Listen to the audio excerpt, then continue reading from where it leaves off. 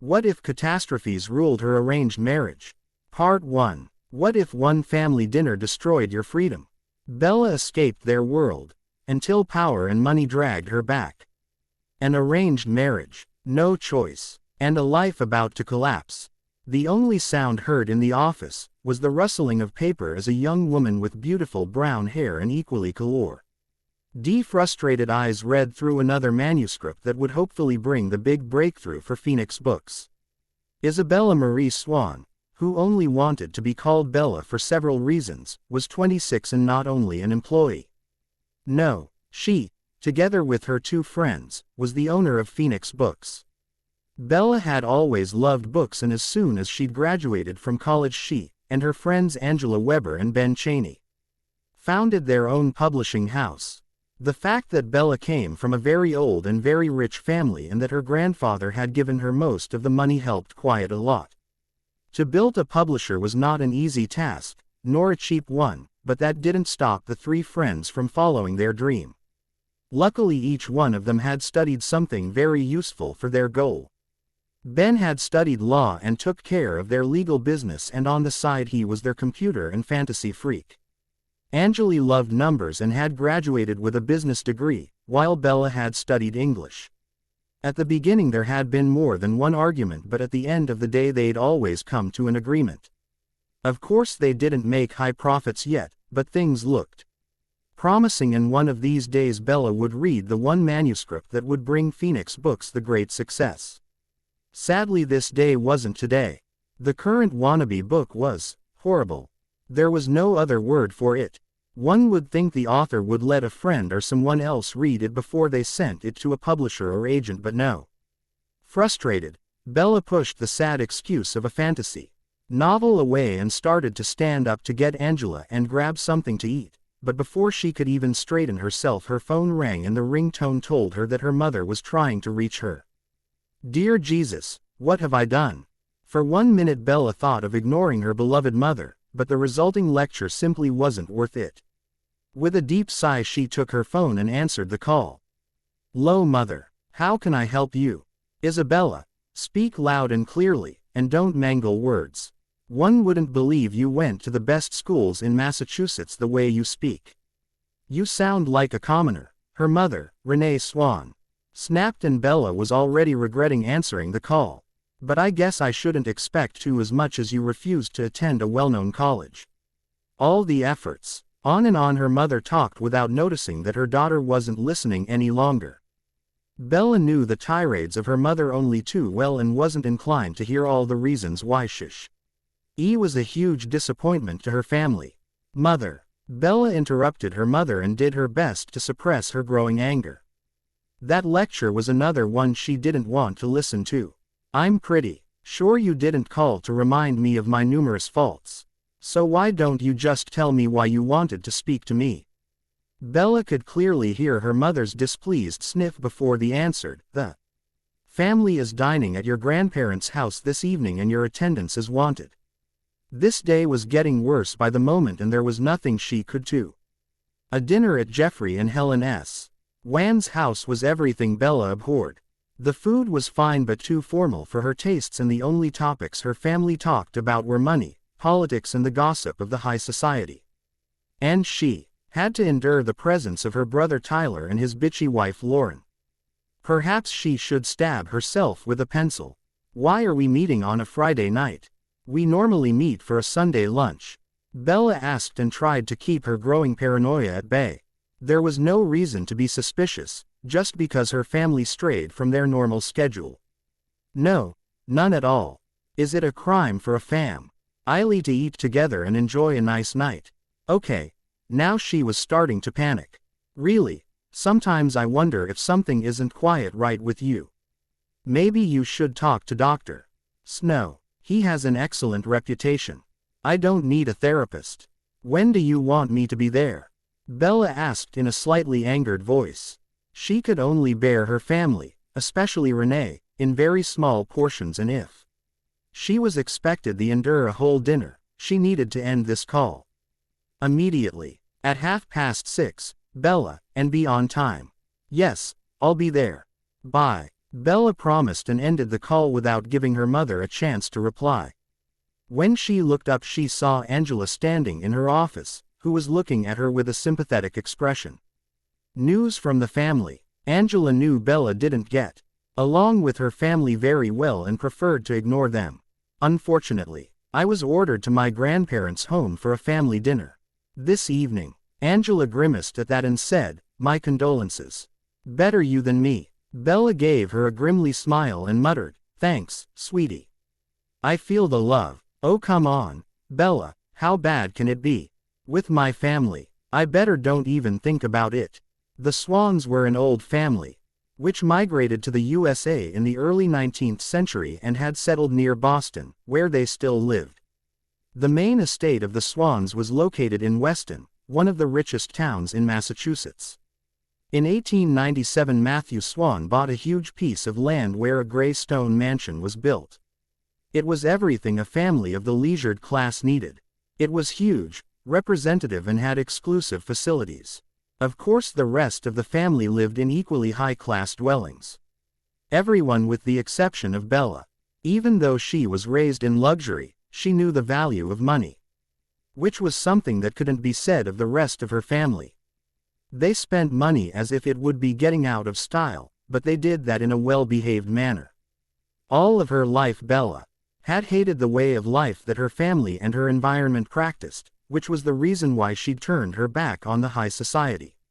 These days her life only collided with her family's at family events and when it couldn't be avoided. Like today. A deep sigh escaped Bella before she rang the bell and sent a quick prayer to heaven. It took a few seconds before Shelby Cope, her grandparents' housemaid, opened the door. "Bella, welcome, darling. It's good to see you," she greeted Bella with a friendly smile.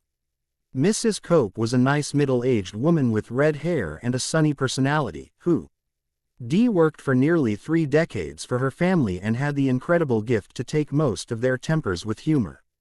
Needless to say that Bella loved her. "Mrs. Cope, it's great to see you again. You look good. Do you know why we're meeting today?" "I'm a little anxious, to be honest." Mrs. Cope took her coat and shook her head. "No, Bella, I've no idea, but your grandfather has been rather busy these last few weeks, but 1 week ago he came home and looked really pleased. It was disconcerting." Oh, that didn't sound good. There were very few things that made Jeffrey Swan happy, and none of them would be good for Bella. "I guess I should go inside and find out what these crazy people hatched up," Bella murmured and entered the opulent living room where her parents and grandparents were already enjoying a drink. Her grandmother, Helen, noticed her entrance first and beckoned her over. "Isabella, it's good to see you. Do you want a drink?" Bella declined and sat on an armchair that allowed her to observe both parties. They looked relaxed, well, as relaxed as they could be, and they seemed to be happy. "Something isn't right here." Renee looked displeased as she took her appearance in and couldn't, or rather wouldn't, suppress a critical comment. "Couldn't you wear something more appropriate? You look like you've just finished grocery shopping. Is that what you wear to work?" Bella was very happy with her current outfit. To dark blue jeans she wore an ivory shirt with a little lace at the neckline, and a blue coat completed the ensemble. Because she knew her family wouldn't approve of her winter boots. No matter that it was March and still very cold outside, she wore her office flats. Bella didn't need to ask what her mother disapproved of. All her mother wore were expensive brands and very fashionable clothes. Comfort was not important, but Bella didn't care what Renee thought and hadn't for a very long time. "Renee is correct. Your attire is very unprofessional. You are the boss and need to." Jeffrey agreed, but before he could tell Bella what she needed to wear, Tyler and his wife entered the room and everything revolved around them. Tyler was the golden son of the family. He did everything right. He had the right connections, hobbies and wife. And, of course, the right job. In the high society it was very important to have an occupation befitting one's social status. You needed to earn ridiculous amounts of money and be in a high position. Politicians, lawyers, banker, teachers and professors were only accepted if they taught at a renowned institution. Doctors were also a good job, especially if you were a specialist. Everything else was only tolerated. Just as important as the occupation were the people you surrounded yourself with. What Bella hated most was the fact that many didn't marry for love but for money and reputation. All marriages in her family were like that. Her parents, for example, certainly didn't love each other. Oh, they liked each other all right and loved expensive things, admiration and gossip, but they weren't really faithful. Well, her mother wasn't, but that wasn't all that uncommon. Affairs were something that occurred, but weren't spoken about, and if you knew what was good for you, you wouldn't let yourself get caught. Infidelity, especially with unsuitable partners, was not something people forgave or forget. As a world of hypocrisy and superficiality, and people acted as if they still lived in the 19th century. Bella was really happy. She had little to do with it. Soon after they heard everything about the new accomplishments of Tyler's and Lauren's daughter Renesmee. Poor child, Mrs. Cope called them to dinner. She was a great cook, but the food wasn't something Bella enjoyed. She loved simpler dishes, a good curry for example. The topics at the table were also not things Bella enjoyed. Lauren proudly announced that she and two of her friends were organizing Mrs. Owen's 70th birthday. Everyone was very enthused over these news. Mrs. Owen was a well-respected woman who planned many parties and events, and because of that she knew everyone and everything, which made her opinion rather important. At least to people like Lauren and Bella's mother. By the time dessert was served, Bella was ready to scream. No one had said one word about why they had to meet today, and Bella didn't like it at all. But now it seemed like her grandfather was willing to share his most important information. After he took one last swallow of his wine, he looked at everyone and said, "Today is a great day for our family. You're all aware that these last 3 years haven't been easy. Many people lost not only money but also their good reputation. Sadly, we weren't an exception." Only sheer determination saved Bella from snorting. Oh, yes, the last 3 years hadn't been easy for her spoiled family. The Swan family had a rather long and successful tradition with money and insurances. Most of their wealth, and that of their clients, was made with hedge funds and similar investments. Everything went very well for her family until her grandfather, father and brother had made some rather suboptimal decisions and lost money, and not only their own. No, they lost millions of their clients' money, and that was the reason why Bella's family had lost some of their standing, and that was something none of the members were willing to take. Bella knew that they would do nearly everything to get back where they had been, and she wouldn't have wasted one thought concerning their social problems if she didn't have a bad, really bad, feeling about this. But the hard days are over, Jeffrey interrupted Bella's thoughts. Over the last few weeks I had some meetings with one of the most important patriarchs of North America. The excited breaths of the family were the only sounds heard, and Bella's grandfather seemed pleased that his family was hanging on his every word. "From this day onwards our family will be very close with the Cullens." "Dad, what great news! How wonderful! That's such a blessing! What an amazing day!" Bella heard her family's happy exclamations. They were elated and nothing could darken their mood. But Bella wasn't stupid. Her grandfather hadn't said one word about the conditions, and there were always conditions, and she feared what these would mean for her. "Bella, you're very quiet. Why aren't you as happy as the rest of us?" Jeffrey asked her, and something in his eyes made her want to run and hide, but she knew she couldn't. "I simply don't see how this has anything to do with me. I have no interests in these social battles and couldn't care less about the opinion of some old and rich people." Lauren made a disbelieving sound in the back of her throat, but Bella ignored her for now. As she ignored her mother, who sounded like she was choking on her drink. "Oh yes, I know you couldn't care less about such trivial things, but this is going to change now, because it's time that you do something for your family. You've been selfish long enough, and it's your turn to take on some responsibility for the sake of this family." "Now wait a moment." Bella was getting angry now. She was never selfish. She went to college, graduated, started her own publishing house, and was earning her own money. Lauren and her stupid friends were selfish and lazy. They only went to college, eat to get a good husband, and wasted their days with shopping and organizing parties for different reasons. How dare he call her selfish? I'm not selfish. I work very hard and do my best to make Phoenix successful. You don't have to remind me, it was your money that made all of this possible, but I'm paying you back, as you're well aware of. Yes, I'm aware of that, and you would do well to remember is as well, because if you want to keep your little hobby, then you'll have to do as I say or I'll take the money back. You know I can, especially because we have no formal contract. Without the money you won't be able to pay your employees. Quote, bastard. How dare he do something to me? He knows Phoenix means everything to me. Damn asshole. Bella was cursing her grandfather and his damn money to hell. He knew she couldn't do anything about him because he was right. There was to contract and he could demand his money back at any time. Like he was threatening now. She knew her grandfather wasn't the nicest person, but she'd never thought he would do something like this. I understand. What do you want from me? Bella asked and tried to keep herself together. Oh Bella, don't act like that. Most young women would be happy about such an offer. I'm sure you remember Edward Cullen Sr. and his grandson. Of course, she did. Just because she tried her best to leave this superficial world behind, didn't mean she lived under a rock. Edward Cullen Sr. had been the head of the Cullen family and their business for over half a decade. He was a well-respected and liked man. You only heard the best of him and most of his family members. If there were a royal family in North America, it would be the Cullens. They'd left England in the early 18th century and had lived at the East Coast most of the time. Over the centuries, the family became not only one of the most important families but also one of the richest.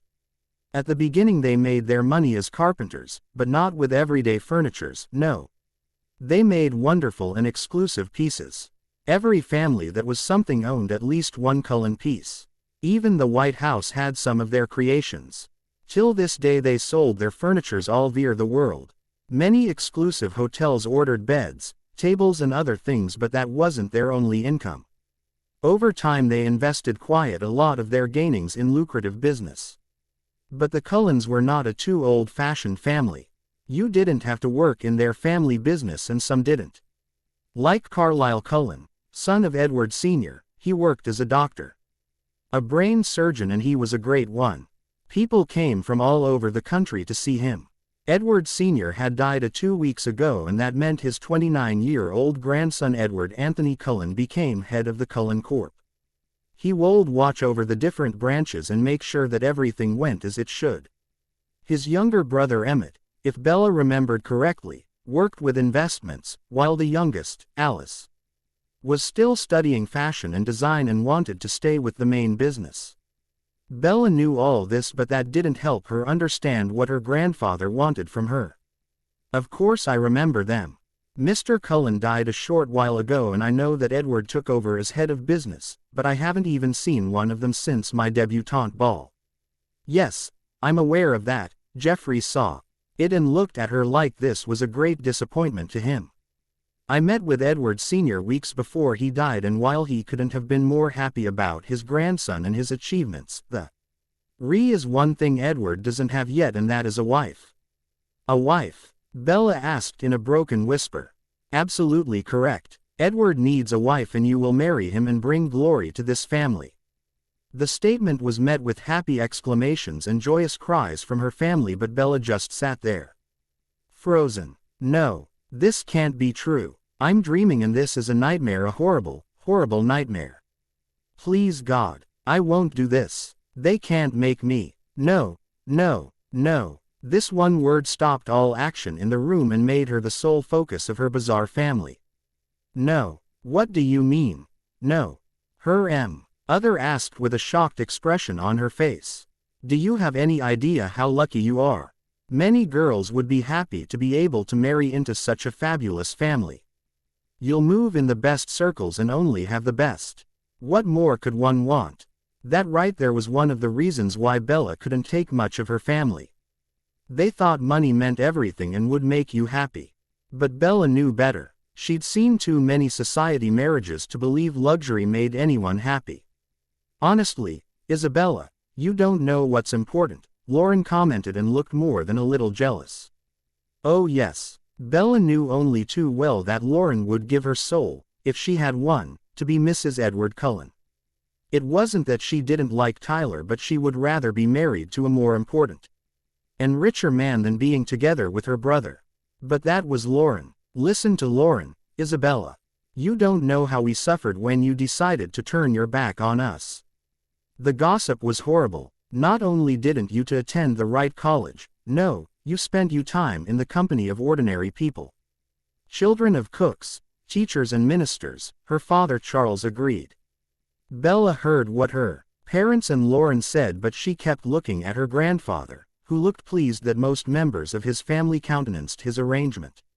Not that it would matter if they didn't share his opinion.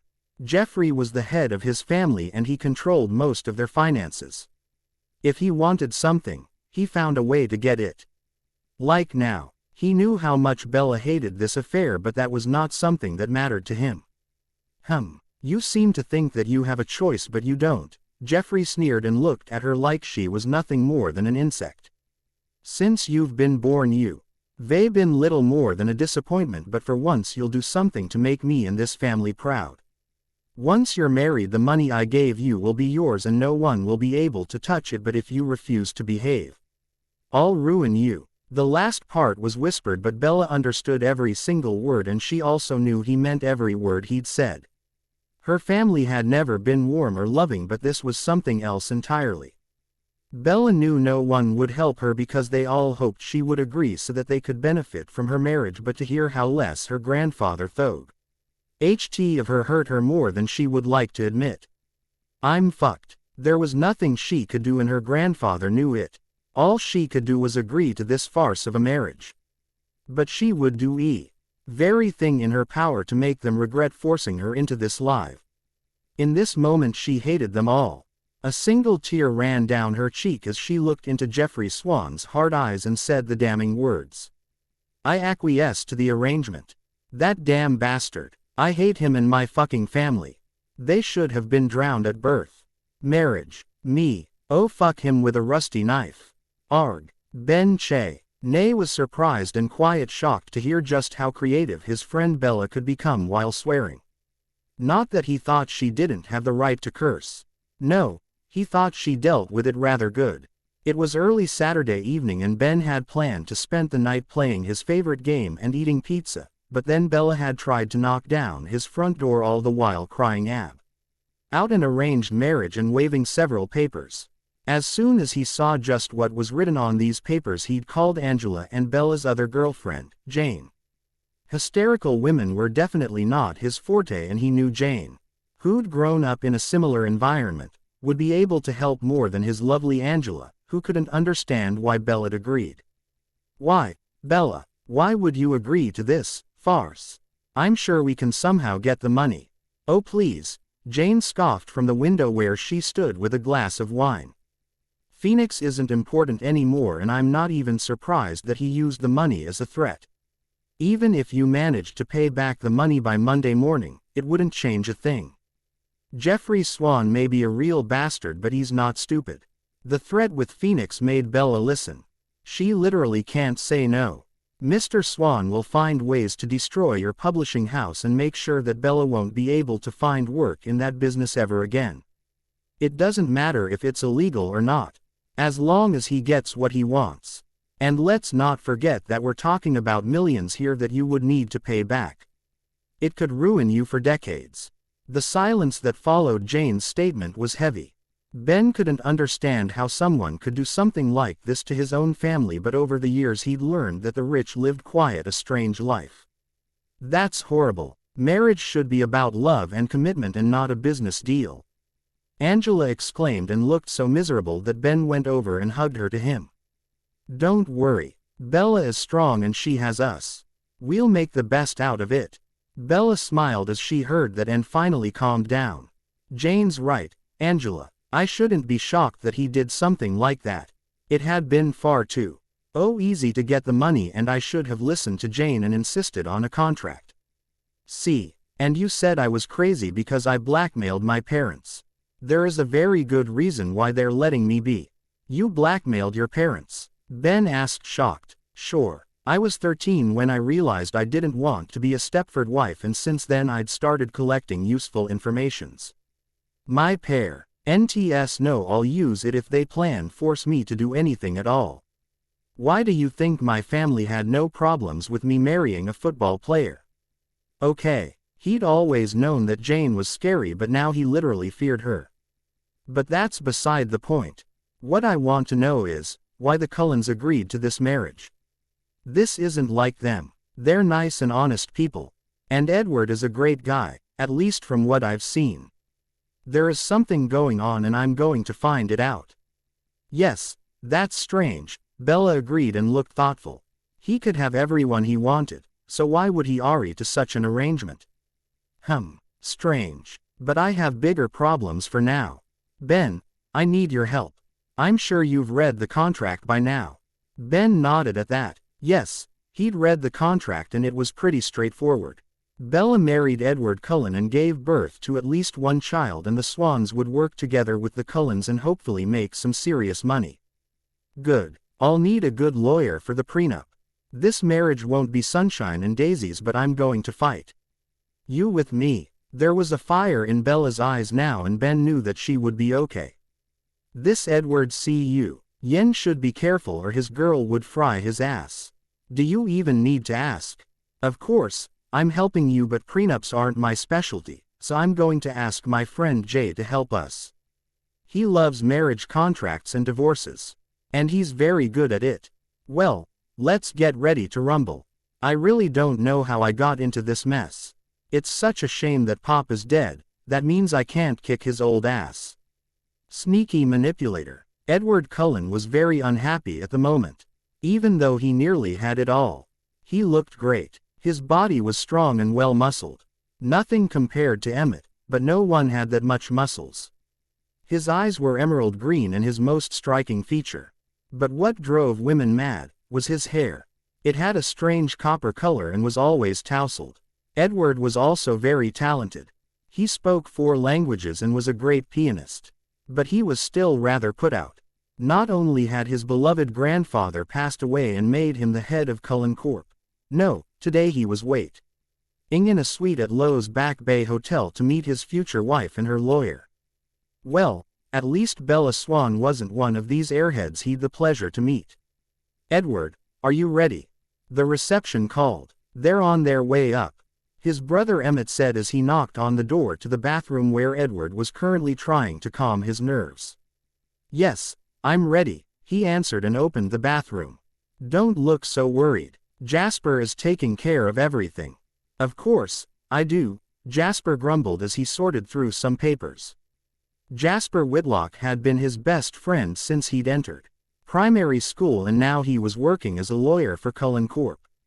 You should thank me that I managed to come up with some information about your fiancé.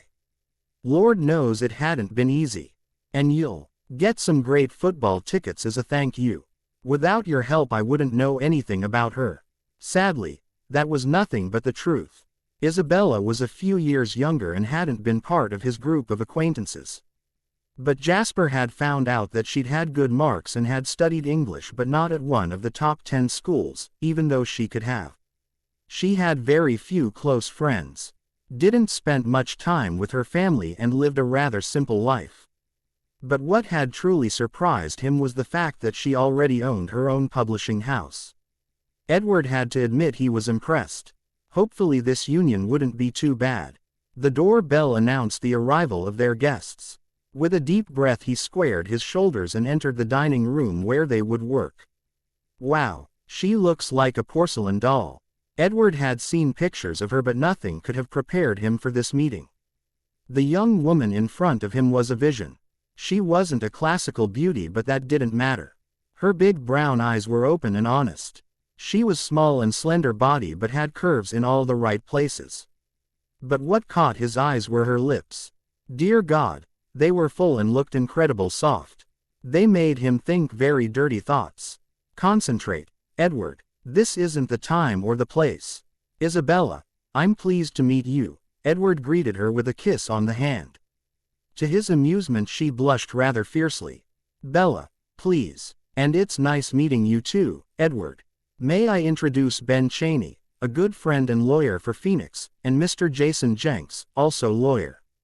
Jenks. Edward shared a surprised look with Jasper, who was also greeting his guests. Mr. Jenks was a great attorney and his prenups were airtight. He hadn't known that Bella had hired him and he'd be speaking to Jasper about this later.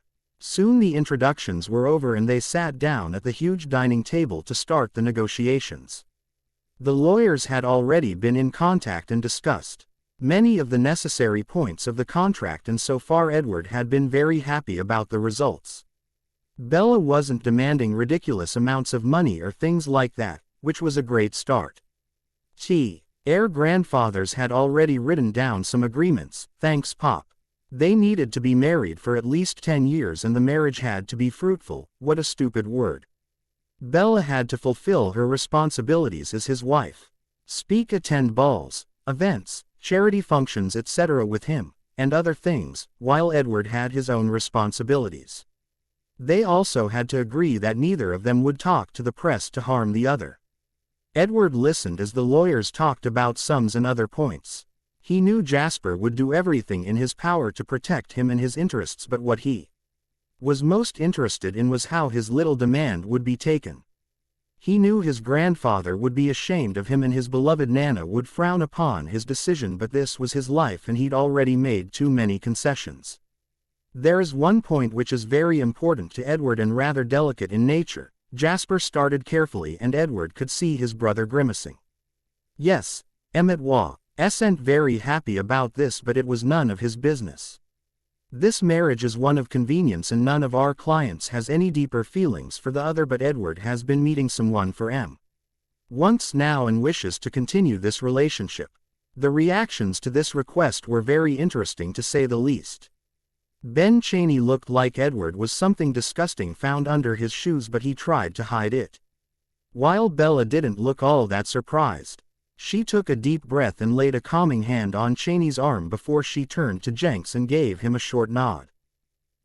She's expected something like that and is prepared.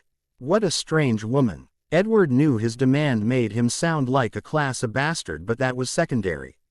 He hadn't wanted to marry, but his grandfather had made it abundantly clear that Cullen Corp was a family business and could only be led by a family man, translation, a husband and father. His grandfather had known about his relationship to Tanya Denali, but for some reason she didn't meet his approval. Most of his family liked Tanya very well and had expected him to marry her, but sadly it wasn't possible. Tanya was unable to carry a child and uninterested in marriage, but Edward needed both. It had always been his greatest wish to be chairing their business, and the old man had used this knowledge ruthlessly. He'd even thought of giving the business to his cousin James. The idiot didn't care for Cullen Corp. All he wanted was money and fame, but he was already married. Edward would have thought his pop had been joking, but something in his eyes had made him believe, and as much as he adored Tanya, he knew that she wasn't the right wife for him. Tanya loved the easy life. Shopping and partying were her passions. The more exclusive an event, the more she loved it, but she wasn't remotely interested in charity or social events. It hadn't bothered Edward and it still didn't, but no, he needed a wife his grandfather would approve of, and Isabella Swan had been his choice. Edward was far from happy about this development, but he reluctantly agreed. Well, this is unusual but not unexpected, Jenks said and looked Edward right in the eyes. Miss Swan is willing to agree if a few conditions are met. Absolute discretion is one of them. There won't be any rumors and you are responsible for the secrecy. Should something become public, then it is within my client's rights to demand a divorce immediately, and there will be no contact between this woman and Miss Swan. None at all. Of course, if you, Mr. Cullen, are allowed to have someone on the side, then so is Miss Swan. These are hard conditions. It'll be very difficult for Edward to fulfill them. Hard. Talk about impossible. My family knows about Tanya and she is one of Alice's best friends. That's not our problem. He wants to maintain his relationship. Miss Swan is more than forthcoming. That was surprisingly true. Okay. He would like to protect himself too if the situation was reversed. To check what Jasper and Emmett thought about it, he looked at them and saw his brother trying to hide his amusement, while Jasper seemed to be torn between respect for Bella's behavior and displeasure because the conditions could become a problem for Edward. I think I'm willing to take the risk. Stop. Bella interrupted his words. She looked rather unhappy all of a sudden. I don't want to know her name or anything about her. She exists and that is all I need to know. You either agree to my conditions or not, but I won't be forced to hear anything about her. It's okay that you'll have a relationship and I hope we'll be friends, but my pride and dignity won't take any more. Her voice sounded strong and calm, but the twitching of her hands belied her collected facade. Friends, that's something he could do. Good, I agree. Jasper didn't look all too happy, but that didn't matter. His life would be much easier if he kept Bella happy, and she wanted so very little. Somehow his old man had found him a great woman. Pop, you may have been a bastard about this, but you made a good choice. The meeting with Bella and the others had lasted for nearly 4 hours before they'd signed the contract, but in the end Edward was very satisfied with the result. Jasper and Emmett had both told him that they liked Bella and were looking forward getting to know her. The little engagement party his mother had planned for Saturday. But for now he would be spending some time with his beloved Tanya. She lived in a very modern and trendy apartment building where many of the young and rich resided. It was the perfect place for Tanya.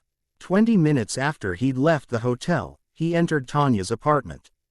Tanya, I'm here, Edward called as he closed the door behind him.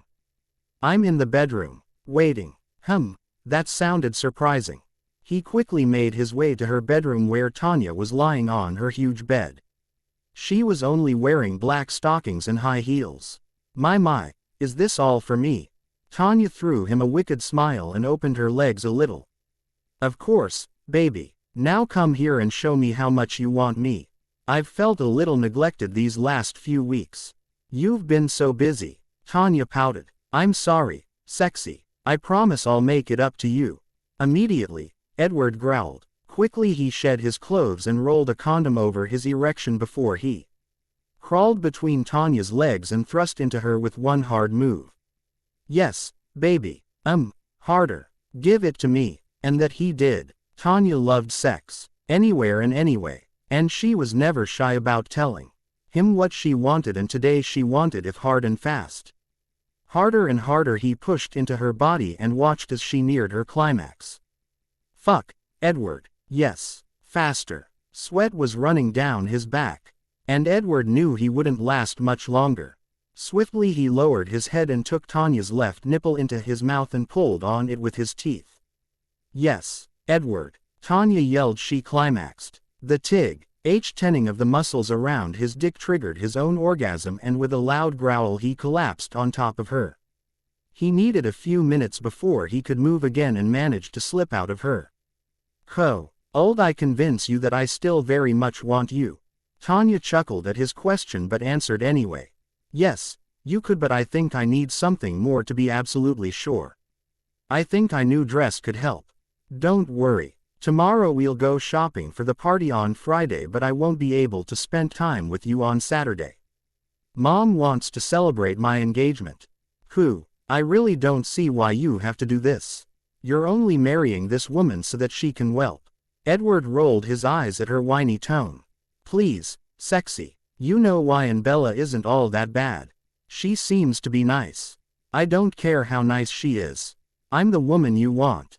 She is just an obligation, isn't she? Tanya asked while she ran her fingers through his pubic hair. Of course, she is.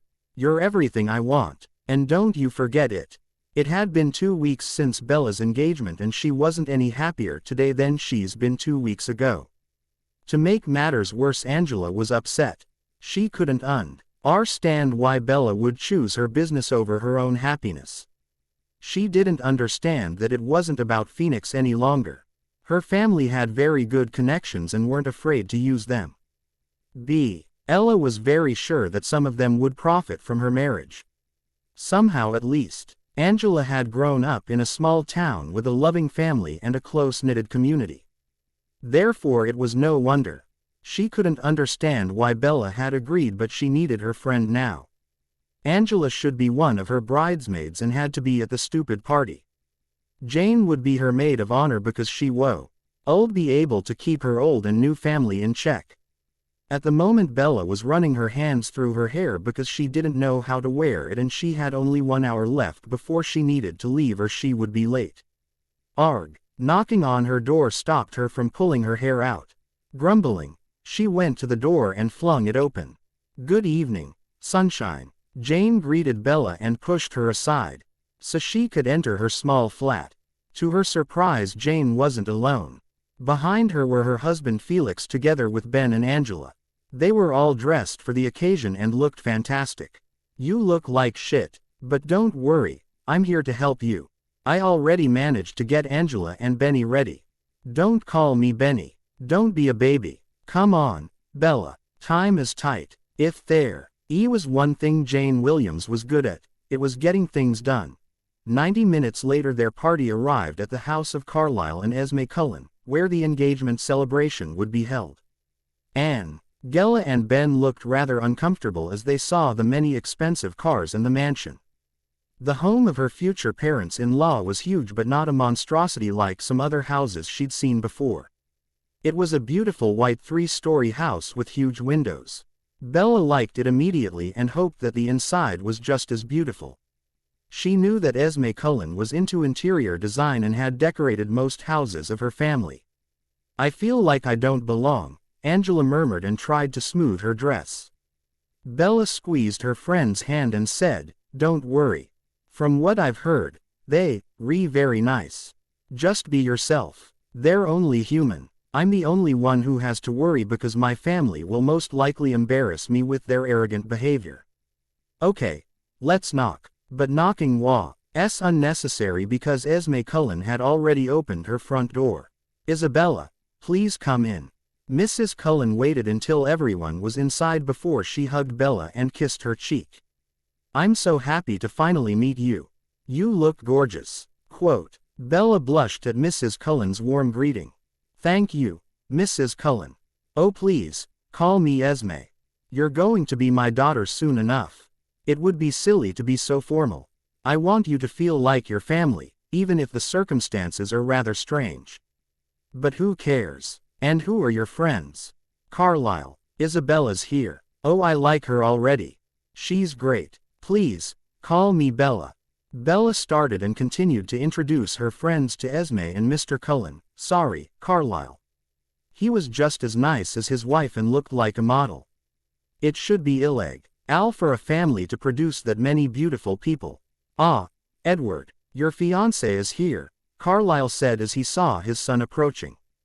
"Oh my fucking god, Edward looks like a walking wet dream." No, bad Bella." Again Bella was dazzled by Edward Cullen's physical appearance. Today he wore a black suit with an emerald tie that made his eyes nearly glow. The suit emphasized his lean but still strong shoulders, and the trousers made his legs look incredible long. "And this is your future husband, Bella, it could be worse." With a crooked smile he again took her hand and pressed his full lips against the back of her hand. "Bella, welcome. You look absolutely breathtaking," Edward said in a soft voice that made Bella want to swoon as his eyes took in the purple folded cocktail dress by Karen Millen and silver high heels. "Get a grip of yourself, Bella. This is a business deal." "Thank you, Edward. You look quite handsome yourself. You already know Ben and these are Angela, Jane and her husband Felix," Bella said and made the necessary introductions. Edward behaved like the perfect gentleman and was very welcoming to her friends before he asked her to come with him for a moment. Slowly, he led her to a small library where they could be alone. "We still have a few moments before the rest of the guests will start arriving. You can't go out there without a ring." "Oh, right, that would be a little strange and uncomfortable to say the least. My pop gave me this ring shortly before he died. It belonged to his mother. He told me you would surely like something old and elegant more than a huge engagement ring, and I agree." After he finished, he reached into his jacket and pulled out a black velvet box. With bated breath Bella watched as Edward opened the lid and presented her an astonishing Art Deco ring. It was silver and had beautiful floral ornaments next to an oval diamond. "Oh, Edward, it's beautiful. I feel honored that I'm allowed to wear it and promise to take good care of it." It's yours now. I'm happy that you like it. Give me your hand, please." Bella watched with fascination as Edward put the ring onto her finger. It felt cold and strange on her hand but somehow right.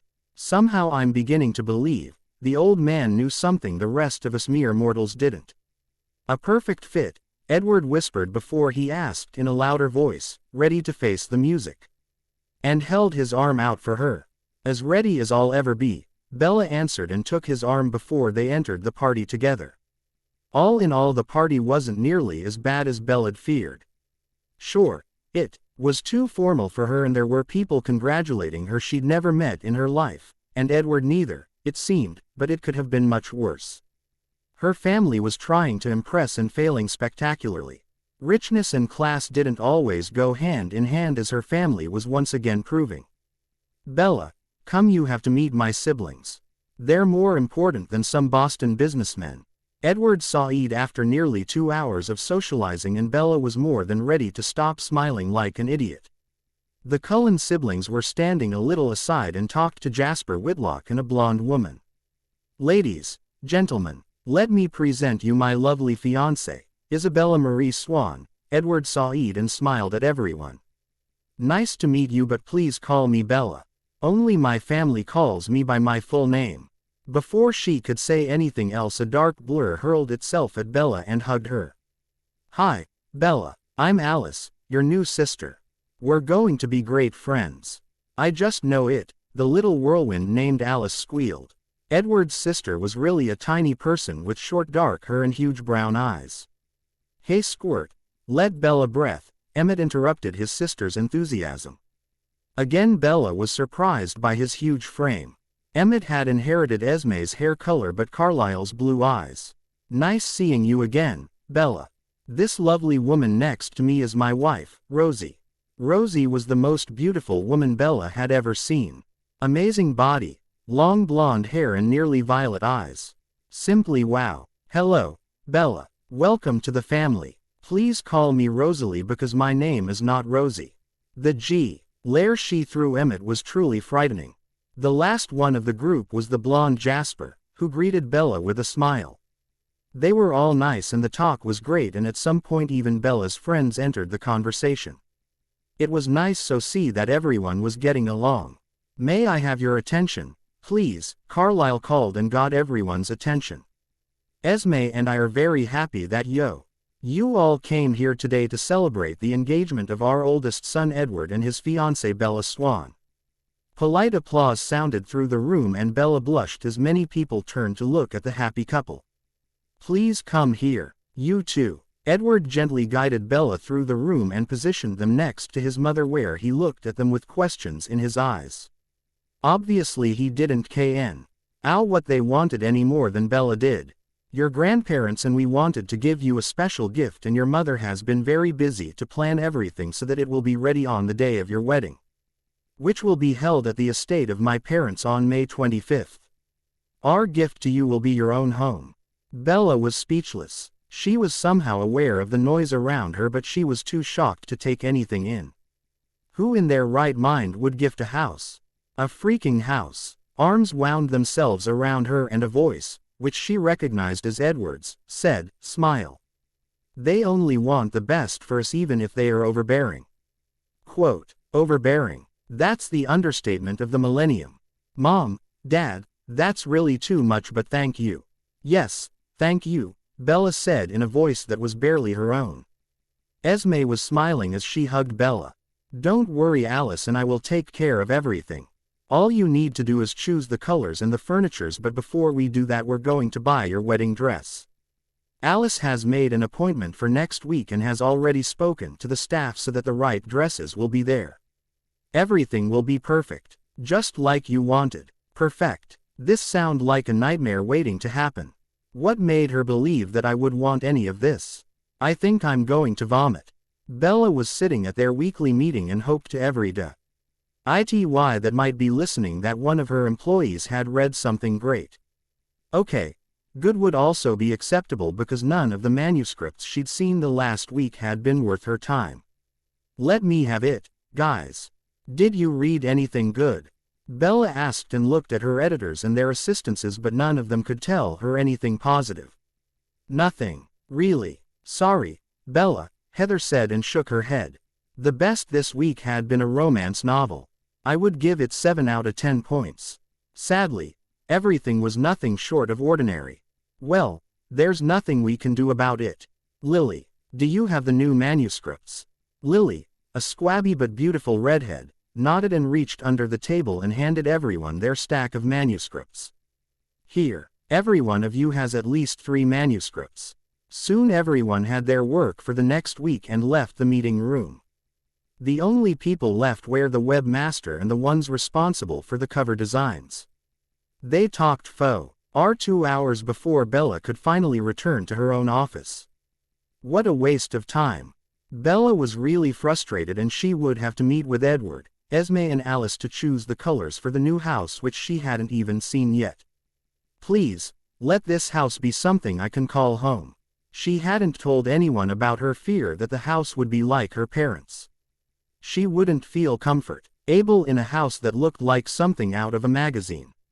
Her thoughts were interrupted by an incoming call on her cell phone. One quick look told her that Edward was trying to reach her. Hello, Edward. Bella answered the call and heard the soft purring of an engine in the background. Hi, Bella. I wanted to pick you up, so that we could drive together to the new house. What do you think? That was nice of him. Okay, but do you even know where I work? Edward chuckled at the other end. Of course, I know. Phoenix is in Waltham, and before you asked, yes, I know the address. I'll be there in about 30 minutes. I'll be ready. Thanks, Edward. No need to thank me, Bella. Bye. Okay, that had been an unexpected but pleasant call. Someone had done a little research. Well, he wasn't the only one. But for now Bella needed to get everything done so that she would be ready to leave in half an hour. She didn't need to be at the office every day. She could do most of her work from home, but she came nearly every day to Phoenix. Quickly, she wrote some mails and read some of the summaries the editors had handed her. From what she could see, none of these were overly promising, but she hoped that this week would be better than the last. Knocking on her door made her look at the clock before she told whoever it was to come in. It was later than she'd thought, and as the door opened she saw Edward entering her office. Edward, I'm sorry, I lost track of time. Just one moment, please, Bella said and put everything away. Don't worry, it's okay. It's nice here and your employees were very friendly. Edward commented as looked around her office. Thanks, it's nothing compared to Cullen Corp. But things are good. And I'm ready to go. Bella took her jacket and purse and walked with Edward out of the building. His car was standing in front of Phoenix and was really impressive. Nice car. Thanks, it's an Aston Martin Vanquish. I love driving fast. Edward saw Ed with a boyish smile on his face. Men and their toys, Bella thought and shook her head.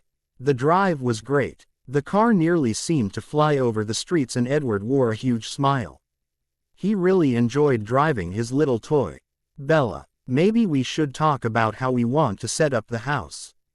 I love my mother and sister, but sometimes they get a little overexcited, so it would be better if we knew what we want. Have you thought about it yet? I know that house will be more on the classical side. Pop didn't like modern architecture and wouldn't have gifted us such house.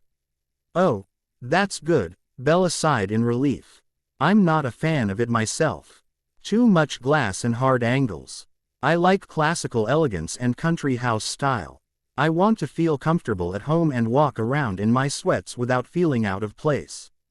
Edward was looking at her with a strange expression on his face. He seemed to be thinking about something hard before he nodded. Yes, I can understand that. Okay, that's good. There will be no candy colors in our house. That's a hard limit. Oh, and no flowery wallpapers. I absolutely hate them. Bella had to giggle at that because he looked so disgusted. Don't worry, There won't be any distasteful wallpapers in our house, but there has to be a great kitchen and a huge and comfortable couch. Oh, and a library is a must. Now it was Edward's turn to laugh. Of course, there has to be a library for you. No one would start a publishing house and not love books. You'll get your library as long as I get a place for my piano. I'm getting my own piano player at home. Jackpot, baby, and you're going to play for me. That's for sure. I love the piano. Bella sighed and saw that Edward was smiling before he promised her a private concert. They spoke a little more about what they wanted for their house before Edward slowed down and pointed to the left. We're here, Bella. These are the gates to the estate. Surprised, Bella looked out of the window as Edward opened the gates and drove along the long driveway. You couldn't see much of the premises because it seemed to be surrounded by a wonderful iron fence, and old trees and bushes were blocking most of the view.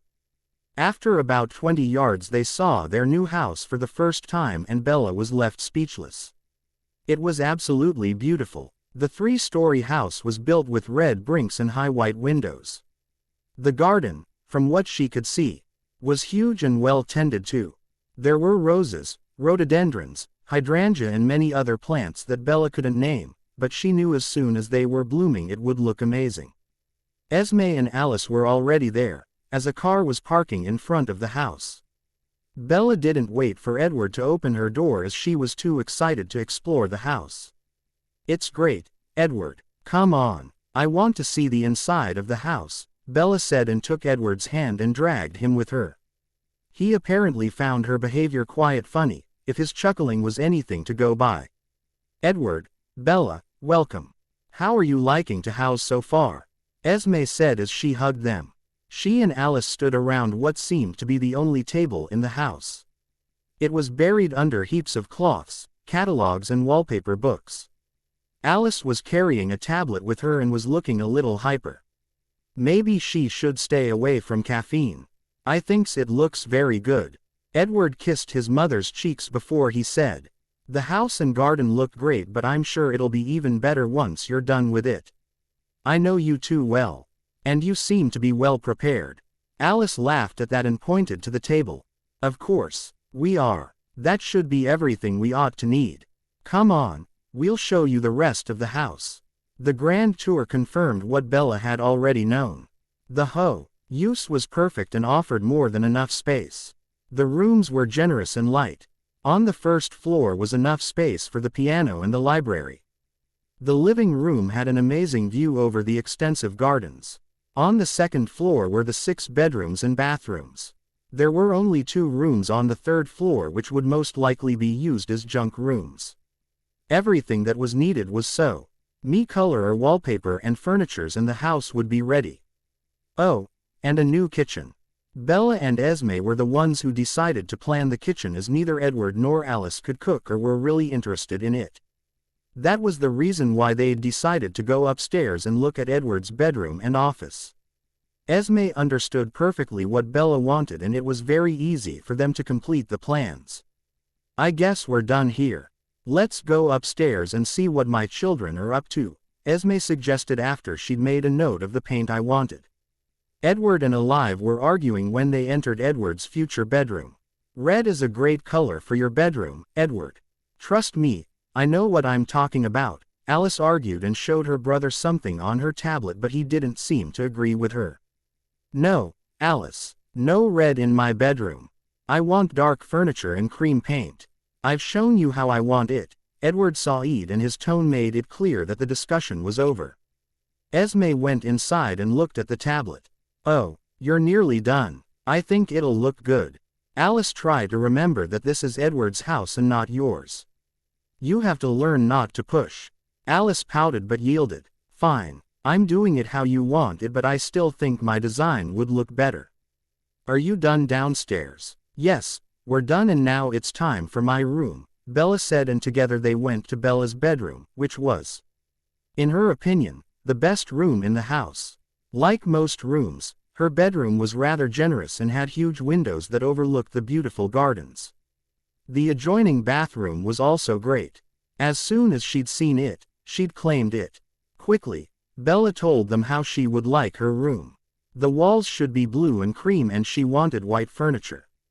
Soon everything was taken care of and they could leave. Alice reminded her of the dress shopping and told her that she would be picked up and together they would drove to the store. "I'm sure it'll be great." Sue. Then she wanted it was Friday and time to leave. Bella had waited downstairs for the limo so she could stop her mother from complaining about her tardiness, as she loved to. Esme, Alice, Lauren and Renee were accompanying and helping her choose the perfect dress. Helping my ass. At least Renee and Lauren want to choose for me. Damn parasites. They drove to Andrews, the best store for wedding gowns in Massachusetts. You could buy everything a bride could ever want there. Well, if you had enough money, that is. Not that money would be a problem for them, which could be the reason why the owner, Kent Andrew, was greeting them in person. "Mrs. Cullen, Miss Alice, welcome. It's such an honor. I'm Kent Andrew, but please, call me Kent." Kent greeted Eam and Alice in an overly friendly fashion. With hand kisses. You would believe one of them were the bride and not me. Oh well. Bella's mother couldn't stand being ignored any longer and introduced herself. "Good morning, Kent. I'm Renee Swan and this is my daughter-in-law Lauren." Renee said and smiled at Lauren before gave Kent her hand. The poor man had no other choice but to take her hand and kiss it like he'd done with Esme's and Alice. Only when he was done brown-nosing them did he turn to Bella. "And this lovely young lady must be the bride. You'll have a beautiful daughter-in-law, Mrs. Cullen," her said, and Bella inclined her head in greeting but didn't give him her hand because she didn't like him. She should be the most important person and not one of the others, but it was obvious that Esme and Alice were of greater importance to him. Maybe because they had the money and the reputation. Asshole. They were led to the changing showroom where some dresses were already waiting for them and Bella feared that she wouldn't like the dresses they'd chosen. Like the rest of the store, the changing rooms were dominated by soft colors. Mostly white. A young woman was waiting in front of a sitting area with drinks.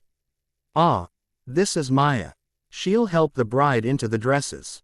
If you would, please," Kent asked his assistant, who immediately told Bella to follow her. "Okay, Miss Alice already told us what kind of dress you're looking for and we've prepared a few for you. Please go inside and change into the dressing gown."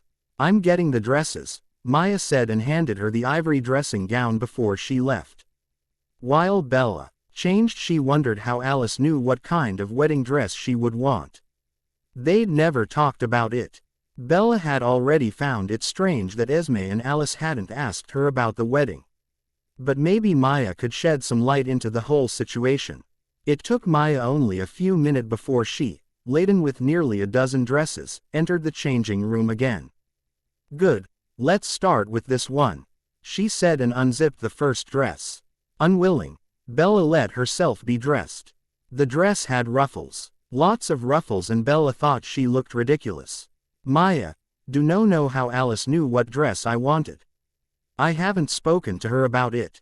There was no need to tell her that she hadn't talked to anyone besides Jane about what she wanted to wear.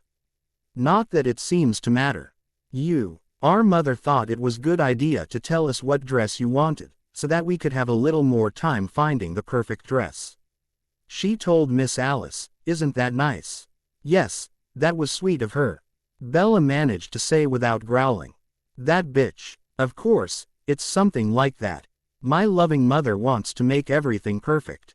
Her kind of perfect. She must have spoken to Esme and Alice and told them some kind of lie. Bella was fuming. She'd never been this angry at her mother. Not then she'd told her no respectable man would want to marry her if she didn't behave like a spoiled brat. And not when she'd refused to help Bella getting ready for her first date with a boy her family didn't approve of, but now she was fucking enraged. She'd agreed to this marriage and now they were trying to make her wedding day as painful as possible for her. Surely, Renee had told the Cullens that Bella wanted a huge wedding and only the best of the best. The only reason why she wasn't going out there and confronting her mother was that Bella didn't want to embarrass Esme and Alice. Somehow though, Bella would find a way to get back at them. All of them. But for now she had to find a wedding dress. "You're ready to go out," Maya said and helped Bella with the gown train. She walked back to the sitting area where she stood in front of a three-way mirror. Her company complimented the dress and the way it looked at her, but it wasn't the right one. "Not special enough," was her mother's comment before she returned to the changing room. The same procedure repeated itself with the next 4 dresses. Bella liked none of them. Too much lace, too much rhinestones, too much. One of the dresses had been that tight that Bella had had trouble moving, and she'd been happy to get out of it. "Please, let the next dress be the one. I'm getting sick of this." "Okay, Bella, this dress is an absolute dream. I'm sure it's the right one," Maya promised excitedly and showed her the next dress. To be honest, Bella couldn't see too much of it because she was distracted by the amounts of cloth. Like before, Maya helped her getting dressed, which was also quite necessary because there was no way Bella would be able to manage alone. She would most likely strangle herself with it. "Now that sounds like a good idea. Oh my God, that's it. You look amazing," Maya breathed as she turned Bella around so that she could see herself in the mirror. As soon as Bella saw her reflection, her eyes went wide and her jaw hit the floor. "Why oh why wanted I this one to be the one? I look like a Disney princess." Fuck. The dress wasn't ugly, no. It just wasn't Bella's dress. The tight-fitting bodice had a lace top with half-long sleeves over it, but what had shocked Bella was the skirt. It was absolutely huge and had a long train. It seemed to be made out of dozens of layers. "I won't be able to pee with this dress. Hell, I won't fit through the fucking doors with this monster of a dress." Bella followed Maya in a daze and positioned herself to present the dress. The reactions were immediate. "Yes. Oh my God, that is the right dress. It looks fantastic," Renee pronounced and looked very pleased. Lauren looked slightly jealous but agreed, "Yes. The dress is fabulous and the designer is one of the most sought after. You should feel honored to wear something this exclusive." "Oh yeah, I feel so honored wearing a dress that looks horrible on me. Don't these people know that a slim and small bride should not wear such a voluminous gown? Every wedding magazine tells you so, but no, my family knows better." "It's a wonderful dress," Esme said, while her daughter was clapping her hands because she was so happy. "But what do you think, Bella? Do you like it?" Finally someone remembers that the bride's opinion is indeed important. Okay, now was her chance, Bella thought and said, "Well, it is a beautiful dress but Sadly, she didn't get to finish as Renee jumped over to her and grabbed her arm. Very tight. "Of course, she loves it. It's everything a woman could ask for. It's a dream come true. Isn't it, Bella?" her mother said and squeezed Bella's arm so hard, it would most likely bruise. "Ouch, bitch, I got the message." Bella didn't say anything because she knew she couldn't lie that good. She wasn't an Oscar-winning actress and only these would be able to mask her hate and distaste. Our only response was a small smile as she inclined her head in agreement. "You have an excellent taste, Mrs. Swan," Kent complimented her mother while the $sign was shining in his eyes. "It's our best dress. None of the others is this beautiful or exclusive. There aren't that many wedding dresses by this designer." Translation. The dress was ridiculously expensive. But a dress is nothing without the right accessories. We need a veil, shoes and underwear. Oh, and a garter. In blue. Kent and Alice, who wanted to look at the everything, went to another part of the store to choose the missing things. Bella used this opportunity to retreat to the changing room where she called Jane. "Are you already screaming for help?" Jane asked as a greeting. She had been unable to accompany them because, say Felix, parents were celebrating their 30th anniversary and she had to fly to Texas. "Yes, I am. The dress is, well, not horrible, not nothing like I'd like," and Renee nearly crushed my arm when I tried to say something against it. "I'm not wearing the dress. It's the other way around. I won't be able to use the toilet while I'm wearing it." Jane snorted at that. "Oh come on, it can't be that bad. Make a picture and send it to me." And that's what she did.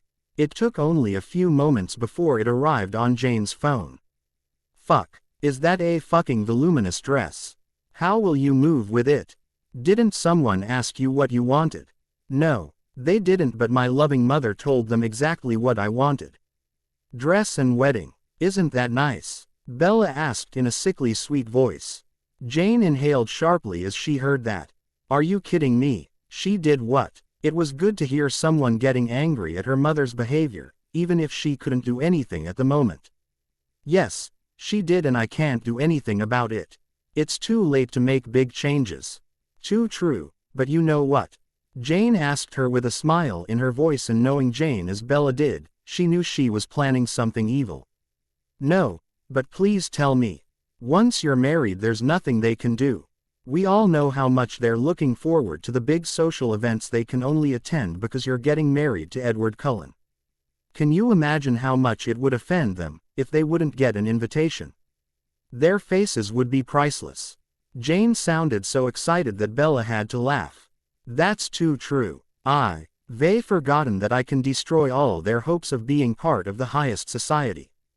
Do you think they've ever considered that I might do something like this? Bella asked and knew the answer to that question before Jane said the words. No way. They think you're going to be their ticket to the Cullens' inner circle. That much stupidity is fascinating. I'm going to enjoy watching it. Yes, Bella also thought that none of her family members had thought that Bella would deny them entrance to family dinners and great parties, but she would. If it was in her power, she would do it. Bella, we've found the perfect shoes for you. Alice called from the other side of the door. Can you come out, please? Yes, Alice, I'll be right there, Bella answered. Sorry, Jane, I have to return to the wedding hell. I feel for you. I'll call you tomorrow. Bye. From the showroom, Bella could hear the excited voices of Renee and Lauren as they loudly gushed over some silly high heels. After rolling her eyes, she left the changing room and returned to the others. Hopefully this will be other soon. The wedding was only 2 weeks away now, and Edward would be happy when this whole affair was other. His mom and Alice were driving him crazy with the preparations for the wedding, and lately Tanya was always complaining. They didn't go to as many parties as before, he wasn't spending enough time with her and spending too much time with Bella. She's going to be my wife pretty soon. So excuse me for wanting to get to know her. At the moment he was waiting for said fiancé to arrive for their dinner date. Over the last few weeks they'd met several times for dinner or for something else, and Edward had to admit he liked spending time with Bella. She was smart and they never ran out of things to talk about. It didn't bother her to listen to him when he was talking about work, and they had a similar taste in music and movies. Living with Bella wouldn't be too bad. Edward, Bella called as she entered his favorite grill. She looked a little stressed and nearly fell into the chair opposite him. I'm so sorry, I'm late. We had a meeting with one of our potential authors. It was horrible. Edward chuckled at her funny face. She looked like she wanted to bang her head against the table.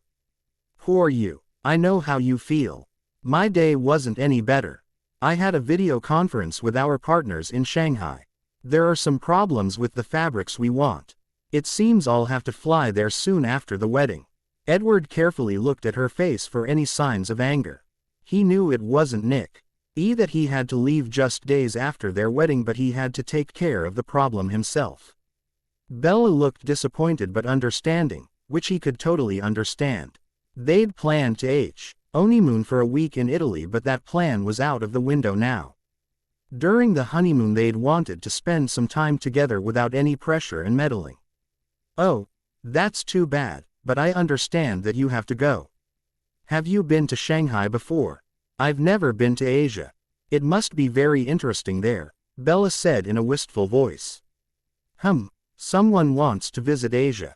Well, why not? Would you want to come with me? I won't be able to spend every single hour with you, but I'm sure we could go sightseeing after I'm done working. It shouldn't take more than 2 or 3 days, Edward asked, and immediately saw that Bella loved the idea. Really? I could accompany you. That would be great, but I don't want to interfere.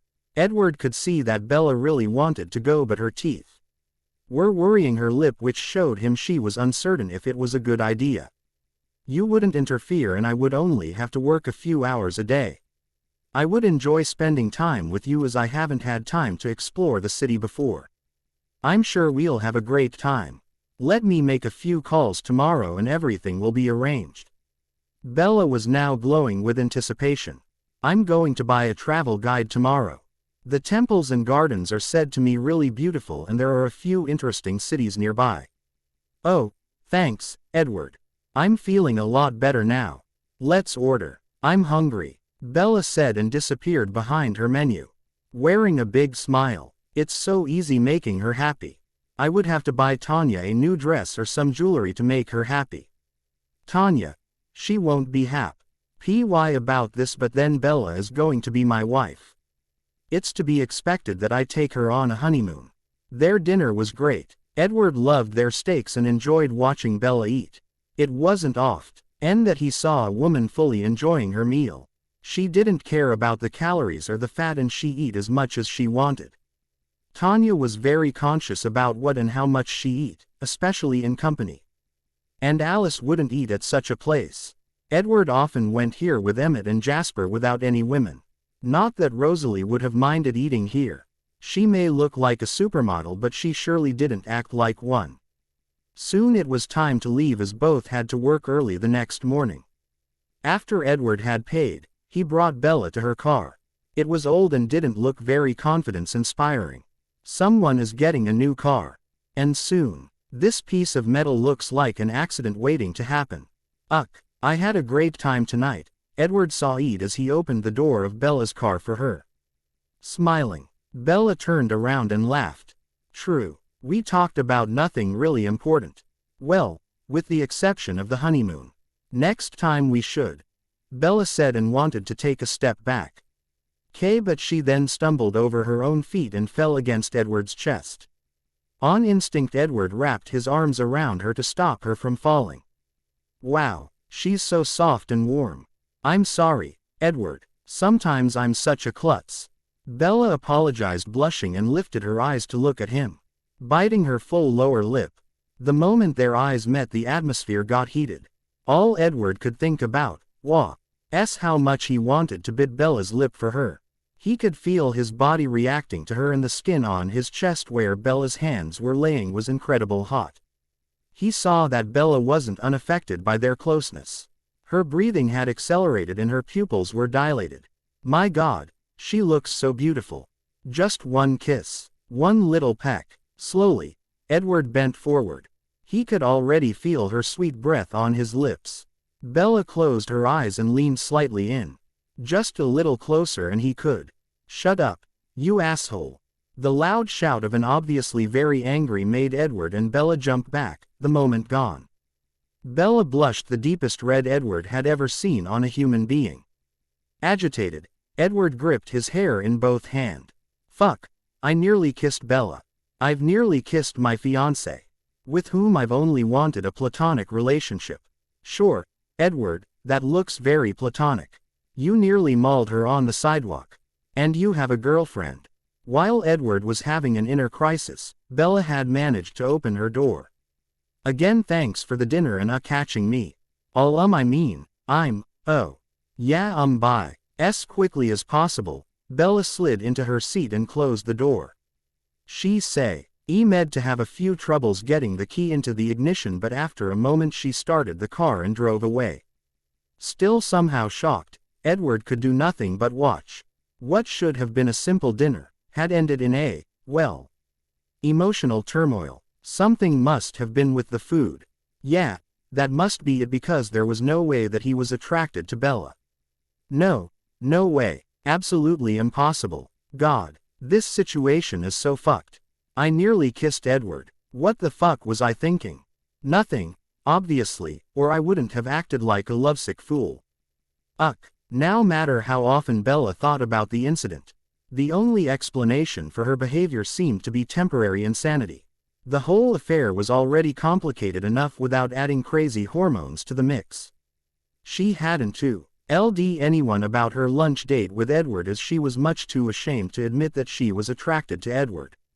That's one way to describe that I want to do the naughty with him. Luckily, she was too busy to think much about Edward. She had to pack her things for the move to the new house which would be next week, and she had organized everything for her honeymoon. Angela and Ben would take care of Phoenix, and Lily would manage the editors while she was in Shanghai. At the moment Bella was packing her suitcase. As Edward had promised, everything had been prepared for them not only 2 days after they'd decided to fly. Whoever was responsible for their honeymoon deserved a huge bonus. The phone rang in the living room and interrupted Bella while she checked her packing list. Yes, she'd written one, just to be sure she wouldn't miss anything. As she picked up the phone she saw that Lauren was calling her. Her mood sinking, she answered the call. "Lauren, what do you want?" "I'm busy." There was no reason to be nice to her. Not anymore. Bella had only ever been nice to her because she was married to her brother and she didn't want to argue with her family. Bella had always tried to be nice and friendly, yeah, and it had worked so well, but after everything that had happened these last weeks, it was hard even being neutral. Never again would Bella let her family treat her like she was as unworthy or an embarrassment that needed her family's approval or help. Nothing would ever change them. "Watch it. Don't speak to me like that. I think I deserve some respect," Lauren sneered unfriendly. "No, you don't. I repeat, what do you want?" Bella had no patience for Lauren. She liked Lauren as much as Lauren liked her, which meant not one bit. Lauren let out an undignified hiss, which made her sound like a wet cat. Before she answered, "I just got an invitation and had to find out that Jane," Lauren said her friend's name as if there was something wrong with her, "is planning your bachelorette party. I thought it was agreed that I would do it." Bella had to roll her eyes at Lauren's false hurt. "No, Lauren, you and Renee wanted you to plan it. Jane is my maid of honor and as such it is her task to plan my hen night. Sorry, if you don't like it, but that's how it is.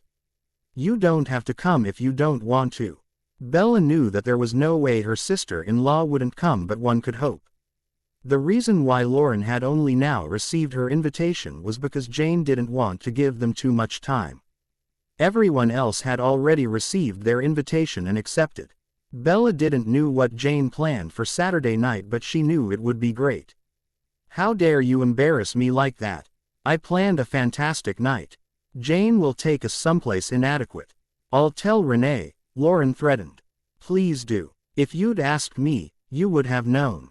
I know what you did behind my back. You told Esme and Alice all kind of lies about my wishes about the wedding.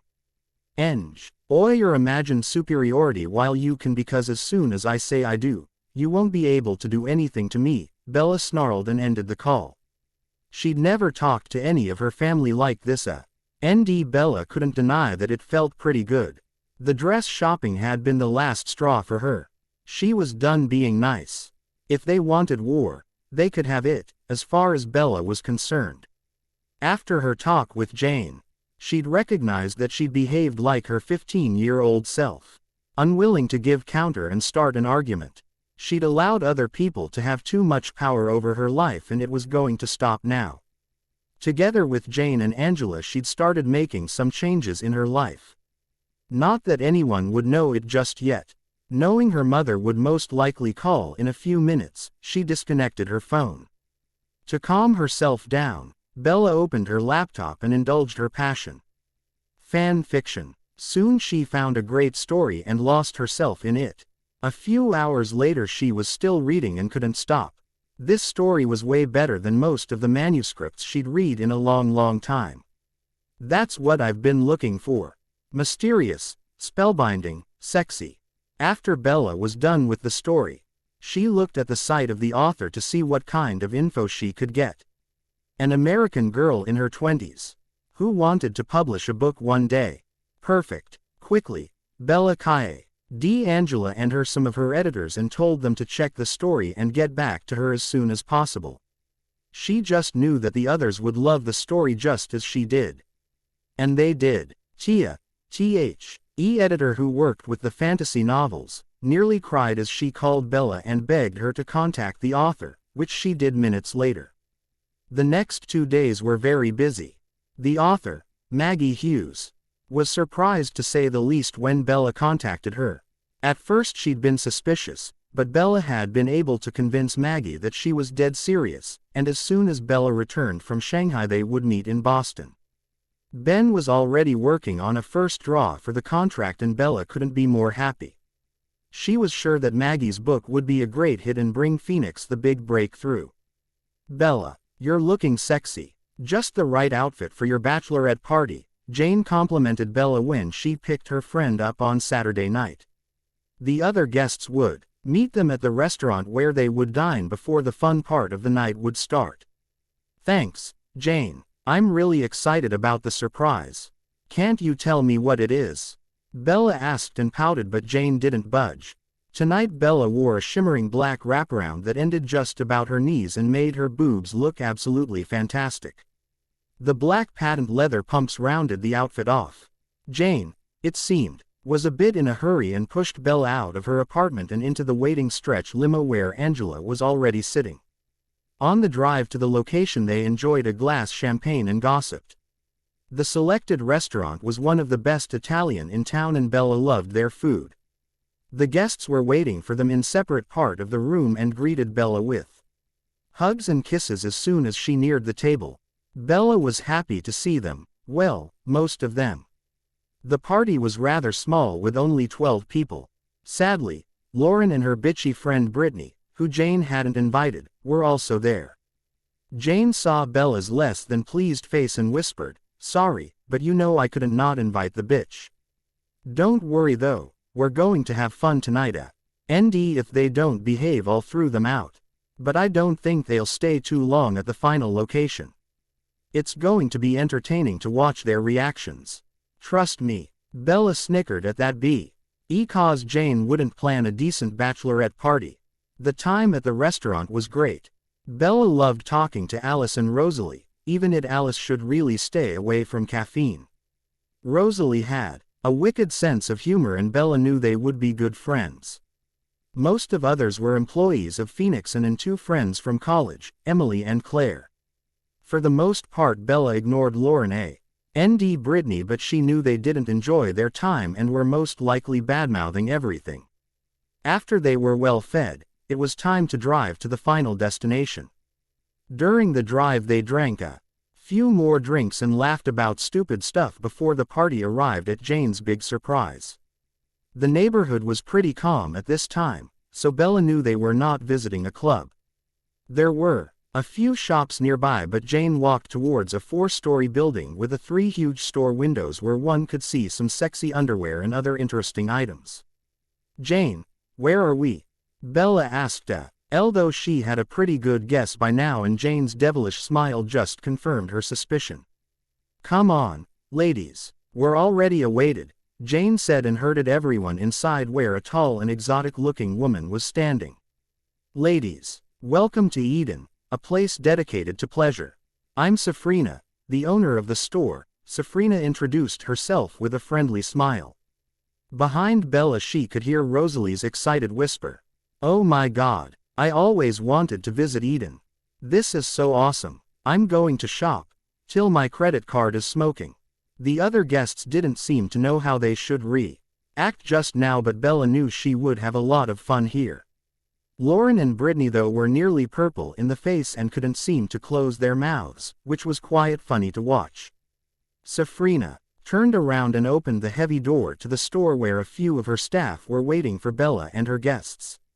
Safrina explained the divisions of the store and one of her girls handed everyone a blood-red basket where they could put everything they wanted and another one handed them champagne. They could also get some snacks and if they needed anything, they should just ask one of the staff. "Okay," Jane called and had immediately everyone's attention. "As you know, I asked you not to buy Bella any gifts. The reason behind this request was that we're all going to choose something here for the lovely bride. Every woman needs a few stimulating items, but if you find something for yourself go ahead. We're meeting here again in 2 hours to present our gifts. Now, let's go on an erotic shopping spree." By now everyone was excited to explore Eden, well with the exception of Lauren and Brittany, and as soon as Jane finished her little speech, the girls were catcalling and laughing before they hurried down the different aisles. Bella couldn't believe that her oldest friend had chosen a sex shop for her bachelorette party. No, that wasn't true. She could believe it and loved the idea. Eden. I'm at Eden. How cool is that? Please. Jane is a kinky bitch, but I love her. Thank you. Thank you, Bella cried as she threw her arms around her crazy friend and hugged her. This is absolutely awesome. You're the best maid of honor ever. Jane laughed and hugged Bella back. I'm happy that you're enjoying yourself. Come on, let's buy some naughty things. But before they could even walk one step, they were stopped by Lauren's appalled voice. A sex shop. You brought us to a sex shop. Lauren whisper screamed and looked she was ready to snap. I knew you wouldn't be able to organize a proper bachelorette party, but this is absolutely inappropriate. What are the families going to think? I'm sure that Rosalie and Alice are going to tell everyone about this night. This is so humiliating. Reput. Shut up. Bella snapped at her because she simply couldn't take any more of her shit. Alice and especially Rosalie seem more than happy to explore, and I don't think anyone else cares. This night is supposed to be fun. Not that you would recognize fun, even if it were to bite you in the ass. I can understand that a sex shop like this is the wrong place for you since you're a prude bitch. If you have any problems with the location, you're free to leave. In fact, I would welcome it because you're no longer welcome. All night you've been a horrible guest. Fuck off, Lauren. Anne. Then Bella whirled around and left her standing. Jane was laughing so hard, she had tears running down her face, and even Angela, who normally was a sweet girl, looked mighty pleased. Fuck, Bella, that was amazing. I've never seen you act like this before. Rock on, baby. The shop was simply amazing. You could buy everything you could ever ask or wish for. The girls got Bella books, sexy underwear, a negligee, edible body paint, I really don't know with whom I should use it, a candle that turned into oil, when burned, absolutely fucking awesome, 2 sex toys and a riding crop from Jane. Bella laughed and blushed a lot, but she had a great time. Her friends also got things for themselves, especially Jane and Rosalie. They bought stuff worth nearly $1,000 each. I know who's going to have some very interesting encounters with their wives. And no, I'm not jealous. Not at all. I also want wild monkey sex. Damn it. They spent hours at Eden, and at the end everyone agreed that this was the best hen night ever. At another location, Edward was celebrating his bachelor party. Emmett and Jasper had organized it just like Edward wanted. They watched hockey on an insanely huge screen, ate junk food and drank imported beer. Short, it was the perfect boys' night. And it would have been perfect if 2 persons had decided not to come. The first person was Edward's cousin James Hunter. He was an asshole and Edward couldn't stand him. Sadly, he was family and he had to work with him. The other person was Tyler Swan. It was nearly impossible to imagine that he and Bella came from the same gene pool. Her brother was a true snob. All he talked about was business, money and who he knew. It was incredible boring, and he wasn't the only one who thought so. Emmett looked at Edward, rode and rolled his eyes at one of Tyler's comments. That guy is such a fucking idiot. I'm about ready to throw something at him. Don't, Emmett, Jasper said. He's going to be family soon. All you see and hope for is that Bella won't invite him too often. We all know you don't have too much patience. Wouldn't want you to do something stupid. Emmett narrowed his eyes at Jasper, and before one of could stop him, he threw a tomato slice at Jasper which landed right on his forehead. Jasper looked like he couldn't believe that Emmett had really done something that childish. Well, I can. Before they all burst out laughing. Uck, you're such a child sometimes, Emmett, Jasper said as he threw the tomato away. Emmett threw himself in position and proclaimed, I'm fucking awesome and you know it. Sure, Emmett, sure. Edward saw Ed and shook his head at his brother's foolishness. Out of the corner of his eye Edward could see that James and Tyler looked shocked at their behavior, but Edward didn't care. This was his party and he spent most of his time being the serious businessman. He deserved a little bit of fun. Suddenly a cell phone rang and everyone looked around because it was a rule that the phones had to be silent during a night out, but Tyler hadn't gotten the memo it seemed. He answered his phone and looked a little surprised, but this changed quickly. Moments later he looked angry and growled at caller. "What did you say? You were at a sex shop." Now he had everyone's undivided attention. "Hello. We're men," not that he was aware of that. "Are you serious? You should buy Isabella something from a sex shop." "What was that? A sex shop? That sounds interesting." "That's absolutely unacceptable. You left immediately, I take it." Yes, of course." "Unbelievable." "Yes, I'm going to speak with them." "Bye." After he'd put his phone away, Tyler noticed that everyone was watching him and blushed. "Ah, there's a similarity. Probably the only one," Edward thought. "I'm sorry for the interruption." That was Lauren. "It seems that there was a little problem at Isabella's party," Tyler explained. "Doesn't he know Bella hates to be called by that name, or does he simply not care?" Probably the latter." "What was that about a sex shop?" Emmett asked eagerly. Of course, that would be the first thing he would ask about. He had the sex drive of a rabbit. Tyler seemed to be a little uncomfortable about the question, but he answered anyway. "It seems Isabella is celebrating at sex shop where her guests shall buy her something." His disapproval was obvious, although Edward couldn't understand why. It was a bachelorette party. Of course, they would do something crazy. What an idiot. "I'm sure there is more excitement during Nana's bingo evenings than in his bedroom." "Horrible." "Rose, are you really at a sex shop?" Emmett had called his wife, while Tyler had still been talking, to get more information, and Edward sat close enough so that he could hear Rose answers. "We're not only at a sex shop, we're at Eden. You know, I've wanted to go there for quite some time. It's even better than I'd imagined. There's so much I would like to buy." Emmett looked like Christmas had come early this year. He was grinning from ear to ear. "Really? Did you buy something nice?" "Yes, I was a good wife and bought something my husband will enjoy very much," Rose purred, and Edward wanted to cringe at the tone. He did not want to hear his brother and his wife talking about sex. "I found some really sexy panties and a manual for bandage. Some very interesting candles and a toy with a remote control." Edward didn't need to look at his brother to know that Emmett was turned on by now. "When are you going to be home?" he whispered in a husky voice. "In an hour. I'm going to be there." Rose chuckled at that, as if there had been any doubt about that. "Oh, tell Jasper, Alice bought some hot underwear and a new friend." "Bye." Emmett wore an evil grin as he told Jasper the message. LL knew that Alice was head over heels for Jasper and that he was also very interested in her, but she was his best friend's sister and still in college. It didn't matter that both Edward and Emmett had told him that they were fine with it. No, Jasper wanted to wait. Stupid fucker. Jasper blushed fiercely and nearly chalked on his bear. "Okay, gentlemen," Emmett announced and stood up. "My wife is going to be home in an hour with her new purchases. Edward, I love you, but I love my wife more." "No problem, Edward sighed understandingly. "Every man would do the same thing." "Don't you have a problem with the sex shop, Emmett?" Tyler asked with an uncomprehending look. Emmett himself didn't seem to understand why Tyler was asking him such a dumb question. "Why would I have a problem with my wife visiting a sex shop?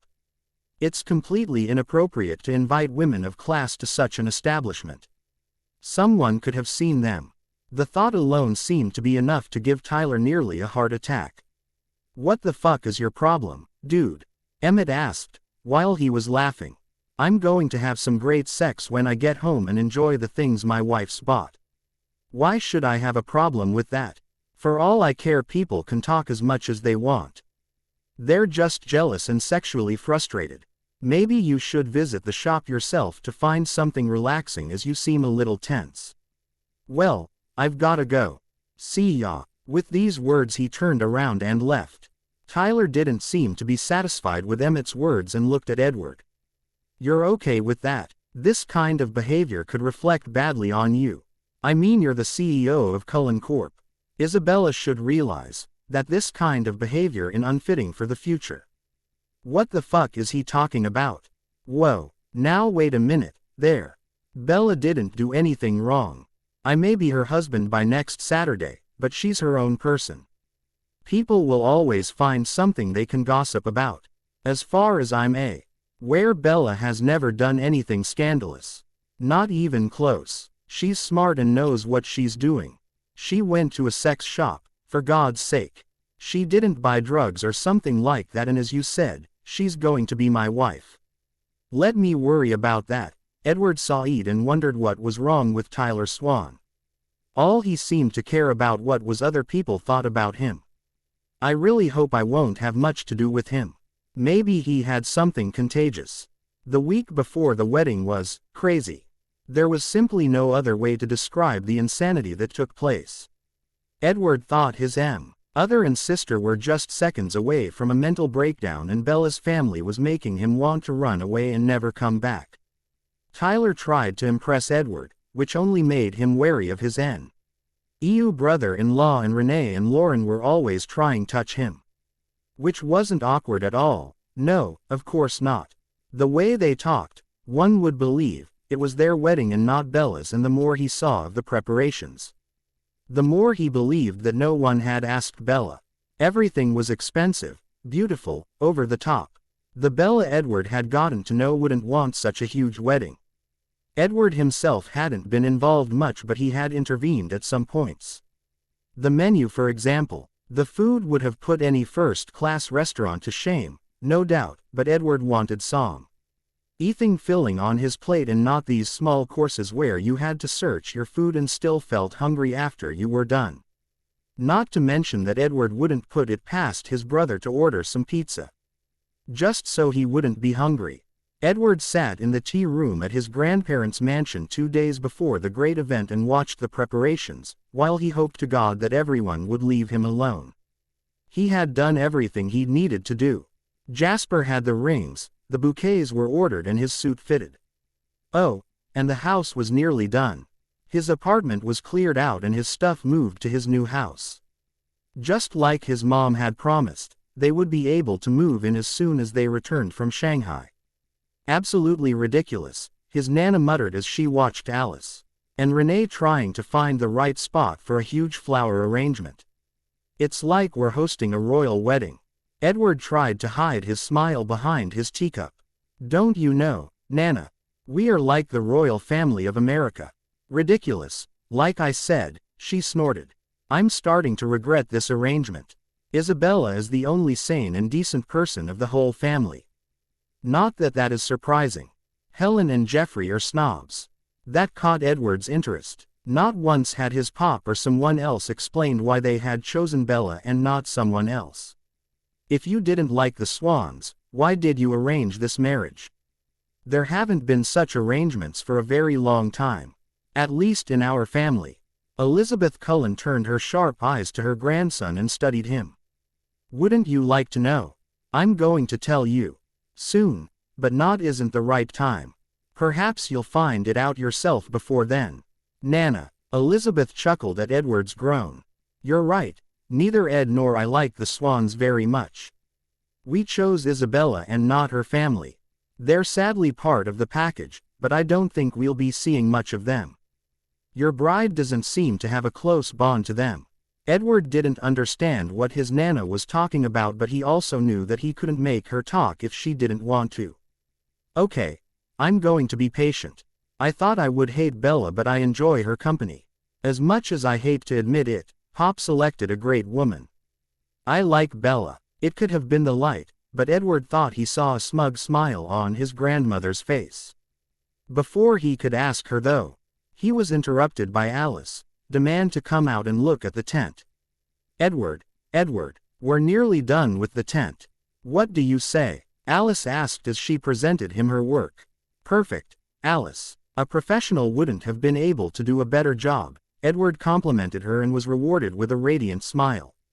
He hadn't exaggerated though. The whole mansion and the garden looked amazing, but the tent, where they would celebrate, was an absolute masterpiece. Everything was white, light green and soft pink. From ceiling hung several crystal chandeliers and one side of the tent was left open so that you could see the dance floor and the musicians who would be playing. Thanks, Edward. We've checked the weather forecast. It shouldn't rain and the sun is going to shine. We won't even need any heaters as it should be pretty warm. Everything is going like we planned it. You won't have to worry about anything. Edward laughed at his sister's enthusiasm. Alice loved weddings, and if she weren't certain that she would work for Cullen Furniture, she could work as a wedding planner. Edward, I haven't seen you there, Renee Swan said as they approached them. Only his good manners stopped Edward from grimacing. I see Alice has shown you the tent. Everything is superb. The wedding will be worthy of a Cullen. It's the social event of the year. The media are anxious to see the new Mr. and Mrs. Cullen. You wouldn't believe how many people tried to contact us. Many of our friends are jealous that our Isabella will be your wife. It was clear that Renee loved the attention the wedding brought. While Edward hated it, he'd lost track of all the newspapers and magazines who'd wanted an interview with him and or Bella. He'd declined every inquiry, but that didn't mean EY hadn't gotten some pictures of them and published their own stories. Not that Edward cared. His private life was just that, private, and he didn't see the need to share it with the public any more than he had to. Was Edward's answer because he didn't know what else to say, but Renee wasn't deterred by his non-answer. She continued to talk to him, or rather at him, even though he showed little to no interest. Lauren soon joined them and used the opportunity to touch him whenever she could, which was too often in Edward's opinion. He didn't like Lauren one bit and couldn't understand why Renee seemed to favor Lauren more than her own daughter.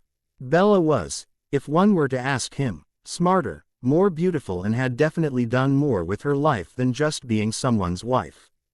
The Swans didn't seem to think that Bella's business was something to be proud of. I'm going to marry a family of lunatics.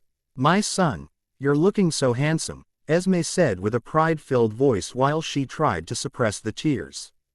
Today was the great day. Today Edward would marry Isabella Marie Swan, and he wasn't dreading it. In fact, he was pretty okay with it. She was a lovely woman and he knew they would make a great couple. And he couldn't wait for the honeymoon. He seriously needed a break. Tanya had been a real piece of work these last few days. She'd been calling him nearly every hour and wanted him to visit her or to talk to her. Never before had she been this exhausting. It had been Tanya who'd made it clear from the very beginning that she didn't want to marry and have kids. He didn't know why she was being so clingy now. Tanya had known that he would eventually marry. God, this sucks. The day was only a few hours old and Edward was already stressed. Alice was running like a chicken without a head while she was getting the last things done. Most of the guests were already there, and just as Alice had predicted, the weather was perfect. It was just a matter of minutes before Edward would have to go out there and wait for his bride at the end of the aisle. Thanks, Mom, Edward mumbled. He felt a little uncomfortable at his mother's emotional display. Every time she saw him, she nearly cried. One last check with Mirror confirmed that he was ready. He wore a black morning coat with a light gray vest and ascot and dark gray striped dress pants. Edward had to admit that he looked incredible good. Edward, Jasper called him and pointed at the clock. It's time. Alice told me that everything is ready and Bella is also on time. Fuck, it's time. I'm getting married. I'm not ready to become a husband. Why have I agreed to this nonsense? I think I'm going to be sick. Okay. Deep breaths. In and out. In and out. No. Before he could freak out anymore, he took a deep breath and looked at his parents, Jasper and Emmett. Okay. Let's go. Together they made their way through the house before first his parents and then Edward with his groomsmen walked outside. Everyone turned to watch him, but Edward blocked them out. Slowly, they strode down the aisle before they took places, and waited for the bride and her entourage. Bella, it's time to wake up. A soft voice woke Bella on the day of her wedding. Reluctant, she opened one eye and was greeted by the sight of Elizabeth Cullen, Nana, who carried a tall glass of milk and a plate with 2 blueberry muffins. Hello there, sweetheart. How was your night? Great. I had a great night and the service here is amazing, Bella said as she left the really comfortable bed. Bella had spent her loss tea night before the wedding at Cullen Mansion. The wedding would be at 11 o'clock and Nana had offered Bella and her bridesmaids to stay at the mansion, so that they could sleep a little longer and didn't need to hurry that much. Bella, who'd immediately loved Nana after meeting her, had loved the idea, as had the others, so they'd all spent last night watching movies and eating too much sweets. The others are already up. But don't hurry, eat your muffin and drink your milk. Francine, your hair and makeup stylist is going to be here in an hour.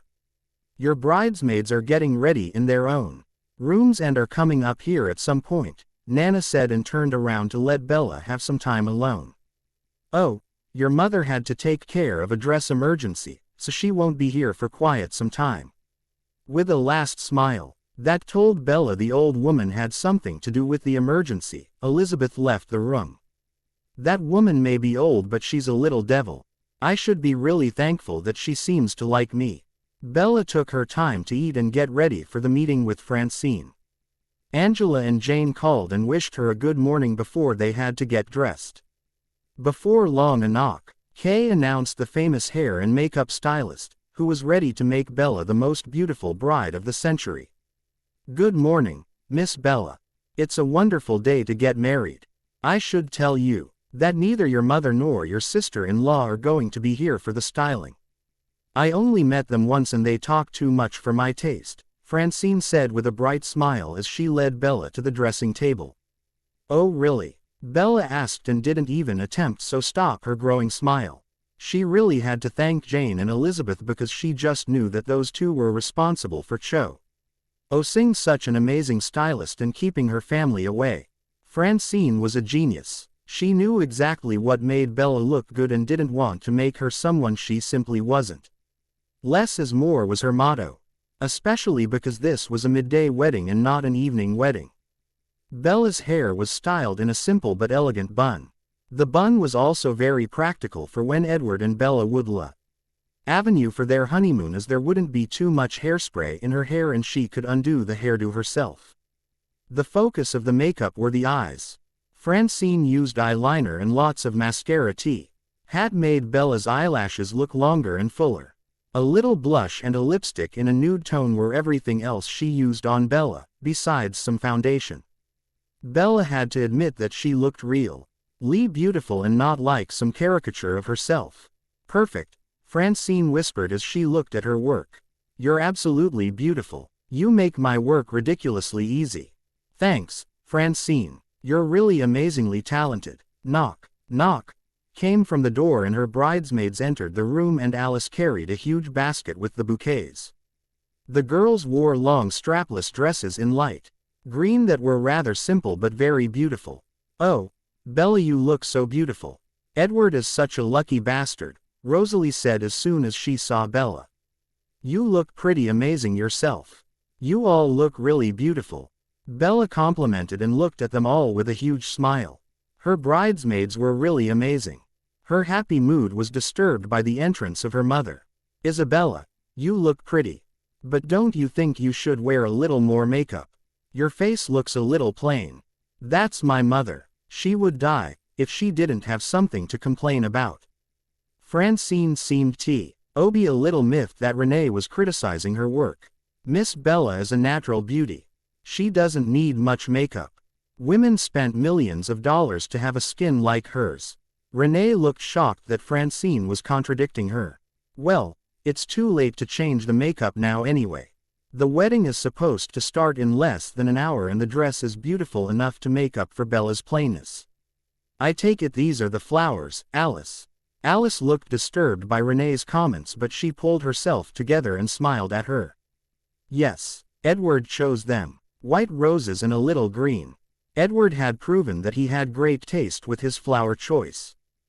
Big white roses, white, a touch of pink, green leaves and a few grasses.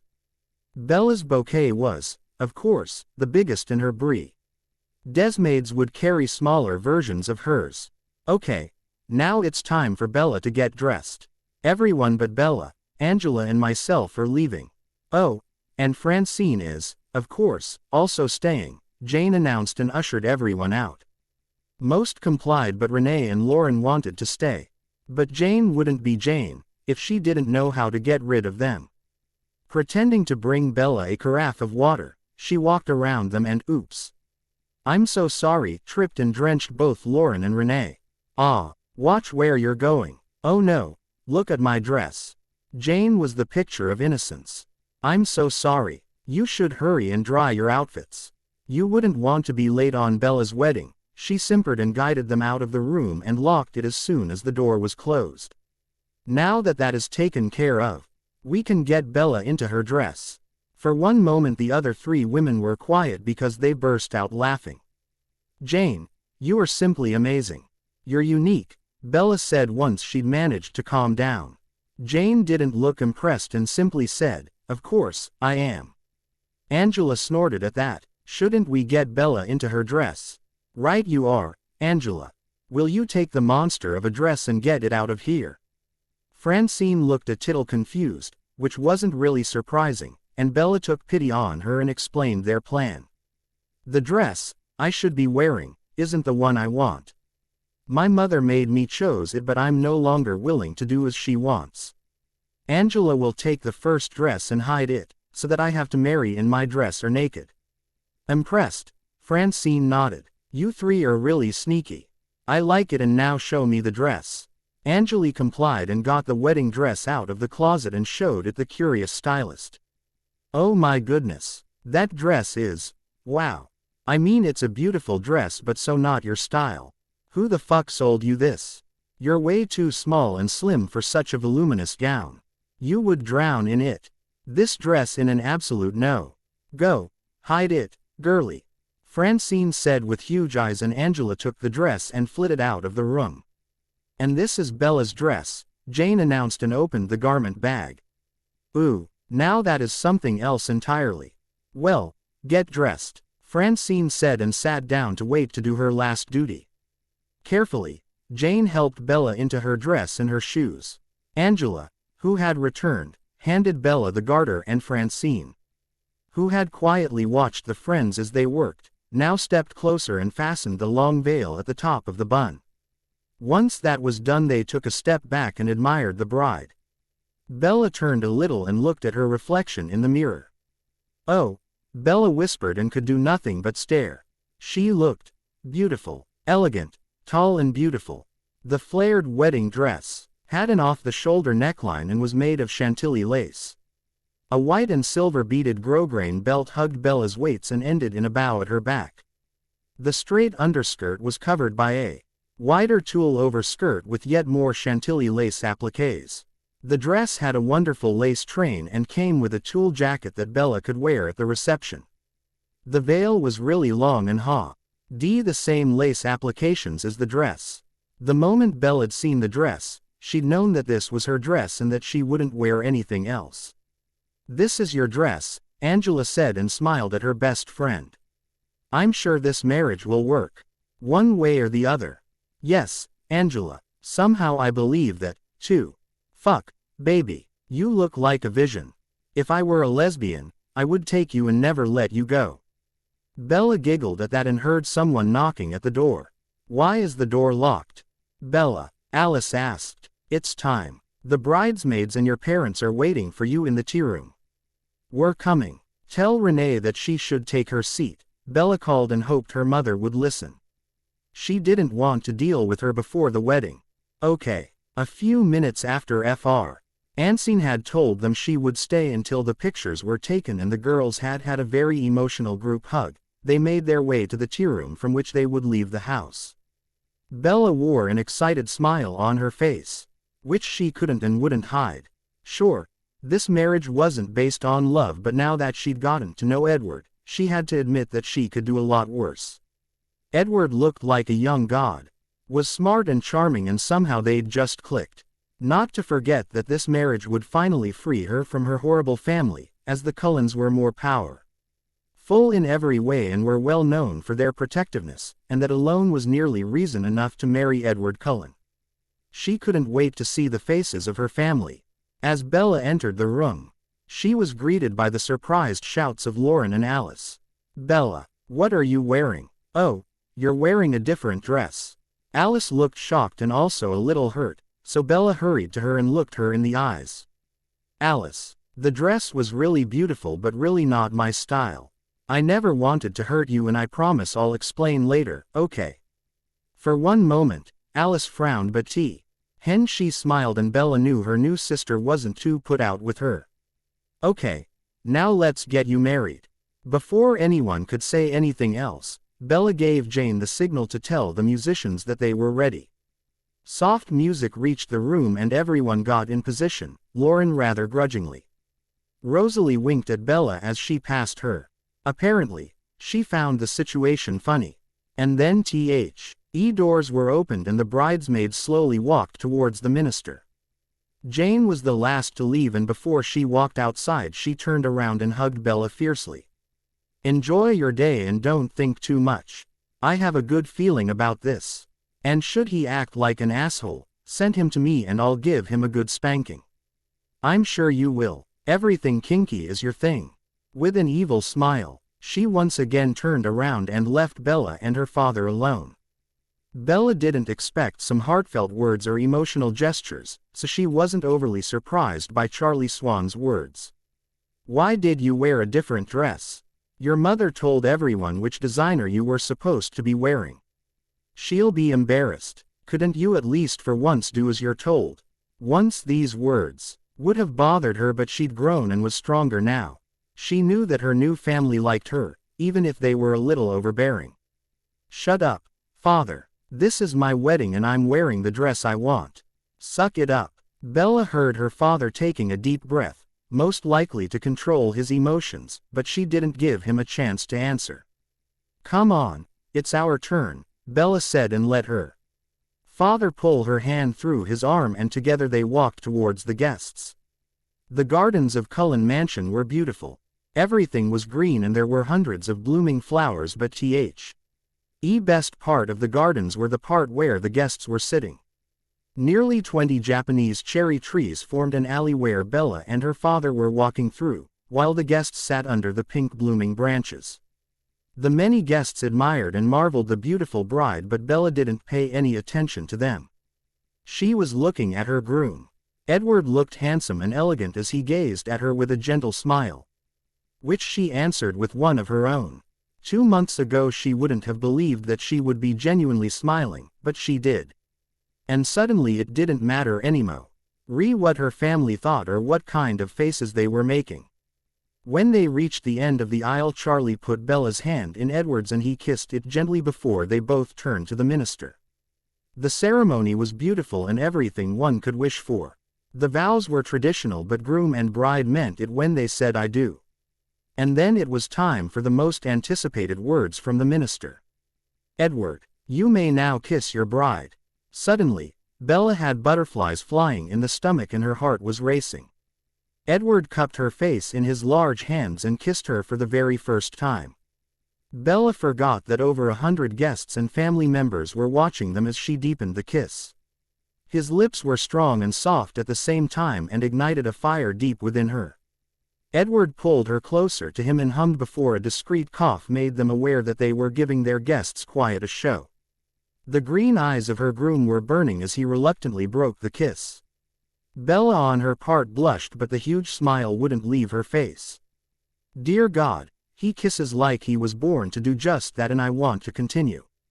Badly. Edward watched Bella as they both received the congratulations of their guests and was once again overwhelmed by her beauty.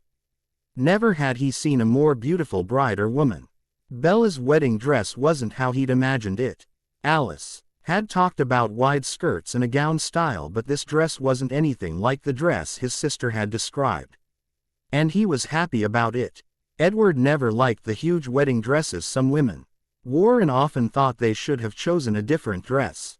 His bride, no, his wife looked absolutely breathtaking, literally, in her attire and the smile on her lips perfected the picture. Her lips. Edward could still taste Bella on his lips and feel her body close to his own. This kiss had been like no kiss ever before. It had made him ache for more. More of her full lips, more of her soft skin and more of her shapely body. Never had he been this affected by a simple kiss. Simple. Boy, stop lying to yourself. There was nothing simple about that kiss. But Edward didn't have time to think about his physical reaction to his newly wedded wife as the photographer was calling. At first there were the pictures with the family, and Edward noticed that the swans looked a little angry under their smiles. He had no idea why they would look like that, and Bella didn't seem to care as she continued to smile like nothing could ruin her day. Edward would ask her later about her family's strange behavior, but now wasn't the time. After the family pictures were done, they took pictures with the bridesmaids and the groomsmen and many other combinations. And soon it was only the two of them. Sven, the photographer, did a great job and didn't stop at the classical pictures. Edward jumped over a bench, on which Bella was sitting. He carried her, and an N. After nearly 2 hours they were finished, and Edward was starving. And he wasn't the only one. If I don't get something to eat in the next 30 minutes, something really horrible is going to happen. And I'm thirsty, Bella groaned, as they made their way towards the tent where the guests were already waiting for them. Don't worry, food should be on the table in 15 minutes, I think. But before we go in there, I have a question. Why is your family behaving so strange? That's normal for them, was Bella's curt answer. That's not what I mean. They're acting like something is wrong. It sounded more like a question. Edward wasn't sure how he should explain his observation, but Bella seemed to get what he wanted to ask. A little evil snicker escaped her, but her smile only widened. You're right, something went wrong. I'm not wearing the dress they wanted me to wear, and now they feel affronted. You have to understand that no one ever asked me what I wanted, and now I'm done with being the good girl. The dress was simply too much for me. I made a picture of it, which I'll show you later, but now we have a celebration to attend. The applause that followed their entrance was nearly deafening, but they just I led and sat down, and a few minutes later the starter was served. The food was delicious, and Edward was happy to have interfered. He enjoyed himself and talked with his family and the bridesmaids and groomsmen. Bella herself clearly enjoyed the food and nearly ate as much as Emmett, which was quite a feat. Renee didn't approve and said so. Isabella, please, show some restraint. Bella swallowed before she turned to her mother and told her with a huge smile on her face to mind her own business. Isabella. Renee reprimanded her daughter and fought to keep her expression under control. Show some respect. I'm your mother. Regrettably, Bella answered in an uninterested voice and turned to Edward, who had to cough to hide his amusement. Your food selection is great. I was afraid I would have to eat haute cuisine or something like that. And with that Renee was dismissed. Wow, what happened to my sweet and nice Bella? The kitty is showing her claws. The rest of the dinner was spent eating and talking. And watching Bella enjoying her meal. At least Edward did that. After the tables were cleared, it was time for the first dance, and Edward looked forward to hold Bella in his arms again. Not that anyone would ever know it. Most of the guests went outside to watch the first dance, which made Bella really nervous. She bit her lip and kept glancing at her feet. Bella, it's just some dancing. Nothing to worry about. Edward tried to reassure her. Bella mumbled something under her breath which he didn't understand. Could you repeat that, please? I didn't understand a thing. I said, I can't dance. Especially not on this dress. I'm going to fall and embarrass myself, Bella whispered and once again blushed. Oh yeah, Edward could definitely see that happen, but he would prevent it. Don't worry, I know how to dance. I won't let you down, promise, he said and led the blushing bride onto the dance floor. With one hand he held one of her smaller ones, while his other hand laid on her back. When the violins started playing, he began to move them over the floor. Bella looked down to watch her feet, but Edward nudged her head with his nose. Don't look down. Keep your eyes on mine and let me lead. Bella nodded and kept her eyes on his as they glided over the dance floor. They could hear the soft voices of the guests as they talked about the beautiful and happy couple and how in love they were. Edward found it interesting that they were comfortable enough with each other now that they looked like they were in love. Bella, who had obviously heard it, too, was smiling and shaking her head a little. But they didn't stop dancing. When the song ended, Edward kissed her forehead and led Bella to her father. He felt Bella stiffening as they neared the swans, but she did nothing to stop her father from claiming his father-daughter dance. The atmosphere around Bella and her father was cold, and again Edward wondered what kind of family they were. But he had a mother that wanted to dance with her oldest child. Esme had made sure that every one of her children knew how to dance and had taught them herself. These lessons were a cherished memory for everyone of the Cullen children because they could witness the love between their parents when they performed a dance for their kids. After his mother was satisfied, he danced with nearly every female of his family, but soon he returned to his wife. Bella shared her experience of dancing with the male Cullens and announced that Emmett had told her some very interesting, which meant embarrassing, stories about him, for which he would take revenge. But not today. The reception was perfect and both Edward and Bella had a lot of fun. Every tradition was met: the cutting of cake, the throwing of the bouquet and the garter, which made Bella blush fiercely. They had such a great time that Bella didn't realize it was time for them to change their attire, and hadn't Alice interrupted them they would have been late for their flight. "I'm really sorry to interrupt you, but you both have to change or you will be late. The plane is scheduled to leave in 2 hours, Alice said and smiled at them, apologizing before she grabbed the bride and dragged her into the house. Even though Alice wanted Bella to look beautiful and elegant, she had to admit that comfort was more important during such a long flight. Grudgingly, she handed Bella a pair of white leggings and a long royal blue shirt. Bella watched Alice and couldn't help but wonder why Alice was so happy about the marriage. She knew Edward's mistress and was aware that the marriage was arranged. Bella was also certain that Alice was friends with the woman. Well, why not simply ask her now? "Alice, why are you so happy about this wedding? Aren't you friends with Edward's Well, what should she call her now? In her head she called her the mistress, but the word wasn't appropriate in this situation. Alice. Hands faltered as she put the wedding dress away. She turned around and looked Bella straight in the eyes. "Yes, that must seem bewildering to you. I am friends with her and I respect your decision not to want to hear anything about her, but I'm trying to explain my behavior. I like fun to be around. We have a great time shopping and partying. I know Edward also has fun times with her, but their relationship is shallow. Most of relationships in our family are rather intense. Take my parents for example. 31 years of marriage and their love is still strong. They can't stand to be parted from each other. Emmett's and my grandparents' relationships are similar, and I've been in love with the same person since I understood what love was." She sounded a little sad and I knew immediately who she was talking about. "You're talking about Jasper, right? It's pretty obvious, isn't it? Jasper is stubborn and believes his best friend's little sister should be off limits, even though neither Edward nor Emmett would mind. But that's not important now.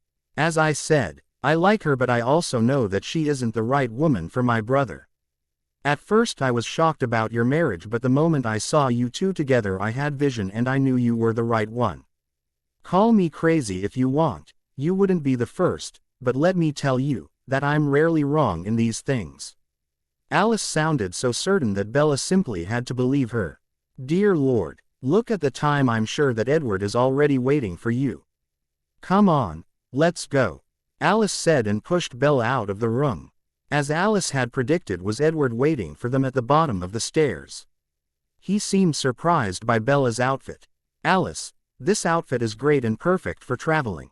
What happened to you? Did you hit your head?"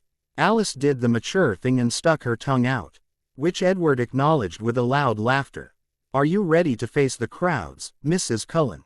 Edward asked Bella as he reached for her hand. "As ready as I'll ever be, Mr. Cullen. Let's go." Alice waited until they were ready before she opened the wooden front doors. Loud clapping and cheers greeted their ears and the guests threw glitter at them.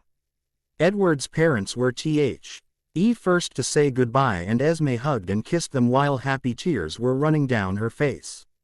While Edward was preoccupied with his father, Esme whispered, "I'm happy to have you as my daughter, Bella. And I'm sure you two will be happy, even if it won't be easy. Everyone seems to be so sure that we're going to work. I hope they're right." And then Bella's mother threw herself at Bella, crying fake happy tears. "Isabella, I'm so happy of you. Edward will be a good husband to you. Oh my, I'm so proud of you, my little baby. All grown up and married. I couldn't have asked for a better daughter."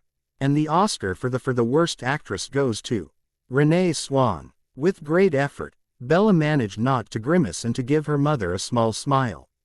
They both knew that Renee had never been proud of Bella, but there was no need to say it, and Bella wasn't going to let her stupid mother ruin her mood. Somehow Bella managed to get past her family without talking to them. Edward was already at the limo waiting for her. Before she got into the car, she turned around and faced the guests one last time and waved goodbye. The chauffeur closed the door after Edward had gotten in, and then they were on their way to Shanghai. "Well, Mrs. Cullen, did you enjoy the wedding of the decade?" Edward asked after a few minutes of comfortable silence. "Yes, I did. Alice and Esme did a great job, and I'm sure they did an even better job stopping Renee and Lauren from making it into a spectacle." Edward's snort told Bella that he totally agreed with her. The drive to the airport was calm, and after security checks they're done, they could enter the private jet of Cullen's family was rich, but they didn't have enough money to buy their own jet. Not even close to. But Bella had to admit that such a luxury had its perks. The seats there incredible comfortable, and there was more than enough space. Oh, and a bedroom and a bathroom. And everything looked very stylish. Secretly, she wondered who had designed the interior. Bella was surprised to see that their chauffeur was also flying with them. Confused, she turned to Edward and asked why that was. Edward seemed confused at first and then apologetic. "I'm sorry, Bella, I forgot to introduce you to Garrett. He's part of our security team and works for me. Whenever I'm leaving the country he comes with me. At home he's not always around, but you're going to see him very often. His wife Kate works also for me. I know you don't want much staff at the house, but you agreed to a housekeeper and this is her job." Yes, Bella thought, she had agreed to this. The house and the garden were too huge to manage them on their own. She'd met Kate already when they'd moved everything into their new home. She was a nice woman in her 30s, but what Bella hadn't known was that she was married to Edward's bodyguard. They needed to work on their communication. But that could wait until they returned. They had a honeymoon to look forward to, and Bella was very excited to explore Shanghai. The flight attendant brought them 2 glasses of champagne after they'd reached their final height. Edward looked Bella deep in the eyes and smiled before he spoke. "To us, to a breathtaking bride and a passable groom. And to an interesting marriage. Oh yes, my dear husband, this marriage is going to be very interesting. Oh my freaking god, this place is huge." Bella creamed as they explored their suite at the Mandarin Oriental Hotel in Pudong. She looked like a small child the way she ran from room to room, but Edward enjoyed her obvious pleasure. They had only slept 3 hours during the flight because they would arrive late at night. Edward, who had suffered from jet lag more than once, knew it was better to adjust fast to the local time, and now they were both tired and couldn't wait to go to bed, well after Bella was done with her excursion. The presidential suite was tastefully decorated and had everything one could ask for. And they had separate bedrooms. Garrett, who had made sure that their luggage had gotten to their room before he'd retired, stayed in a room next to their suite, so that he could react quickly should they need him. Edward looked up as he heard Bella's soft footsteps and saw that she was ready with her tour. "Everything to your satisfaction, Mrs. Cullen?" Edward asked, and knew very well that Bella didn't need the space and luxury, but she would enjoy it. "Are you kidding me? This suite is incredible. Do I even want to know how much it costs?" Bella said, smiling. Edward pretended to think for a moment before he shook his head. "No, you don't. Just enjoy it. I think we should go to bed now, and tomorrow you can start exploring the city. I'm having a meeting with our partners and merchants at 10 a.m. I made sure that your cell phone works her. So should you need me, you'll be able to call. Oh, and here is Garrett's number and the number of the hotel, Edward explained and handed Bella a little card with the important numbers. With a wry smile, Bella thought of the new accessories that had come with her new name. During the flight, Edward had handed her a brand new cell phone and a credit card. It didn't matter that Bella didn't want them and that she'd reminded him of the prenup. Edward wanted Bella to have them, and she quickly realized that he was just as stubborn as she was, if not more. Good. Man, I'm tired. Will I see you tomorrow? Bella looked uncertain, but Edward wouldn't neglect Bella on their honeymoon.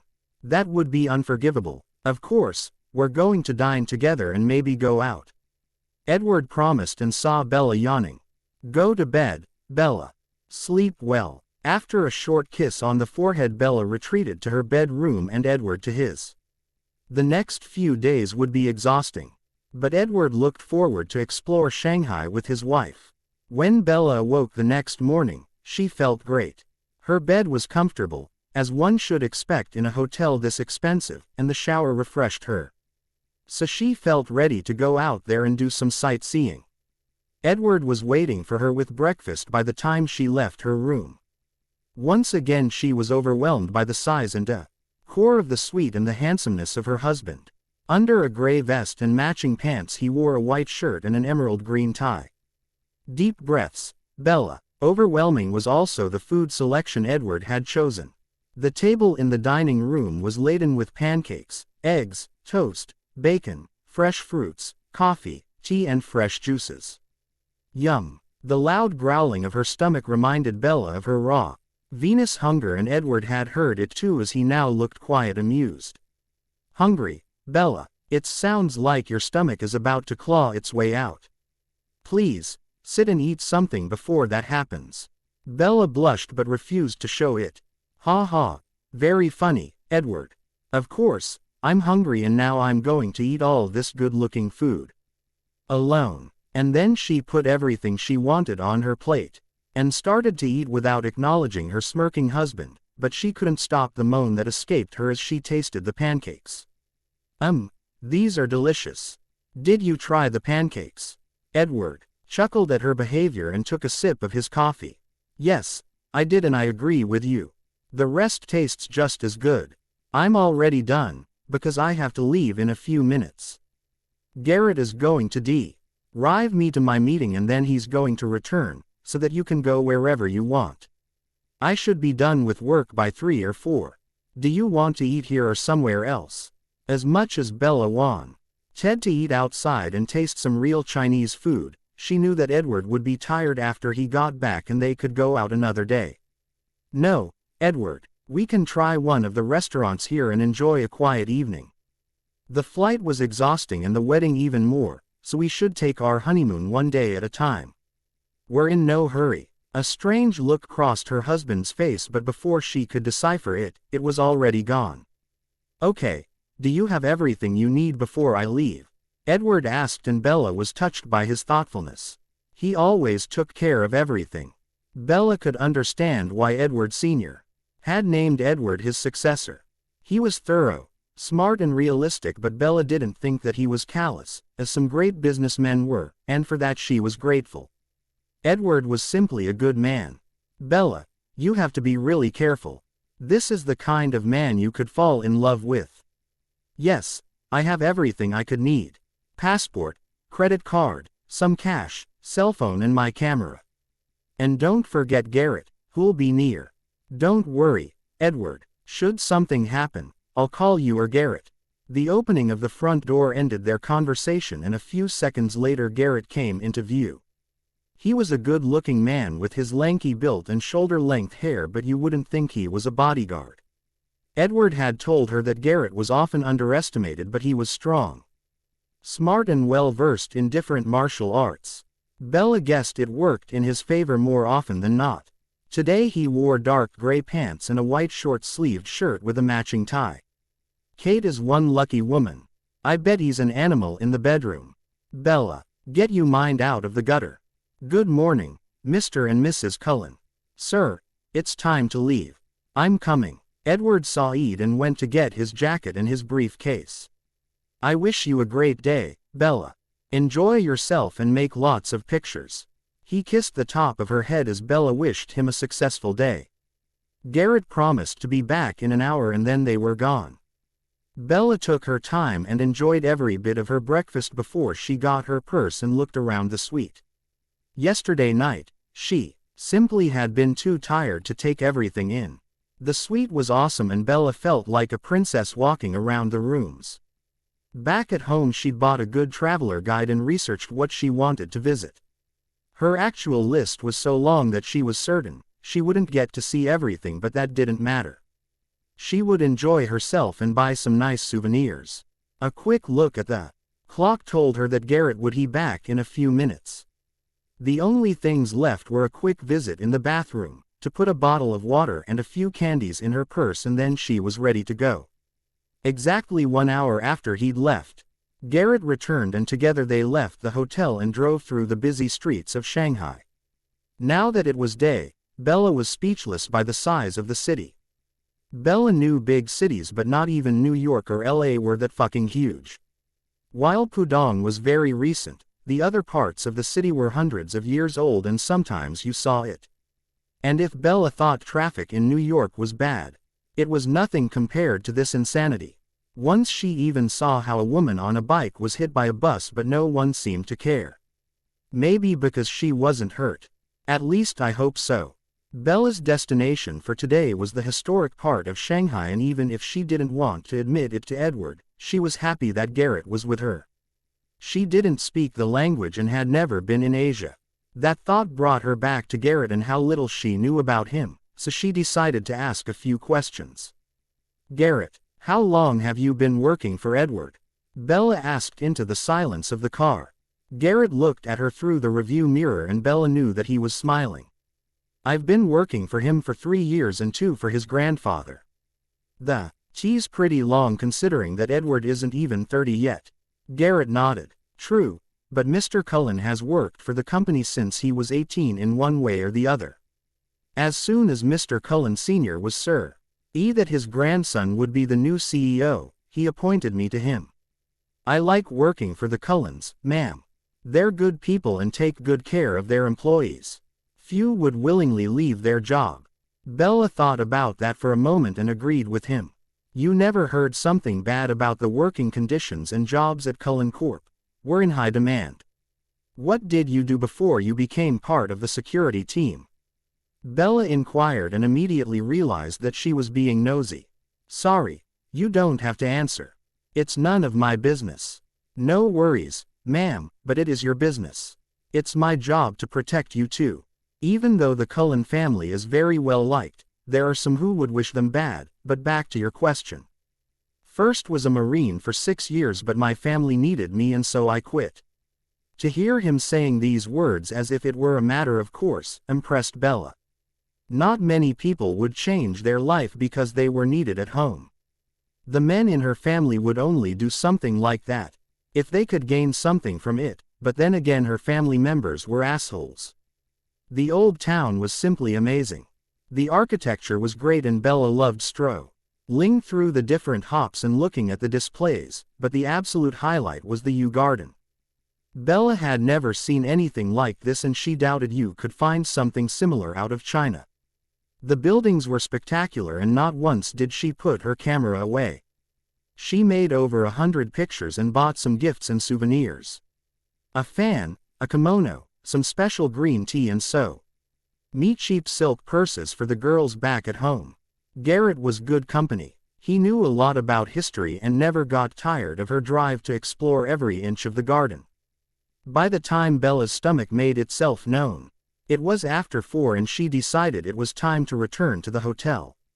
On the drive back, Bella felt how exhausted she really was. Her feet hurt and she felt the dire need to shower. The town was very interesting but also very dirty. Bella decided to shower right after she stepped back into the suite. Her hunger could wait, her hygiene not. 20 minutes into the drive, Edward called Garrett and asked him if they were back and if Garrett could fetch him. Mrs. Cullen, do you want to return first or? No, I'm coming with you to get him. That way I can see more of the city. Bella objected and Garrett passed on Bella's words and then they drove to Pudong. This part of the city was full of modern skyscrapers and even Bella, who'd seen more than enough of them, was surprised by their heights. The Shanghai Tower, which wasn't finished yet, the Shanghai World Financial Center and the Jinmao Tower were some of the highest buildings in the world. And these were in one city. It was truly mind-boggling. This part of Shanghai looked like it didn't belong to the rest. Nothing was older was 3 decades. Edward waited for them at one of the skyscrapers. After they had collected him, Garrett drove them back to the hotel where Edward and Bella took a shower before it was time to eat. They chose the Yongti Tong restaurant and eat some delicious Chinese dishes. Edward's day had been productive and he and his partners had made good progress, but Edward wanted to hear everything about Bella's first day in Shanghai. Bella promised to show him the photos she'd made as soon as they were back in their suite. Of course, Edward had brought his laptop and Bella planned to use it. Nearly 2 hours later everything was ready. The computer was set up and they had enough to drink and snack. Both had decided it would be more comfortable to change into their night clothes. Bella chose to wear a huge t-shirt and just some panties. The t-shirt ended mid-tight so everything was covered. "Okay, I'm ready. Let's look at my pictures," Bella announced as she exited her bedroom. Edward, who wore a white tank top and pajama pants, looked up as he heard her and promptly chalked on his coke as he saw her. His wife didn't notice that Edward looked like someone had hit him with a frying pan. Discreetly, he adjusted himself. "Okay, let's do it," he croaked and sat down next to her on the couch. Soon they were caught up in Bella's narration.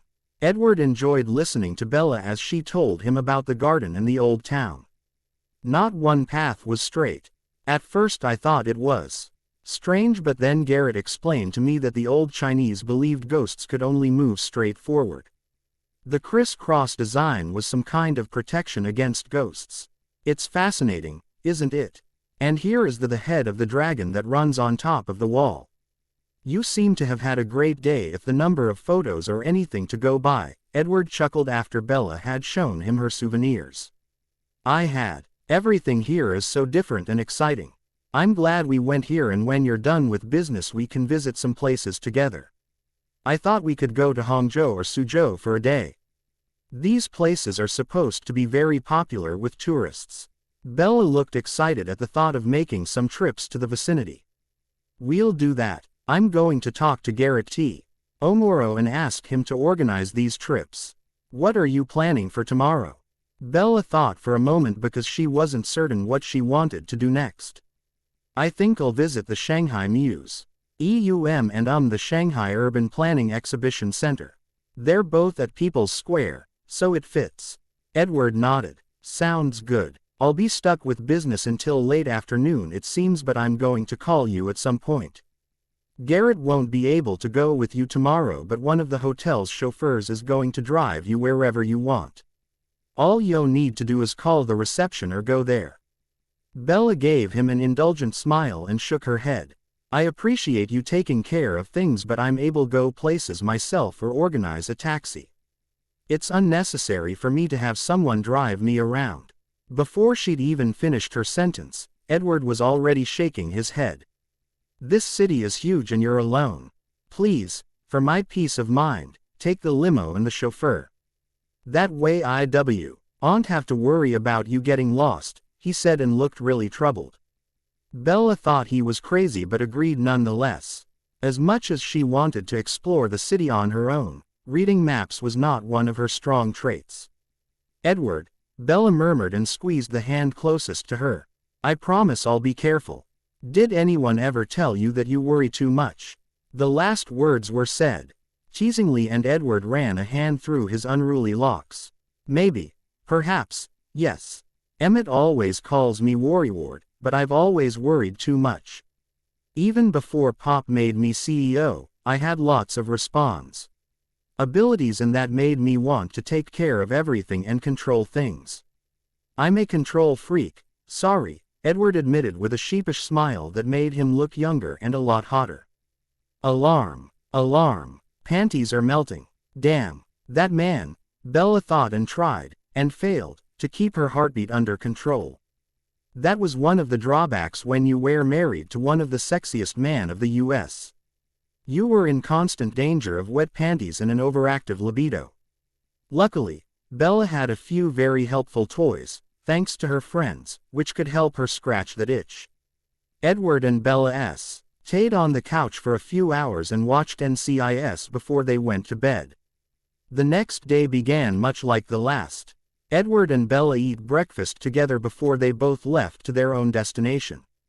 Edward would meet with a few merchants and his partners to look at some fabrics for their new furniture line. The fabrics that had been sent to Boston had been not what Cullen Furniture had wanted, and had been of the wrong quality, and now Edward had to choose new ones. This problem had delayed the release for several weeks and had made some of their customers very unhappy. And while Edward was dealing with his business problems, Bella visited the Urban Exhibition Center. The building was filled with miniature models of historic places and new ones, but the best part was the model of the whole town. Everything was there. Bella found their hotel, the old town and the garden and the airport. She felt like a child as she walked around it and took pictures. The different exhibitions were just a bonus. At 1 p.m. she left the building and got some lunch before she entered the museum, which was designed in the shape of an ancient bronze cooking vessel. When she paid the entrance fee, she also got an electronic museum's guide. Visiting a museum in Shanghai was different to a visit in the US. People were walking around with cameras and filmed or made pictures. And no one seemed to care. Well, if that is the case, then I can do it. 2. Bella visited every room on each floor and documented her favorite ceramics, statues, jade figurines and calligraphy pieces. The most disturbing exhibit was an antique gold mirror with a swastika. Most people would look at this symbol and think of WW2 and the Nazis, but the symbol was much older and the Nazis had just abused it. Bella thought the high story behind the symbol was very interesting and made a few more pictures of it to show them Edward. But the room Bella loved the most was the room with the calligraphy pieces and paintings. The room itself was mostly dark and only if you stood in front of an exhibit would the light switch on. It was also the only room where you weren't allowed to make pictures. Well, at least not with a flashlight. Bella had just left the building when she heard someone calling. "Hey, miss, wait a moment, please." Startled, Bella turned around and saw that a young Chinese man was walking towards her. "Can I help you?" Bella asked and looked at him and the group of people who were obviously with him. They weren't all Chinese as some had blonde or light brown hair. The young man, who Bella estimated to be in his mid-20s, smiled at her and bowed a little.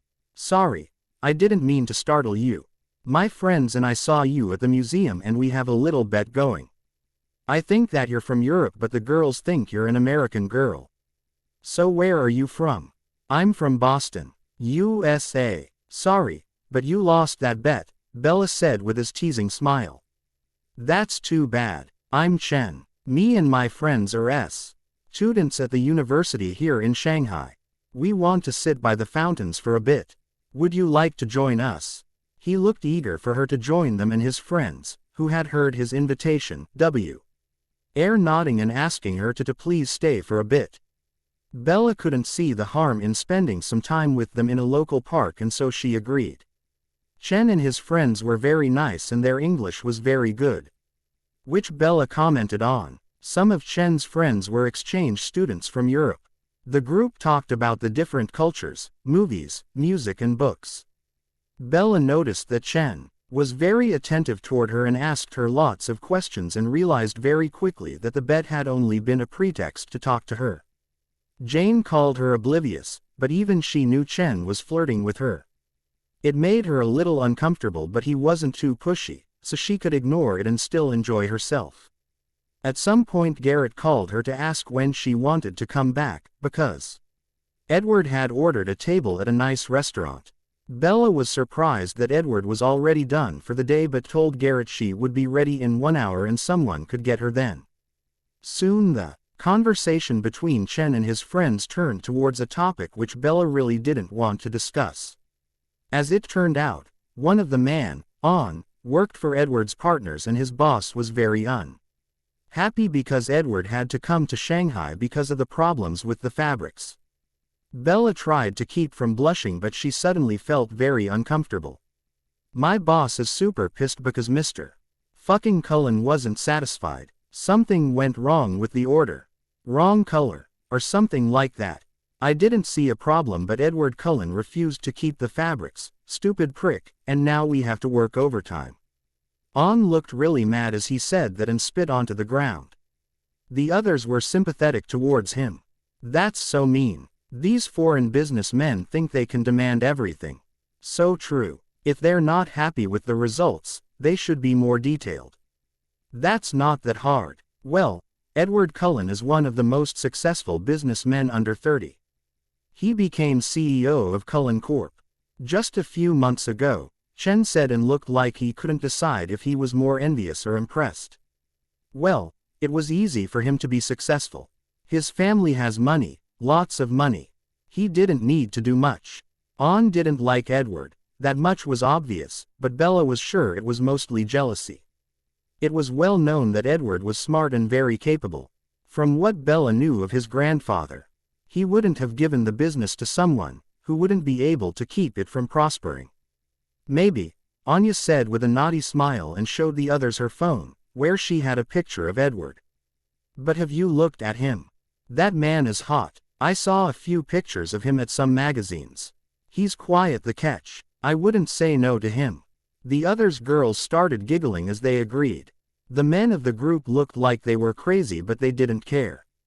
I'm sorry to say it, girls, but he married a few days ago, Chen commented, but that didn't stop the girls from daydreaming. Bella stayed quiet because she didn't want to say the wrong thing. She knew that the fabrics had indeed been faulty as she'd seen them. Too thin and the wrong color.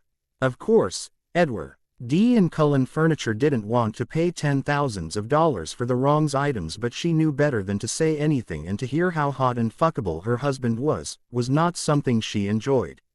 Luckily that topic was closed very soon and they began to discuss their plans for the night. Bella, do you want to come with us tonight? We plan to hit some bars tonight at the French concession, one of the girls, whose name Bella had already forgotten, asked. The others were all for Bella going with them, but she didn't want to go out. Especially on her honeymoon. She could already see conversation with Edward. Hey Edward, I met some nice people today and want to go out with them. I know this is our honeymoon and we wanted to spend some time together, but you don't have a problem with it, right? Yeah, that would go other really well with him and she would feel like a bitch. Nope, not going to happen. I don't think that. Bella started but was interrupted by On's loud shout. Hey, look there, On said and pointed near the museum. That is Edward's chauffeur. I saw him the other day and this morning. Bella didn't hear what the others were saying as she was focused on G. Eret and immediately knew that she wouldn't meet them again.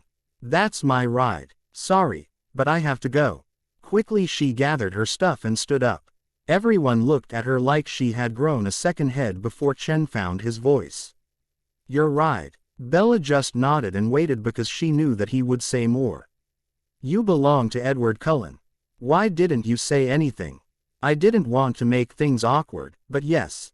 I belong to Edward. My full name is Isabella Cullen. We're on our honeymoon but Edward had to take care of some problems. The girls all looked shocked but On seemed to be angry. I really enjoyed myself and I wish you a fun night. Bye. Bella said and waved goodbye before she turned around and walked toward Garrett, who led her to the car. To Bella's surprise, Edward sat in it, checking something on his phone. As he heard the door opening, he turned to Bella and greeted her with a smile. Hey, Bella, how was your day? Good, Bella answered, but she didn't sound too convincing. The conversation with Chen and his friends was still on her mind. Edward, of course, noticed that something was bothering her. Why are you looking so gloom? And don't even try to deny it, just tell me. Bella cursed Edward in her head but she knew he wouldn't let it go, so she told him about Chen, On and their friends. Edward listened to every word she said and never interrupted her. But he seemed to know what Bella was talking about, and her suspicion was confirmed when he answered. I'm sorry that your lovely afternoon ended on such a sour note and that it was partly my fault. I know whom you're talking about. He was one of the people who were responsible for our order, and now he refuses to admit that there had been a mistake. Instead, he's blaming me and my employees, but I've brought the paperwork with me, so that there is proof that the mistake was made on their side. The good An was even more angry about that, but don't worry about it.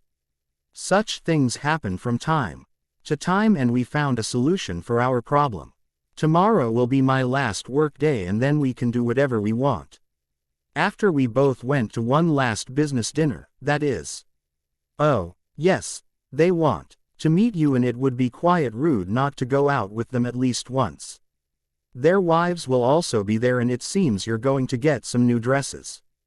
Custom made, of course. As a little redimp, Cheon, because this problem interrupted our honeymoon. Bella's eyes got huge as she heard that. Really? Won't that be a little too much? Bella had to admit that the offer sounded great and she really wanted An or to keep out. But she feared the dresses would be too expensive. They would feel insulted if you were to reject their gift. Believe me, Chinese are really proud people. They wouldn't offer if they wouldn't want you to have them, and it would be good for them that an American woman of high standing wears their dresses. That was all it took for Bella to agree. She really wanted a kipao of good quality. The drive to the restaurant didn't take long, and soon Garrett parked the limo at the Shanghai Center, which housed the Portman Ritz-Carlton Hotel and many top fashion boutiques. This place was obviously for the rich tourists and citizens. Come, Bella. This restaurant is really good and not even expensive. At least not compared to the prices back at home, Edward explained and led her to the entrance of the Element Fresh. The doors were opened for them and Edward told them his name. Immediately they were shown to their table, which was on the second-floor balcony that overlooked the Nanjing West Road. Bella loved the restaurant and liked that the restaurant wasn't too posh. The menu was great, and Bella chose the Mango Madness smoothie, the grilled quesadilla, and the laffa bread salad. Edward took a soup for starters and the dad's steak sandwich. The food was fantastic, and Bella made Edward promise that they would order something before they would fly home, and, as the good husband that he tried to be, he promised. They both enjoyed their time together, and Edward told her that everything was prepared for their two trips to Hangzhou and Suzhou. After they had paid EY took a little walk through the nightly streets, and although neither said it, at that moment they were happy. Gentlemen, I guess we're done here. It was a pleasure making business with you, Edwa. Rode announced after the last contracts were signed and everyone was content. It had been 3 exhausting days and he was happy that this was over. He shook hands with his partners before he collected his papers and called Garrett to ask him if Bella was done at the tailor. A smile crossed his face as he thought of his wife and her pleasant anticipation because of the dress shopping. He knew Bella wasn't a big fan of shopping, but this was something different because it was an unique opportunity and part of the experience Shanghai. This morning Bella had met Mrs. Cao, the wife of one of his business partners. And they had gone to the tailor to choose the fabrics and the patterns for Bella's dresses. He hoped she'd enjoyed herself and ordered more than 1 or 2 dresses. He just knew she would look incredible in a kipao. Mr. Cullen, our wives are here, Mr. Cao called to Edward from across the hallway. I already called the others. We'll meet at the restaurant. Very well, let's go then. Edward saw Ed and together they left the building where Garrett was just parking the limo. They got inside and greeted their wives, who'd obviously had a great time. Bella and Mrs. Cao were laughing and barely acknowledged their husbands. It seems our little women had a pleasant morning, Mr. Cao said in an amused smile, and Edward could only agree. Oh hush, darling, we just spent some of your hard-earned money and bought some dresses to give you something to look at. Bella will look so beautiful in her dresses. The tailors were in awe with her. She has a beautiful body. Bella blushed at Mrs. Cao's compliments and Edward chuckled at her inability to accept compliments. I'm nothing special and Mrs. Cao looks much better than I do. Edward tapped Bella's nose with his finger and shook his head. You don't see yourself very clearly. You are a very beautiful and special woman. Your family is just stupid and blind. Edward had learned very quickly that Bella didn't have much self-esteem, thanks to the swans. Bella locked eyes with Edward and mouthed a silent thank you as she took his hand before she turned her attention back to Mr. and Mrs. Koa. Not even 10 minutes later they arrived at the Grand Hyatt, where they would meet the others. They took the elevators to the Jin Mao Club, one of the best Shanghainese restaurants and the one with the best view. Bella barely contained herself running to the windows to look outside, but she did and greeted the other members of their party. Mr. Cao ordered more than they could eat or drink and everything tasted good. At first Bella was a lit shy, but after a little while she relaxed but stayed modest. Everyone loved her and the men praised her as a true lady after she'd left the table to go to the restroom, but the best was that she was just herself. Polite, nice but low-key. She didn't act or tried to be how others wanted her to be. She was just Bella. During dessert he took her hand and pressed his lips against the back of her hand. As much as he didn't want to, he had to admit that Edward Cullen Sr. was a genius. Bella was beautiful, inside and out, and so easy to love. I'll make sure that the rest of our honeymoon is going to be perfect. For my wife and myself. Edward, wake up, come on. Someone was in his bedroom yelling at him and shaking his shoulder, but Edward wanted to sleep just a few more minutes. The voice thou, didn't stop and slowly Edward managed to open his eyes. Bella stood in front him, already dressed and ready to face the day. What's the matter? Is there a fire? Edward murmured in a thick voice.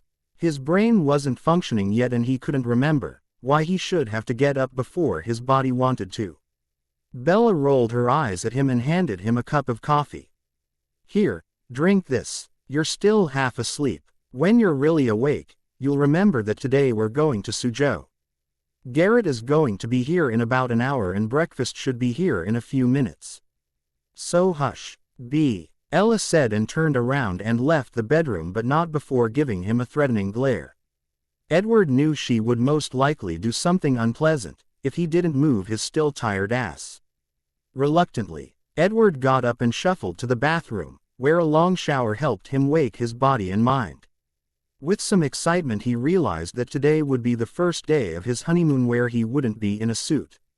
Edward chose a white t-shirt and his favorite pair of jeans. Yes, today felt like a true vacation. 20 minutes later he entered the dining room, where Bella was waiting for him with enough food to feed a little army. Are we having guests for breakfast or something? Edward asked as he sat down and put a few pancakes onto his plate. Or something, Bella snorted. We'll be gone the whole day and that means we're going to need some snacks and drinks. I'm making some sandwiches and packing some fruits and vegetables. I'm going to take my backpack with me, so that I can put everything in there. I know that Garrett is coming with us, but we need to take something to eat and drink with us. Edward had to admit, he hadn't thought about that and was happy Bella was more prepared than he was. Here it showed that Bella wasn't really part of the high society, as most would have simply ordered something from the hotel or bought it there. It was refreshing to be with someone so down to earth. Soon it was time for them to leave and they enjoyed the drive. It was still early and there weren't too many cars on the roads, especially on the ones out of the city. Ed needed under 2 hours to get them there. Together they explored the different gardens and temples and made dozens of pictures of the scenery and of themselves. Edward enjoyed himself greatly and it was obvious that Bella felt the same. They spent hours sightseeing and talking. Edward and Bella got to know each other better and relished in the opportunity to spend some time together without any responsibilities or the people around them. Edward loved watching Bella as she walked around with wondering eyes, and while she knew some facts about the sights of the city, she often turned to Garrett, who was following them, and nearly begged him to tell her everything he knew about the gardens, temples and everything else she could think of. Garrett, for his part, seemed to enjoy sharing his vast knowledge and Edward listened. He was really impressed by his bodyguard's historical and cultural knowledge. It had obviously been the right decision to take Garrett with them. Soon it was time for them to leave, and Edward was surprised with how fast the day had gone by. They decided against eating at Suzhou because Bella wanted to take a shower after this rather hot and humid day, and Edward couldn't agree more. Back at the hotel they ordered their food first and then went up to their suite to shower. The dinner arrived just a few minutes after they were done. The curry and Edward's beef were fantastic, and their selection of cheesecakes sweet and tasteful. After dinner Edward watched some movie while Bella wrote in her honeymoon journal and started with their photo album. The photos Bella had made were great, and Garrett had taken some of the newly wedded couple without their knowledge, but they didn't care. It would be nice to have a few photos of them together. Later, after they had gone to bed, Edward couldn't remember the last time he had spent a day like this. Just enjoying himself without one call or meeting, Bella had taken his phone away and threatened him with severe punishment should he work even for 1 minute. It had made him realize just how much he needed a little time out after the last months. Bella woke up the next morning and was greeted by the sun shining into her room. Today they would visit Hangzhou, and she looked forward to spend another day with Edward. Yesterday had been great, and she knew they were becoming good friends, just as she had hoped they would. Being with Edward was easier and harder than she had thought. Easier, because he was an interesting man, who she could spend hours with without being bored, and harder, because he was much too nice and too sexy. Sometimes when he looked at her with that crooked smile of his, she had trouble remembering her own name or that he had a woman waiting for him in Boston. A fact that was too sigh to forget when they were alone, but Bella wouldn't allow herself to develop deeper feeling for him, but today wasn't the day for such heavy thoughts. After a quick visit to the bathroom, she chose a loose-fitting t-shirt and hot pants before she searched Edward. The smell of bacon told her that he was up and had already ordered breakfast. Her husband sat at the table in the dining room, drinking some tea and reading the Times. "Morning, Edward." At the sound of her voice he looked up and greeted her with a smile. It should be forbidden to look so good in the morning, or ever. "Good morning, Bella. Do you want some tea?" "It's peach tea, please," Bella answered and sat down. Just as her bottom touched the chair she heard Edward's pained scream. "Shit." Shocked she looked up just in time to see the teapot hit the floor, where it shattered into a million pieces. Edward had jumped back from the table and Bella could see that his pants were wet and steaming. Realizing that he must have slopped the tea, she quickly went over to him. "Edward, take your pants off. We need to cool the skin," she yelled, but Edward wasn't listening. He was yelling and cursing, so Bella took matters into her own hands. She dragged him to the closest chair, opened his pants and pulled them down his legs, and then she realized that the tea had hit something very sensitive, his crotch, and that meant his underwear had to go, too. Her hands only hesitated for a second before they pulled his boxers down, too. Oh my freaking god. Edward's dick was long and thick and really, really red. Ouch. Must hurt like a bitch. Gently, she pushed him into the chair and went into the kitchen to fetch a wet towel and a bowl with water and some ice. She knelt down next to him and laid the towel over his scalded crotch. "Ah," Edward moaned as the pain lessened a bit. Now that he wasn't blinded by the burning pain any longer, he noticed that his lower half was naked and Bella's hand was holding a cold towel to his dick. If he wasn't so thankful for Bella's help, he would have blushed, but for now he didn't care. A few moments later the burning returned as the towel got warmer. Bella took the towel away and he heard the sound of water and ice cubes before the cold towel returned to his burned skin. "Edward," Bella murmured, and he opened his eyes to look at her. "I think I should get some help. The skin is very red and it's obvious that you're in pain. I'm going to call Garrett." She could see that he didn't want to get Garrett, but she didn't give him a chance to complain before she went to her purse and called Garrett. "Mrs. Cullen, how can I help you?" "Garrett, we need you help. Well, Edward had a little accident." "What happened?" Garrett asked, and she could hear him moving on his end. He was obviously coming to their suite. "Okay, here it comes." Edward poured hot tea over his crotch, Bella said, and could hear Garrett hissing. "Yes, He doesn't feel all that well. And I thought. The sound of the door opening made her turn around and she saw Garrett hurrying towards her. With a relieved sigh she ended the call and led him to Edward, who looked quite uncomfortable. "Sir." He greeted Edward with a nod. "Let me take a look at the burn, please. Maybe we need to call the doctor." Edward's face was a curious mixture of white and red. It was clear as day that Edward D was embarrassed that he was about to show his bodyguard his dick, but he seemed to realize it was best option. Garrett was careful as he peeled the towel away and grimaced as saw the burnt flesh. The skin looked even redder now, but Bella couldn't see any blisters, which was good. Garrett frowned as he inspected the damage. "That looks, well, painful, and I'm going to call the doctor now." "Ink, you'll need some cream for the burns." Edward tried to stop him, but Garrett wasn't listening to him, which was, in Bella's opinion, the right decision. The doctor left nearly an hour later, after he'd given Edward something for his burns and against the pain. Sadly, they couldn't visit Hangzhou today and maybe not even tomorrow, but Bella didn't care. It was more important to her that Edward felt better. Her husband though felt bad that they couldn't make their trip, but Bella told him to shut up and watch Castle. "Hey Edward," Bella said after 2 episodes. "What do you want for dinner? How about some cooked wieners?" She managed to say that without laughing, but Edward's shocked face gave her the rest and she burst out laughing. "Bella," Edward yelled, "how can you joke about something like that? My best piece is hurt and out of commission." "That's tragic." His mock-hurt voice and face sent her over the edge again.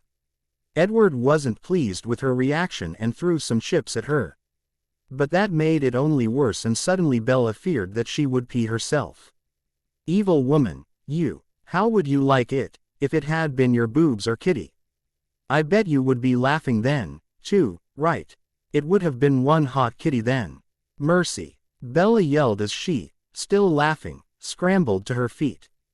Her bladder was screaming at her to run to the nearest toilet. Desperately, she tried to walk and keep her legs together at the same time.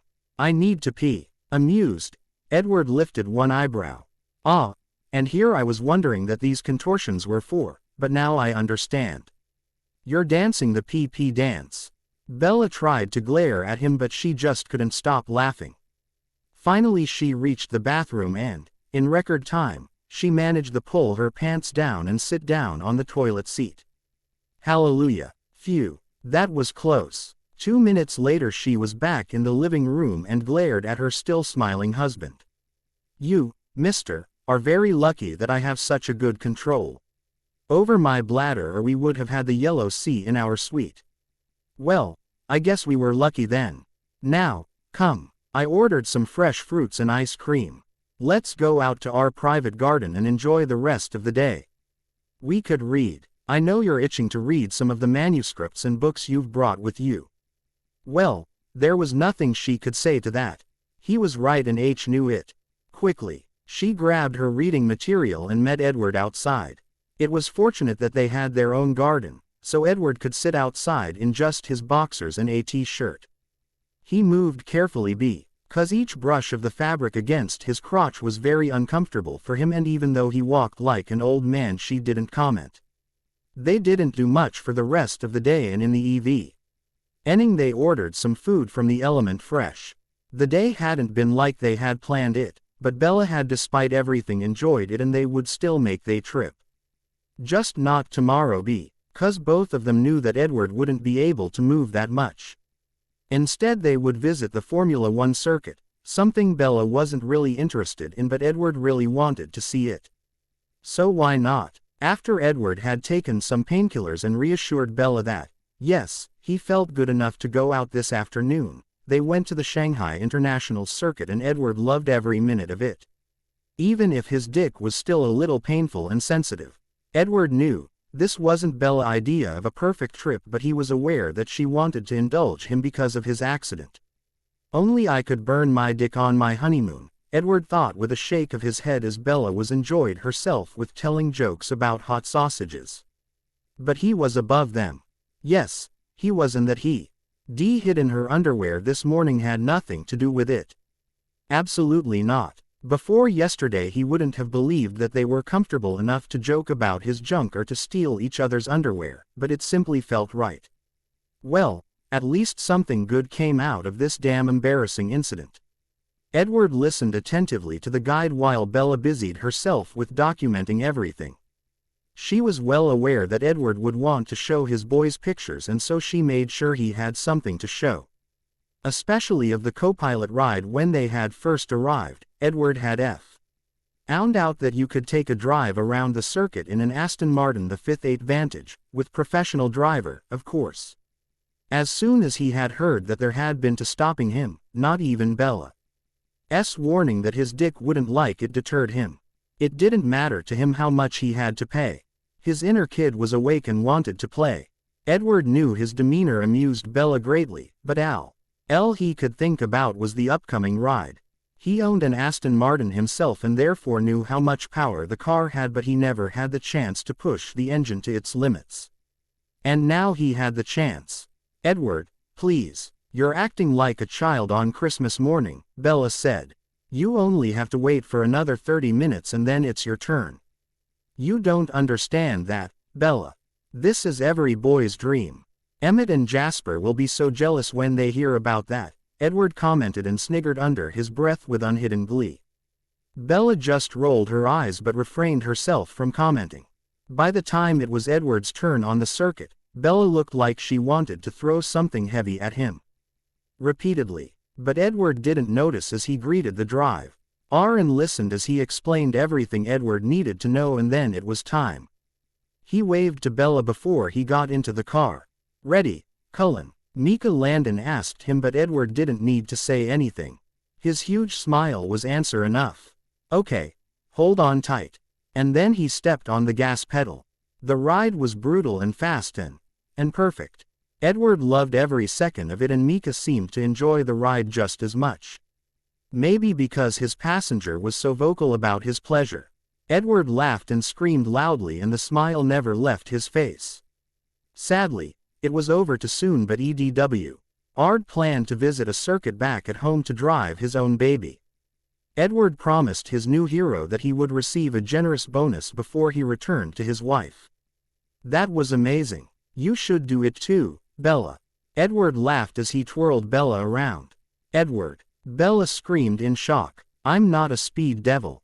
That's more your forte. I'm happy though that you enjoyed yourself and I filmed everything so you can boast to your friends. Perfect. You're great. Did I ever tell you that?" Bella gave him a sardonic smile. "Boys and their toys. You're all impossible, but it's a good thing that you realize just how awesome I am. Come on, Edward, let's go and take a look at the rest of this circuit before we leave again." Edward bought a few t-shirts for Emmett and Jasper before they reunited with Garrett, who had come with them but had gone on a different tour than Edward and Bella. On the way back to the hotel they stopped at a Japanese restaurant and had dinner, but they didn't stay too long because Edward needed some painkillers and to get out of his clothes. Bella thought it was his own fault that he was in pain now, but she didn't say anything and just watched as Edward looked through the pictures. "One of these will hang in my office," Edward decided, and thanked Bella for being such a good photographer. Bella and Edward decided to postpone the trip to Hangzhou for another day, and spent the following day visiting different temples around the city. It was a nice day and they managed to return to the hotel a few minutes after the predicted storm hit Shanghai. Both were surprised to see just how much it rained. It was amazing to see how quickly everyone left the streets when it rained, but as Bella saw how a manhole cover floated away, they decided it was a good idea to stay inside. The next morning they got up early and Garrett drove them to Hangzhou. Finally, the weather was great and the traffic light, and they arrived earlier than planned, so they had more than enough time to walk round the West Lake and see the sights. They needed over 7 hours to walk around it. The famous 10 scenes of West Lake were beautiful and worth the drive. Bella's favorite was 3 pools mirroring the moon. The little isle was covered with flowers and trees. The place was truly magical, and it was very difficult to get Bella to leave because she wanted to document every little thing. Edward, who knew by now how much his wife loved to photograph, had packed another memory card, which was a wise decision or Bella wouldn't have been able to make pictures after the aisle. At the end of the day the feet were hurting and they were tired, but the trip had been perfect. On the drive back they both fell asleep and Garrett had difficulties waking them. Bella and Edward were so tired that they just eat a small dinner before they retired and slept until 10 the next day. It was a good thing that they hadn't planned anything special for that day, well besides getting Bella's new dresses. Or they surely would have been late, but as this was the last day of their honeymoon, they didn't want to do much. After a long breakfast they got ready and went shopping before they met Mr. and Mrs. Sow at the tailor. Mr. Cullen, Mrs. Cullen, good day, Mr. Sow greeted them and after a few words they went inside. The men waited with a cup of green tea in the showing room while their women got dressed. Mrs. Sow was the first to present herself and the men complimented her in her new dress. Belle needed a little more time because the seamstress wanted Bella to look beautiful when she walked out there. As soon as Edward and the others noticed her entrance they fell silent. The first dress was dark blue and ended around her knees. It was embellished with fine cherry flower embroideries but otherwise rather simple. Edward thought Bella looked beautiful. The dress made her look tall and elegant but still young. And, Bella asked as she twirled once. Mr. and Mrs. Sow complimented her extensively but she looked at Edward. His opinion mattered more to her than it should. They weren't in love and as long as she looked presentable it should be okay. Well, we already established that I'm a little stupid. Beautiful, Bella, it looks very good on you. Edward saw it and smiled at her but before he could say anything more Bella was whisked away to change. A few minutes late she came back and this time she wore an emerald green dress. Bella had chosen this color because it was the same as Edward's eyes. He seemed to have made the connection and smirked a little as Bella blushed under his amused stare but again she looked great in her dress. The next dress was the best of the three and the tailor was very proud of it so she went out herself and presented her. Gentleman and Lady Sow, Mrs. Bella Cullen, she said and it was obvious to everyone how much it pleased her to see Bella in her design. Slowly, Bella walked around the corner and beside one sharp intake of breath, she heard nothing. Unnerved she looked up and was greeted by three overwhelmed people. This dress was something really special. It was a black lace fishtail kippah and her back was partly bare. Bella blushed as he felt Edward's eyes run all over her body. Bella, he breathed. You look breathtaking. Absolutely gorgeous. Compliments to the designer and tailor. Mrs. Lee, tailor and owner, looked pleased and a little smug even if she tried to hide behind a polite smile. I feel really plain next to you, my dear, Mrs. Sow said and looked a little envious. She had much less curves than Bella, not that she didn't look good. But Bella simply looked better. While Mr. and Mrs. Sow gushed over the dress and how good it looked on Bella, Edward studied his wife. The cut of the dress seemed to be made for her and made her look elegant and a little exotic but not too extravagant. Mrs. Lee, the middle-aged woman looked up and came over to him. Yes, sir. What can I do for you? I have to say that I'm very impressed with your work, Edward commented as he watched Bella talk with the others. Thank you, Mr. Cullen. Your wife is very beautiful and easy to clothe, Mrs. Lee said and bowed a little. I would like to order 2 more dresses. If you would be willing to ship them to Boston. The tailor looked happy about his order and assured Edward that it would be no problem. Good. I want another lace dress and a silk one. I leave it up to you to choose style and color. Very well. I think I know what she would like. Nothing too flashy. Yes, I can already see it. They should be ready in about a month. I have a few orders I need to get done before I can start with yours, she said and sounded apologetic that she couldn't get the order done sooner but Edward told her not to worry. The dresses were of high quality and worth every yuan. After Edward and Mr. Sow had paid for their wife's dresses, they said their goodbyes and then Edward and Bella returned to their hotel to pack. As it turned out it had been a good decision to bring the bigger suitcases or they wouldn't have been able to pack all the gifts and souvenirs. Later at night Bella walked on last time around the suite and sighed sadly. She'd enjoyed their time here. They got along really well and Bella believed they had developed a great friendship, and maybe even something more, which angered her immensely. Finally, she met a man who had a great personality but he had a thrice damned lover, excuse me, girlfriend. It didn't matter that she was his wife. She would be the other woman and she refused to fill that part, no matter how much she wished for her to disappear. Well, all I can hope for is that things won't change too much once we're home. I love the way things are now, but I fear she is going to make things difficult. Please, God, let me be wrong. But she wasn't. They hadn't even left the airport when Edward's bed bunny called him and demanded his attention. The only thing that kept Bella from snapping was his unhappy response. It seemed that Edward had told her he would call her as soon as he could and that she shouldn't contact him. The bimbo wasn't too happy about that and Bella could hear her hi-vo. As she told Edward how unfair this was. Well, if you had married him, then there wouldn't be a problem. But you didn't, so shut up. Edward didn't notice that Bella had heard some of their conversation, and she kept her thoughts to herself. The drive home was a quiet one and Bella used the silence to come to terms with her situation. Edward and her wouldn't spend as much time together now that the honeymoon was over. Both had to work and Bella had to make sure that Maggie would sign the contract and that her book would hit the market before Christmas, and that meant work, and while she wasn't a fan of working too many crazy hours, she knew it was necessary. The author Maggie Hughes would arrive in 3 days and Bella and the team had to be ready by then. And they would be in if they had to work 24/7.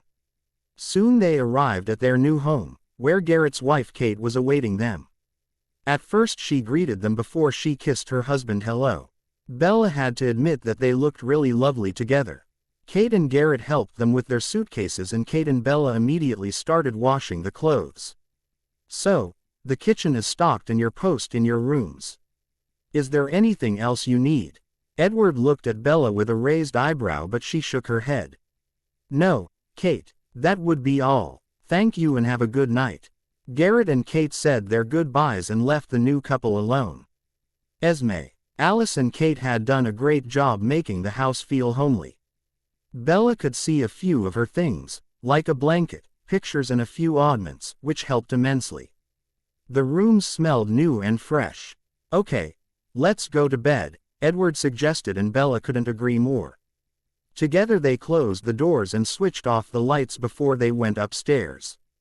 Edward brought Bella to her room and as soon as she opened the door the smell of fresh bedclothes hit her nose. The room was just as she'd wanted it and everything seemed to be at its place. I wish you a good first night in our new home. Sweet dreams, Bella, Edward whispered and pressed a kiss against her hair. Bella smiled at him. Thanks and sleep tight, Edward. See you tomorrow. She watched him leave and enter his room before she closed her door and got ready for bed. Half an hour later she was crawled into her bed and was asleep not even 5 minutes later, but the next morning came too soon for Bella. She wanted to kill her damn phone but she had to get up and go to work. She'd promised Angela and Ben she would be at Phoenix around noon. Unwilling, she dragged herself from her bed and into the shower. Downstairs, Edward sat in the kitchen checking his mail.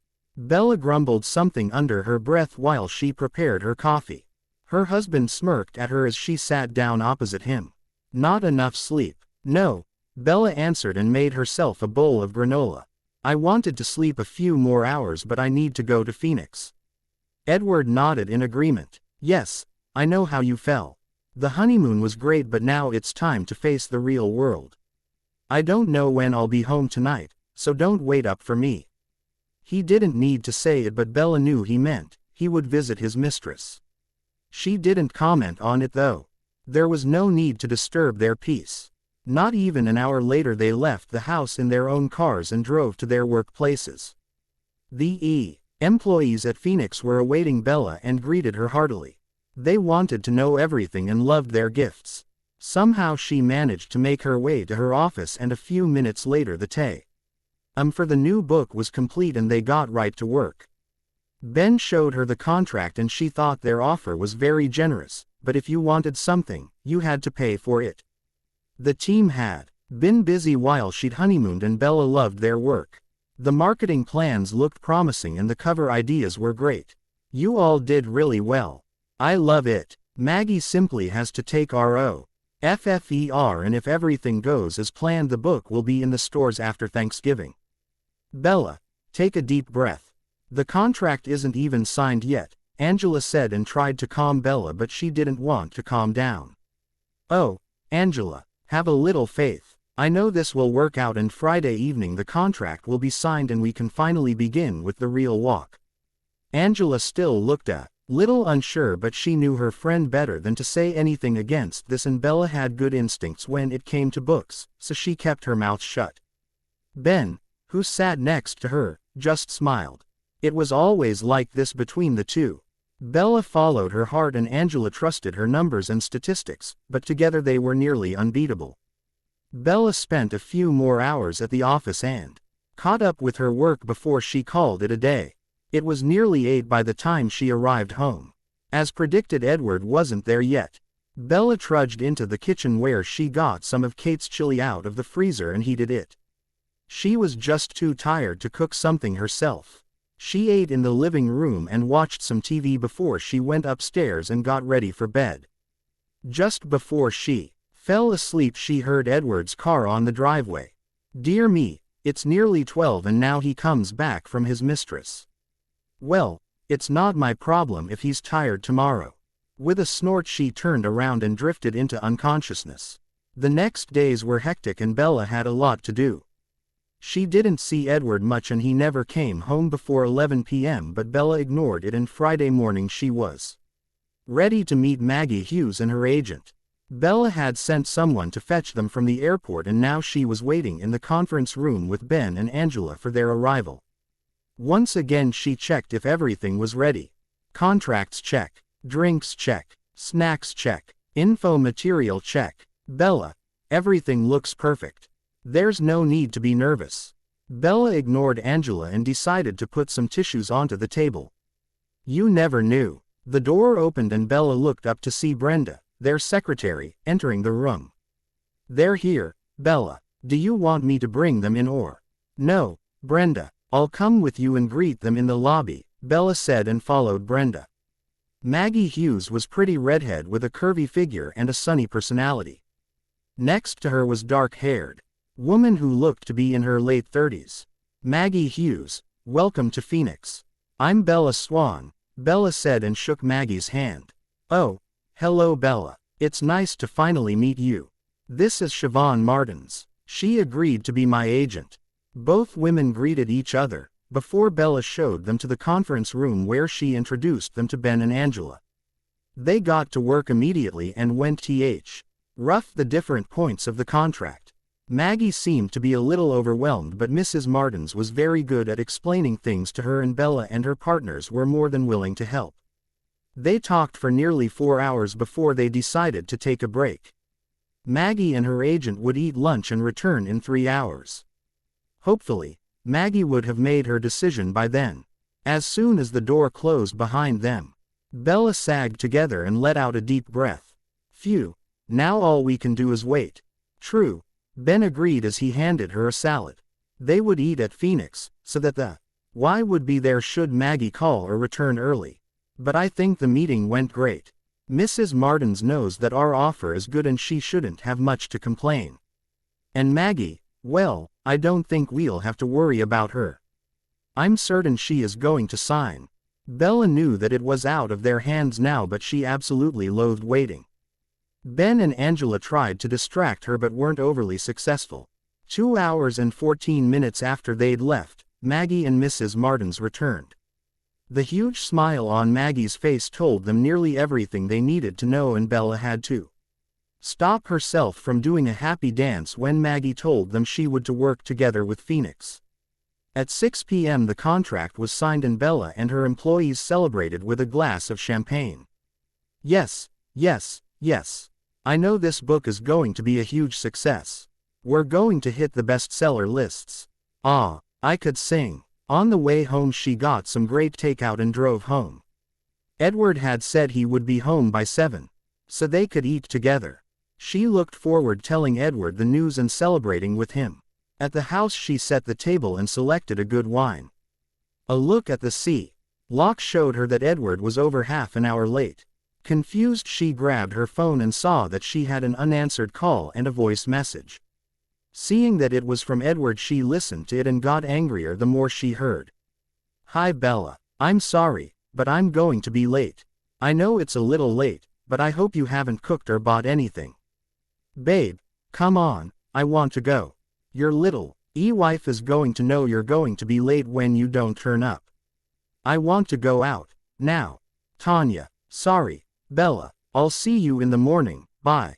She couldn't believe what she'd just heard. Had Edward honestly called her, while his mistress, oh excuse me, Tanya, was with him? She was able to take a lot of things, but this was a little much. Bella couldn't decide if she was more angry or sad. Stupid husband and his fucking sex toy. And she even has a name now. Tanya. Ugh, she sounds like a porn actress.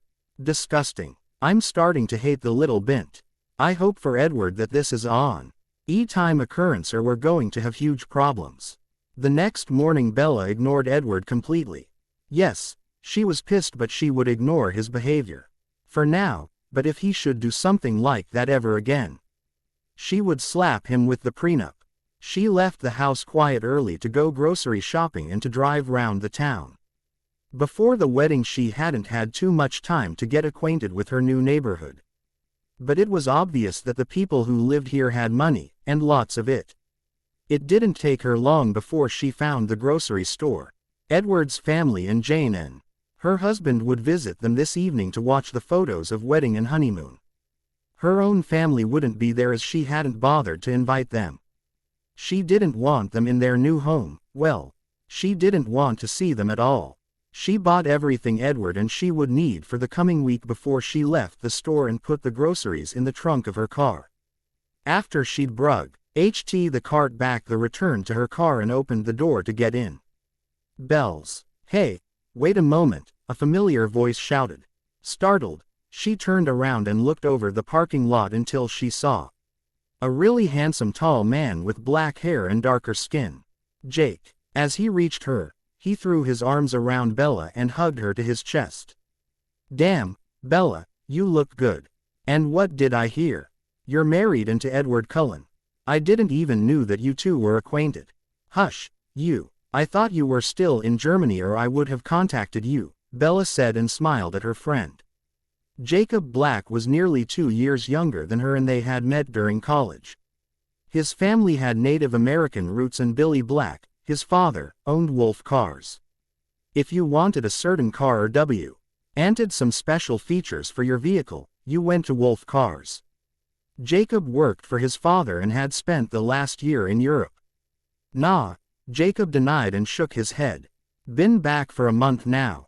But I was busy or I would have called you by now." "But now back to your marriage with Edward Cullen. How did that happen?" Bella couldn't blame him for being curious.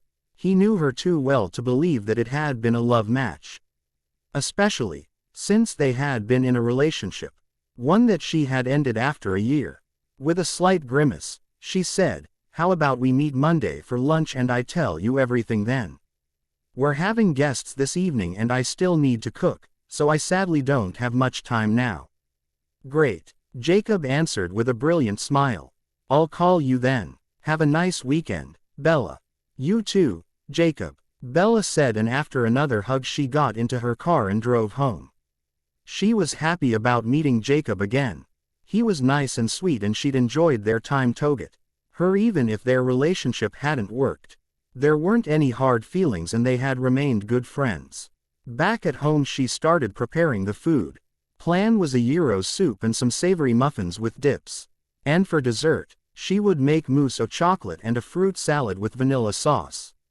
She started with the meat for the soup and soon got lost in her work. Bella was so focused on the food that she didn't notice when Edward entered the kitchen. Only when he cleared his throat did she notice his presence. She didn't say a word and only raised one eyebrow to ask what he wanted. Edward looked surprised by her behavior, but Bella wouldn't make it easy for him. Is something wrong?" Edward asked finally when it became clear to him that Bella didn't plan to answer. You seem to be irritated. It sounded more like question to Bella, which told her how uncertain Edward felt. Why should I be irritated? Yesterday, Maggie Hughes signed the contract, which is very good for Phoenix. So why should I be anything but happy? Yes, she would make Edward admit that he did something wrong. I don't know, Edward admitted, frustrated, and ran a hand through his hair. But I do know that something is wrong. You won't really look at me or speak to me. Angered by Edward's ignorance, she scoffed and turned back to the batter for the muffins. Neither spoke for a few moments before Edward broke the silence. He was obviously angry now, which just fueled Bella's own resentment. Damn it, Bella, I don't know what is wrong, and if you don't say a word, then I can't do anything against it. You're acting childish, you know. Quote, what? Bella growled and whirled around. Her eyes were blazing as she tried to stop herself from yelling. Childish? Me? How dare you? I thought you were smart enough to realize why I was a little miffed with you, but obviously, I overestimated you. So let me give you a little hint. Tanya. Edward's eyes were huge as he heard the sneer in Bella's voice as she said his girlfriend's name. Bella rolled her eyes as she saw how understanding crossed Edward's face. Oh, idiot. Yes, oh, I didn't ask for much, but the one thing that is important to me, you ignore. I asked you not to flaunt your relationship with her in my face, and not even a week after our honeymoon you. Art. Bella, please, I'm sorry that you feel like I don't respect you and your wishes, but I assure you, I haven't done it on purpose. And don't. Bella cut him off and took a deep breath before she continued. I don't want to hear anything about her, but let me tell you one thing. If you and her want to continue your little love affair, then you should make sure that something like this never happens again, Edward. Her words were really inappropriate, and she should watch what she's saying and who's listening. The threat was clear, and Edward seemed to know better than to say anything against Bella. He had been in the wrong, and Bella could indeed make his life really uncomfortable. But Bella didn't want to argue with him and decided to be a little nicer. Have you chosen the wine and beer for today? Alcoholic beverages aren't something I know too much about, she said with an embarrassed smile. Edward nodded and seemed to be deep in thought as he showed Bella his selection for this evening. I'm sorry, Bella. You have every right to be angry, and I promise it won't happen again. Edward sighed and looked at his feet. It was obvious to Bella that he meant it and saw no reason to keep a grudge. Good. Now help me with the laptop and the TV. Their guests. TS arrived at 6 p.m. and Bella was relieved to have someone else in the house. After everyone was there and the housewarming gifts were put away, Edward and Bella took their guests to the rantour. Up until now only Alice and Esme had been in the house, and even they hadn't seen the house after everything was done, because they had been too busy with the wedding. The family loved the house and the gardens, even if Alice and Rosalie thought Bella's walk-in closet was way too small. Soon, Bella retreated to the kitchen to finish the soup and the salad, and half an hour later they were sitting at the table in the dining room and enjoyed Bella's meal. Bella, damn, this soup is great, Emmett moaned during his second helping, and all agreed. Really, Bella, this soup is good and something different. Did Kate cook? Esme asked, and Bella was reminded that most likely none of them cooked themselves. No, I planned and made everything myself. I enjoy cooking and we aren't too many, so it was no problem. As she looked up, she saw that every single member of the Cullen family bar Edward was looking at her.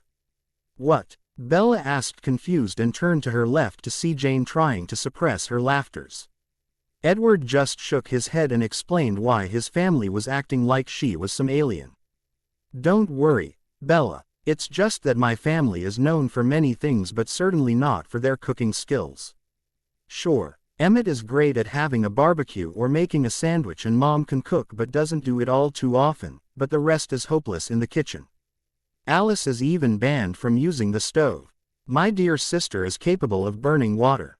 Hey, I'm not that bad, Alice complained with a little pout, but no one was willing to agree. Sorry, darling, Jasper said and gave Her such a tender look that Bella had to ask herself why he was fighting his attraction.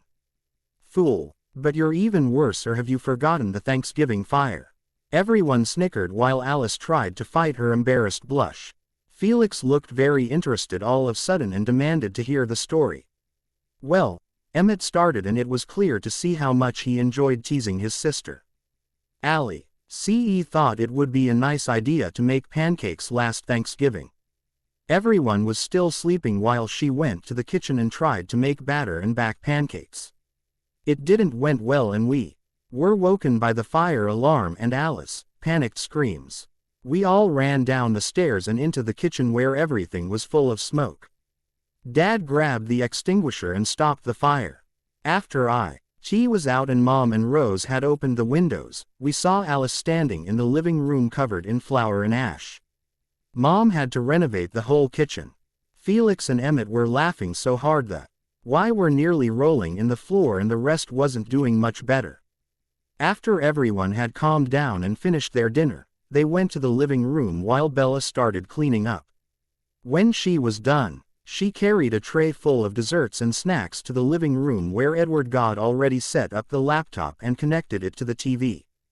The rest of the night was fun and Bella enjoyed herself. Her pictures of their honeymoon looked really good and the wedding photos were perfect. Edward and Bella chose a few, and Bella made sure that they would have none with only her family. They were on the group pictures, and that was more than enough in Bella's opinion. By the time the Cullens got ready to leave, she even thought that no one had noticed that Edward and Bella were a little distant. But when Jane offered to help her cleaning, she knew that her best friend wanted to talk to her. Fuck. Why, oh why, does Jane have to be so perceptive?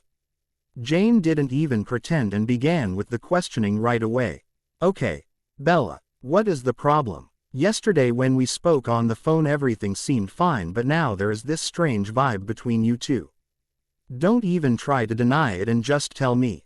Sometimes Bella really wondered why she was even friends with such a person, but she knew Jane knew her best and would always be honest, no matter what. Yes, you're right. The problem even has a name. Tanya. Jane looked at her closely and frowned at Bella's tone when she spoke the name. And who is this Tanya? Edward's girlfriend, Bella sneered. Huh, and how do you know her name? Jane asked, interested, and Bella told her about what had transpired last night and this morning. Her friend listened attentively and didn't ask any questions. After Bella was done, Nay thought about what Bella had told her for a few moments before she commented on it. Somehow this whole situation is strange. That woman's behavior isn't rational. She seems to be the kind of woman who'd want to be a trophy wife. Why didn't she marry Edward herself? Maybe she literally couldn't. Now, Jane looked excited and Bella knew her friend wouldn't rest before she knew what was the matter with Edward and his hussy. Didn't you say that she was friends with Alice? Yes, she met Alice first and Alice introduced her to Edward. Their relationship isn't really close though. Alice too. Me that it was rather shallow and not that deep.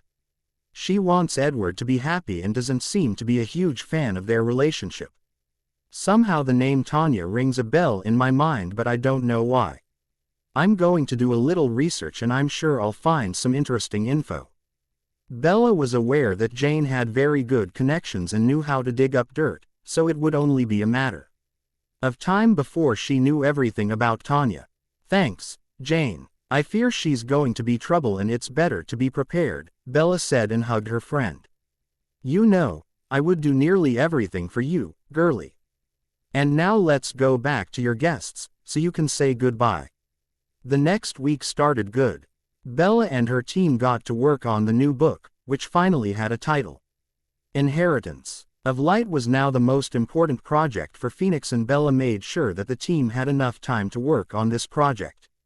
Bella would edit the book herself and her best employers would take care of the rest. When it was time for her lunch break, she nearly ran to the little deli where Bella would meet Jacob. She always had a great time with Jacob and hoped to rekindle their friendship now that he was back. Jacob was already there when Bella entered meet and eat. He waved her over as soon as he saw her. Bella, you look great. Come on, Let's order and then we can talk, Jacob said and handed her one of the menus. So, Jacob, how does it feel to be back in the US? Bella asked after their waiter had taken their order. It's great. Of course, Germany was awesome, but home is here and if it wasn't for Dad being a pain in my ass, everything would be just perfect, Jacob huffed and gave her a pointed look. So your beloved daddy is being difficult. Bella knew that even though Billy B. Lack wasn't as rich as Bella's own family, he was just as snobby as her own father. He wanted his son to be successful and climb the social ladder. Billy had been on top of the world when Bella and Jacob had started dating. She was aware that Billy hadn't been happy about the end of their romance and had blamed Jacob for it.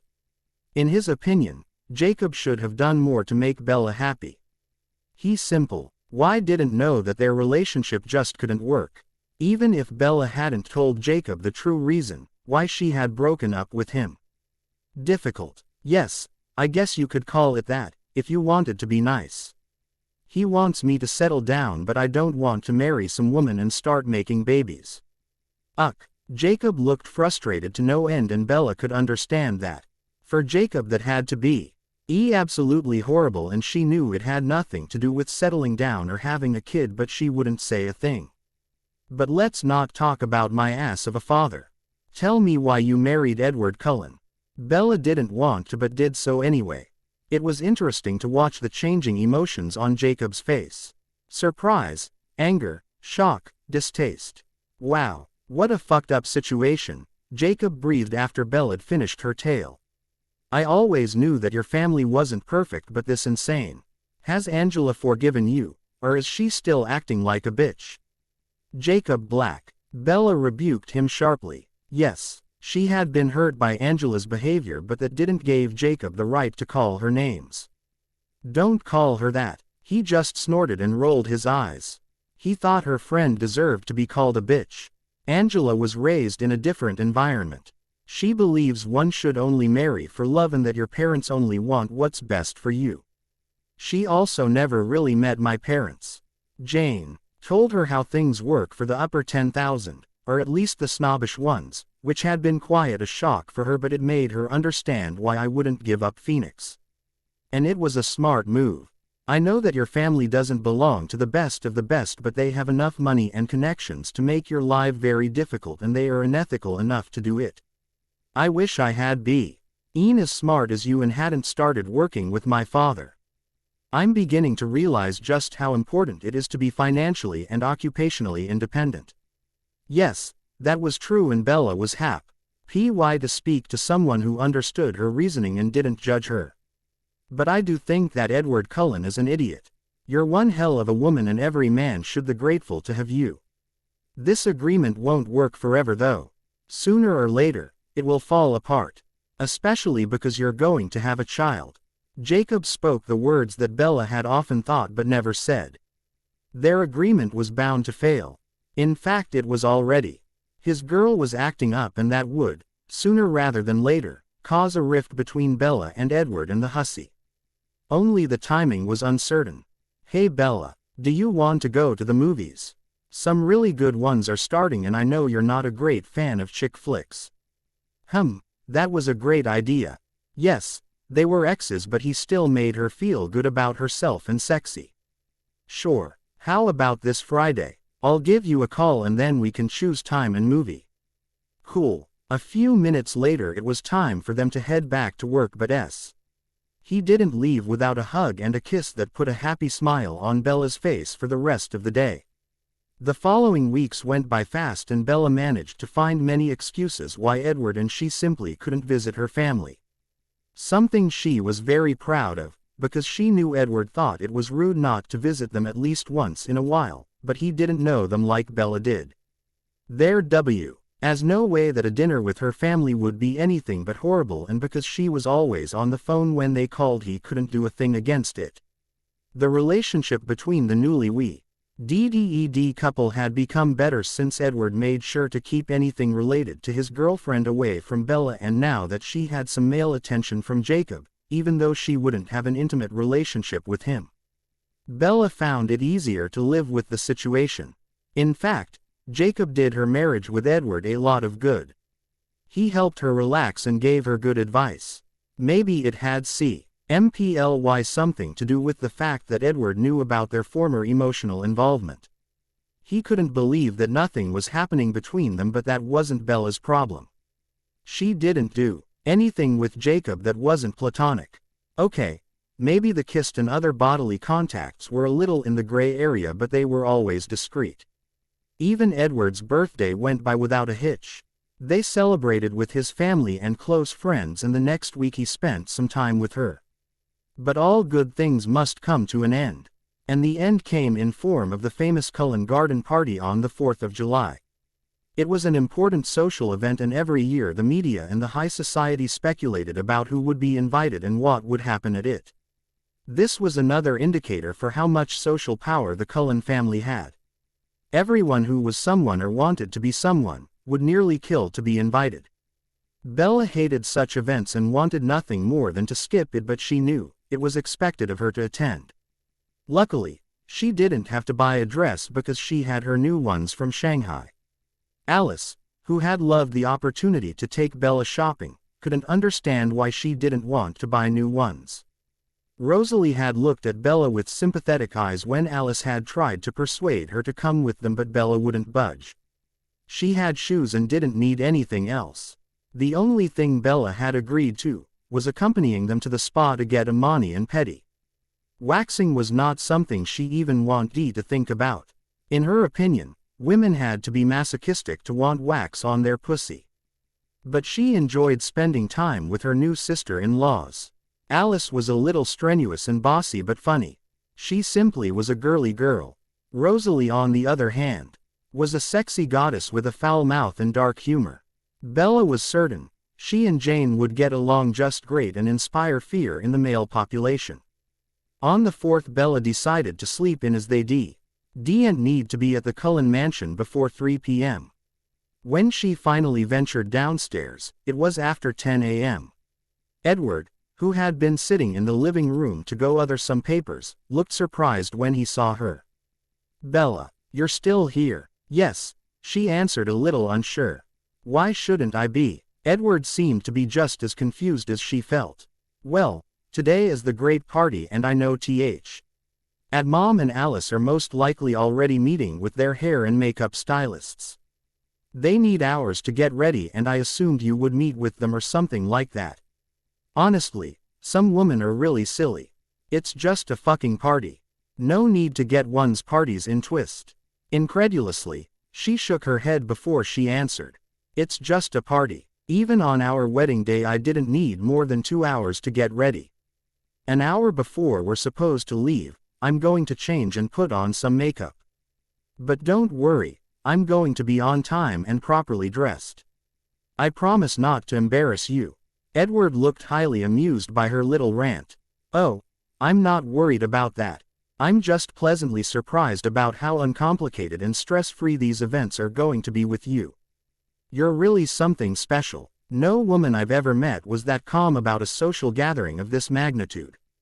Dad, Emmett and Jasper are going to be so jealous when they hear about this. Alice has been driving Jasper maid the last week. And they're not even together yet.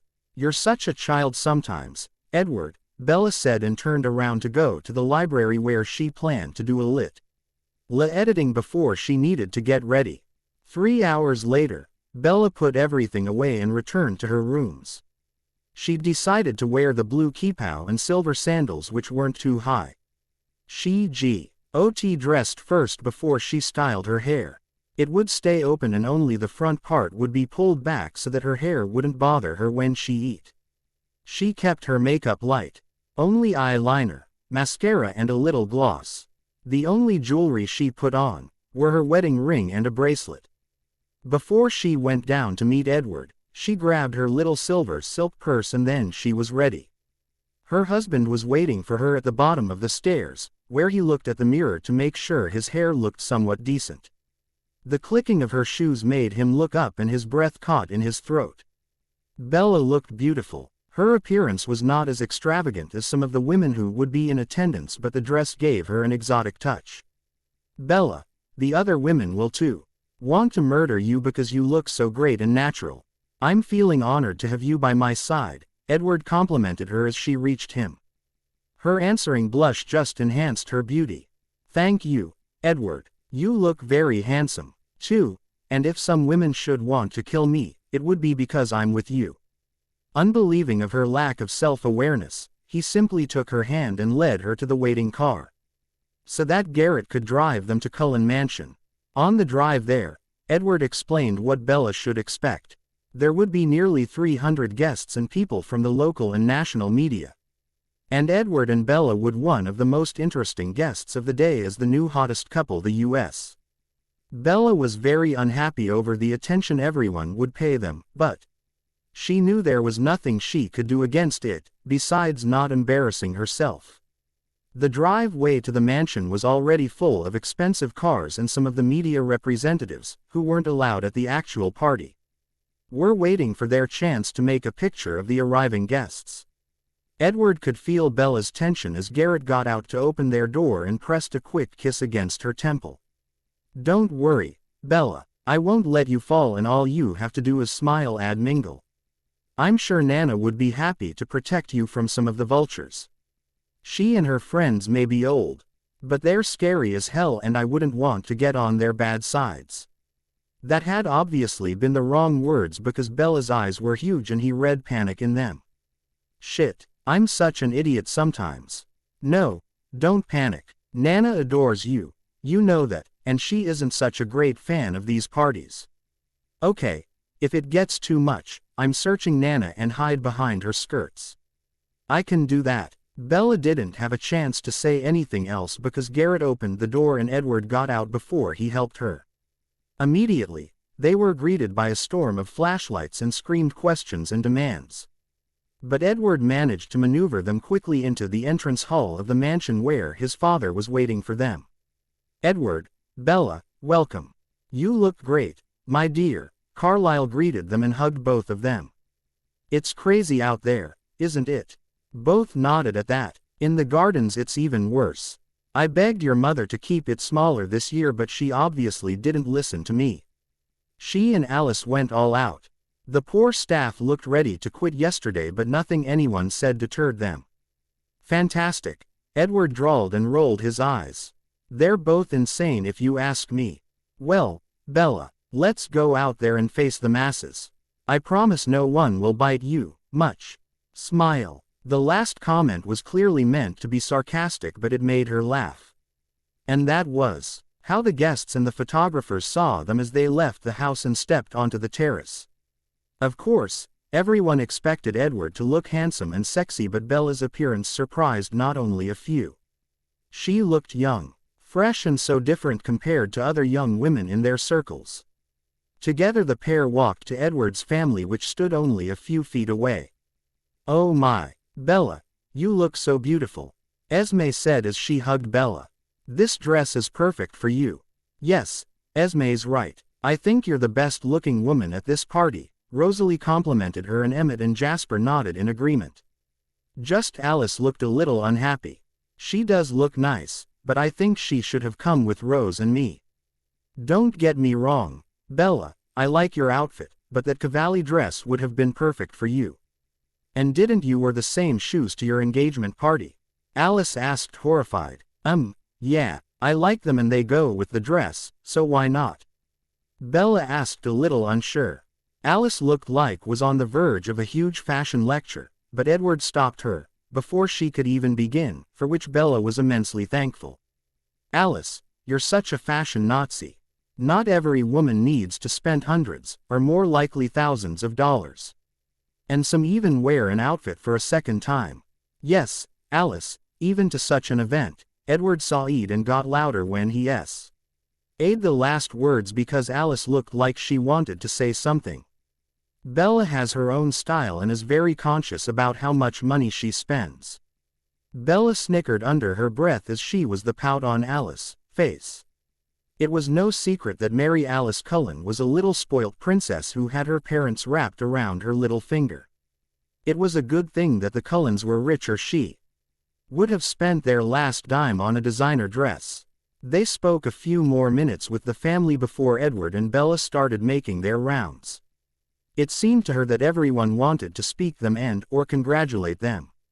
At some point Bella got separated from Edward and had to deal with the society ladies on her own. She feared her brain cells would die because she had to listen to some of the most unimportant and stupid conversations ever.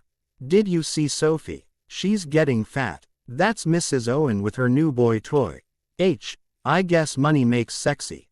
These beasts are fake. Maya told me she saw them at Dr. Summers'. I bet that child isn't even her husband's. Blah, blah, blah. It was a good thing that, after 2 hours of torture, Carlyle, Esme and Edward decided to speak a few words to their guests. Or she would have stabbed someone with her fork. Edward, who had found her again to rescue Bella from some really stuck-up bitches, had just left her to join his parents when one of the security guards approached them with an uncomfortable look on his face. "Excuse me, ma'am, but there is a little problem at the entrance. People are there who seem to be certain that they should be on the list. If you would please come with me," Mr. Tall and Intimidating said. Bella had a very good guess who these people were and she had no problem taking care of this little inconvenience. "Ready or not, here I come." Bella heard her mother's voice before she saw her, and once she caught sight of her, it was clear to Bella that Renee Swan was angry, very angry. Her face was flushed and warped into an unattractive grimace. Her father, Tyler and Lauren were with her and looked equally unhappy. "What is the problem, gentlemen?" Bella asked the security guards with an open but concerned smile. "Mrs. Isabella, these people claim to be your family and demand to be allowed entrance," one of them answered. He couldn't believe someone like that should belong here, even if they wore expensive clothes. "How dare you!" Renee screamed enraged. "We are the Swans and Isabella's family. I'll get you and these imbeciles fired for your incompetence. Tell them, Isabella. Yes, you're obvio. USLY too stupid to know who you should allow to attend this party and who not," her brother sneered and his witch of a wife nodded in agreement. Bella felt herself blush in embarrassment at the spectacle her family made of themselves. "I'm mortified, but she is right. Let me handle this, please," Bella said to the guards and saw that some of them were looking at her in astonishment and pity. After taking a deep breath to collect herself before she turned to her family. "What do you think you're doing here? You're behaving like a harpy." Her mother looked shocked that Bella dared to speak to her in that manner, but her daughter didn't give her any time to reply before Bella continued. "Neither of you received an invitation, and I know that because I took you from the guest list. Isabella, we're your family and you dare to embarrass us like this?" Renee shrieked. Bella looked at her coldly when she spoke. "Yes, I dare. You made me marry a man I'd only ever met once, for your own personal gain. Did you honestly believe I would simply take this and not retaliate? You yourself gave me the perfect weapon to make you suffer.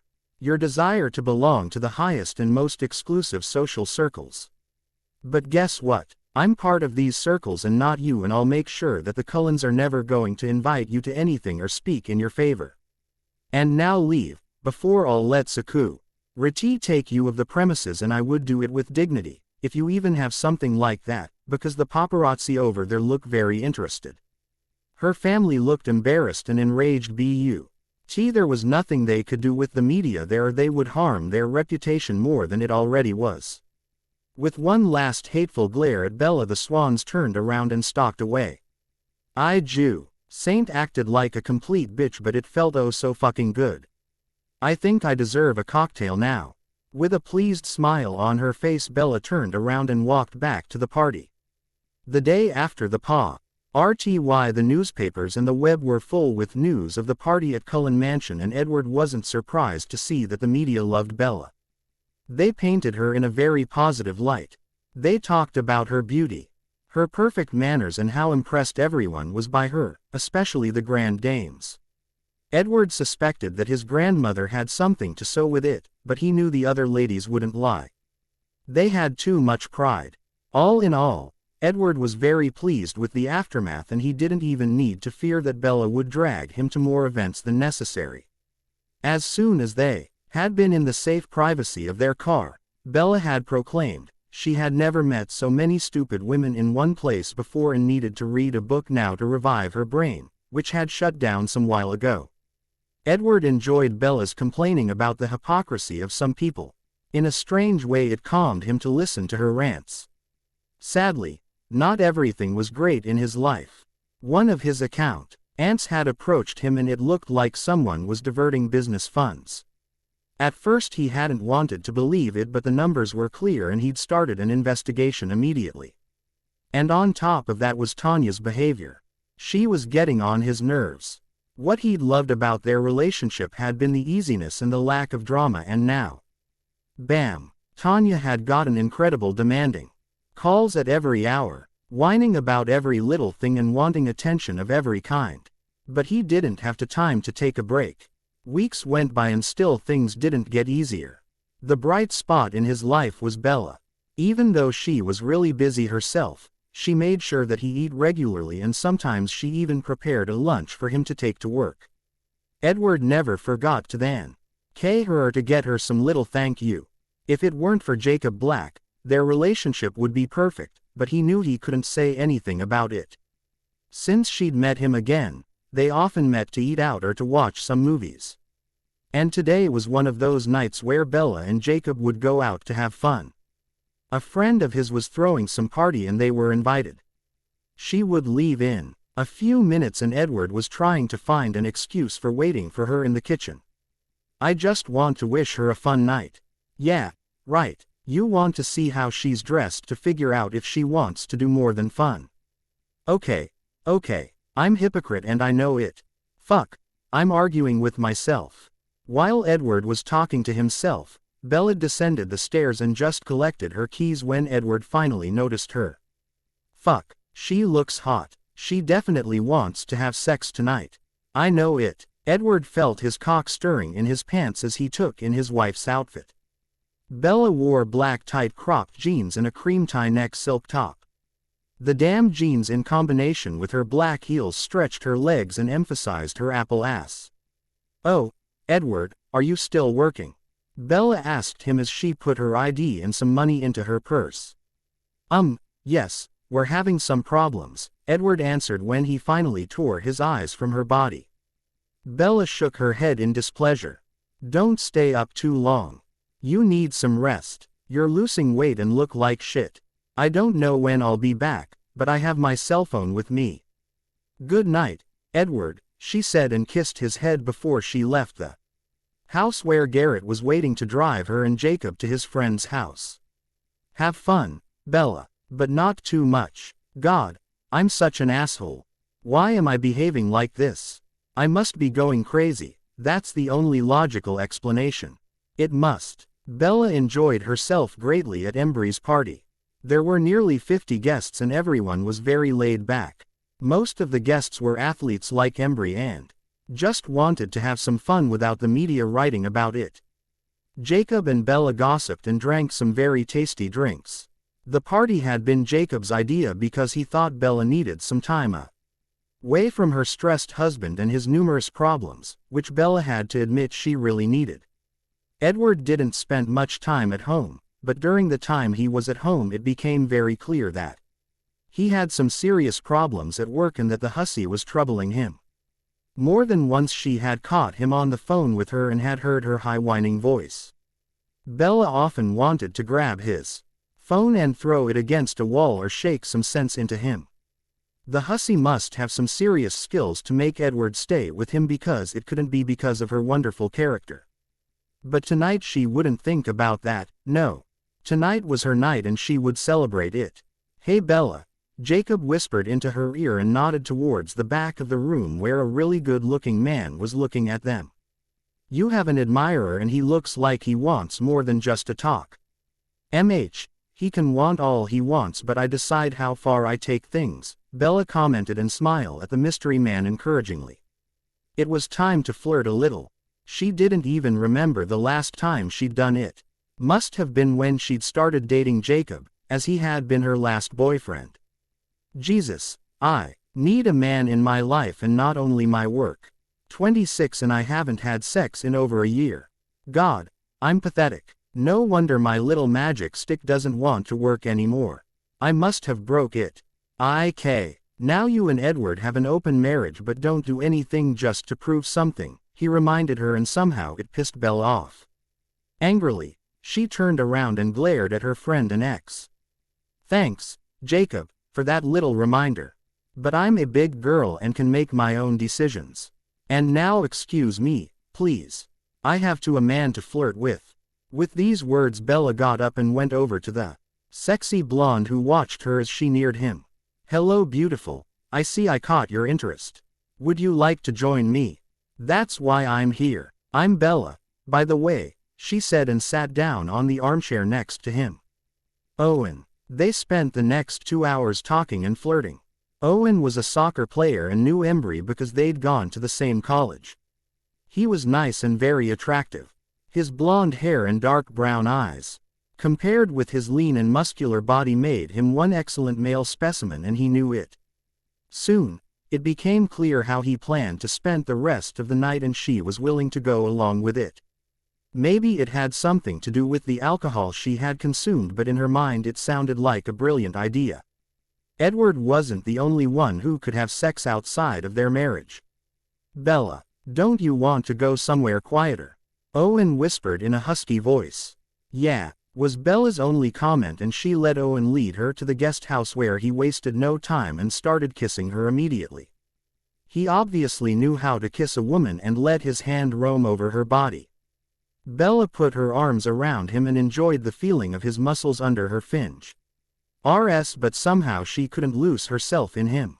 Something was bothered her, which kept Bella from truly enjoying herself, and it angered her, because she wanted to do something fun and, yeah.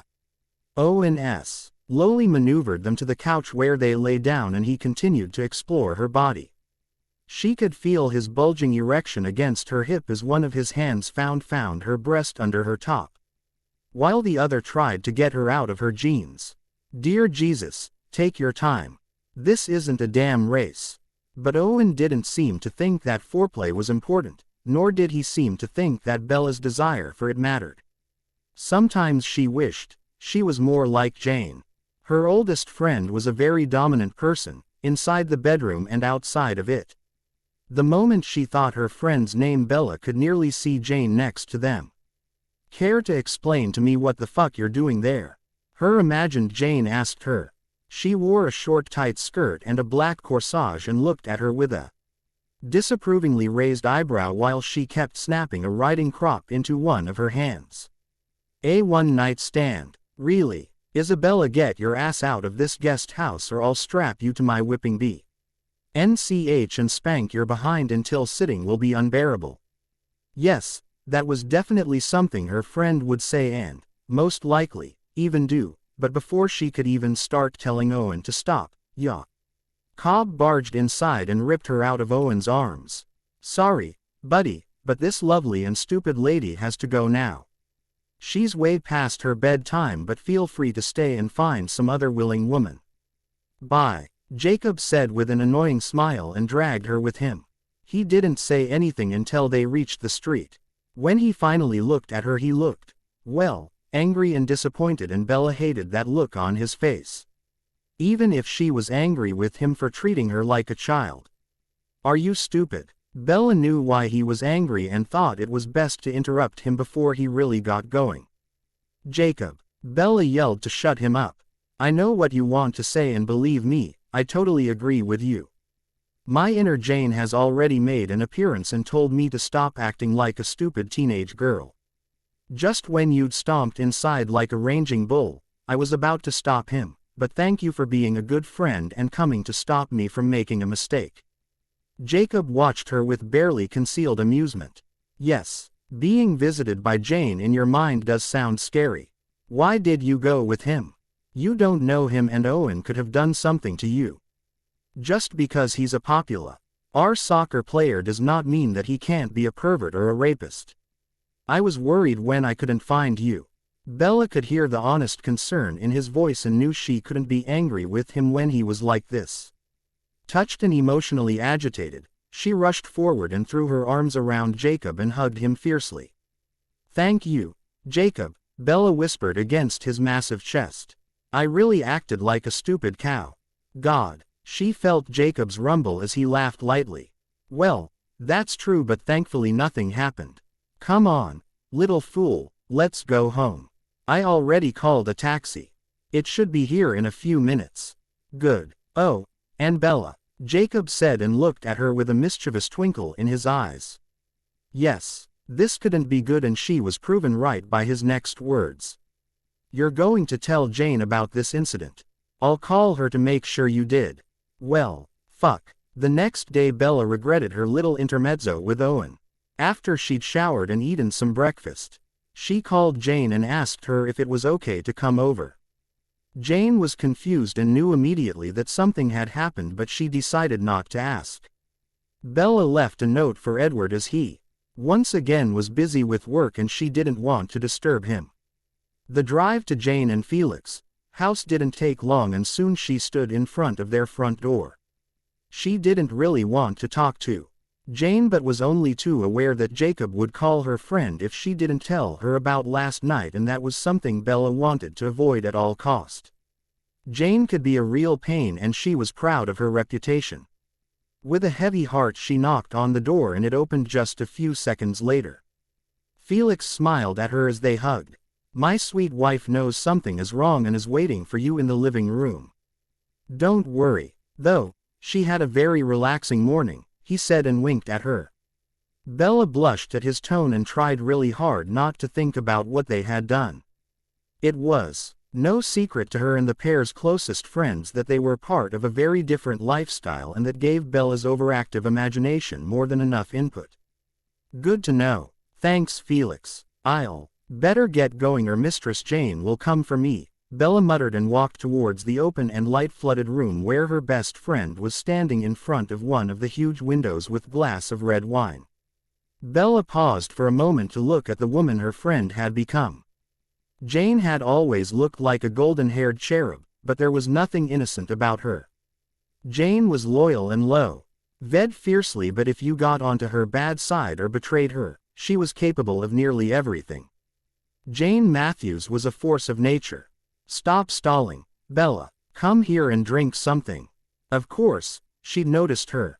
Yeah, she didn't want anything alcoholic and chose an apple juice before she sat down on the white couch and waited for Jane to join her. Okay, you look guilty and I guess Jacob made you come. I know I'm right, so just tell me what happened last night, Jane ordered, and Bella didn't know how her friend knew that much, but it was redundant to wonder about it. Without further delay she told Jane everything about the one too many drinks, Owen and the near sex. At first Jane only looked slightly surprised and a little disapproving, but by the time Bella told her about what had and nearly happened inside the guest house, Jane looked pissed. Have you lost your mind, Bella? Jane nearly yelled at her once Bella'd finished. You know I'm all for having fun and exploring, but in a safe environment. What you have done was the absolute opposite of safe. Fuck, Bella, I thought you were smarter than this. One-night stands, especially with complete strangers, are dangerous. And let's not forget what this meaningless sex would have done to you. You don't do meaningless sex. Some people might be able to have casual sexual encounters, but you, my Bella, are not one of them. Yes, Bella thought. That was absolutely true. Bella didn't judge people that had a very easygoing attitude towards sex, but it simply wasn't for her. Oh, she wasn't pure as fallen snow, but she'd been in a relationship with every person she'd ever had sex with, and Jane knew that. I know, Jane, and that's the reason why I'm so angry at myself. The situation with Edward and his hussy is frustrating and agitating me. This woman seems to be a real piece of work. I heard Alice and Edward talking to her on the phone, and she is so. All she seems to want is spending money, most of it apparently Edward's. And having him at her beck and call. Bella huffed and crossed her arms in front of her. She knew that she must look like a sulking little girl, but she didn't care at the moment. It needed to be said before she burst and yelled these things at Edward, which couldn't possibly end well. Ah yes, the lovely Tanya Denali, Jane said and handed Bella some of her favorite chocolates. OHA, Jane has brought out the chocolates. That has to mean she found something really interesting. Oh, the day just keeps getting better and better. Eagerly, Bella took one and started nibbling on it as she waited for her friend to begin. My, Bella, you look like you want to hear Tanya Denali's dirty secrets, Jane said teasingly, and Bella just nodded, which made her friend laugh. Oh well, I'll tell you what my sources told me, and I found some really interesting information as well. Tanya's family name isn't really Denali, well, it's her maiden name. Maiden name? That sounds like she's. No way. Come on, that can't be it. Yes way. The hussy is married. Of course she can't marry Anjani as long as she's still married. Her husband is Alec Volturi. Bella knew she must look like an imbecile. But she simply couldn't believe what Jane was telling her. Volturi, isn't he or his father some media mogul? Jane nodded. Yes, Eero Volturi is his father and he has lots of money. The family earned most of it with music and commercials, I believe. But that's not even the craziest shit. Tanya and Alec met about 3 years ago and had a hot affair. I talked to some friends of his that I know. I promised them I wouldn't use the information or they wouldn't have told me a single word. I think they even contacted Alec to tell him about my questions, and apparently he isn't against us knowing. Hay told me Alec liked her but only wanted something casual.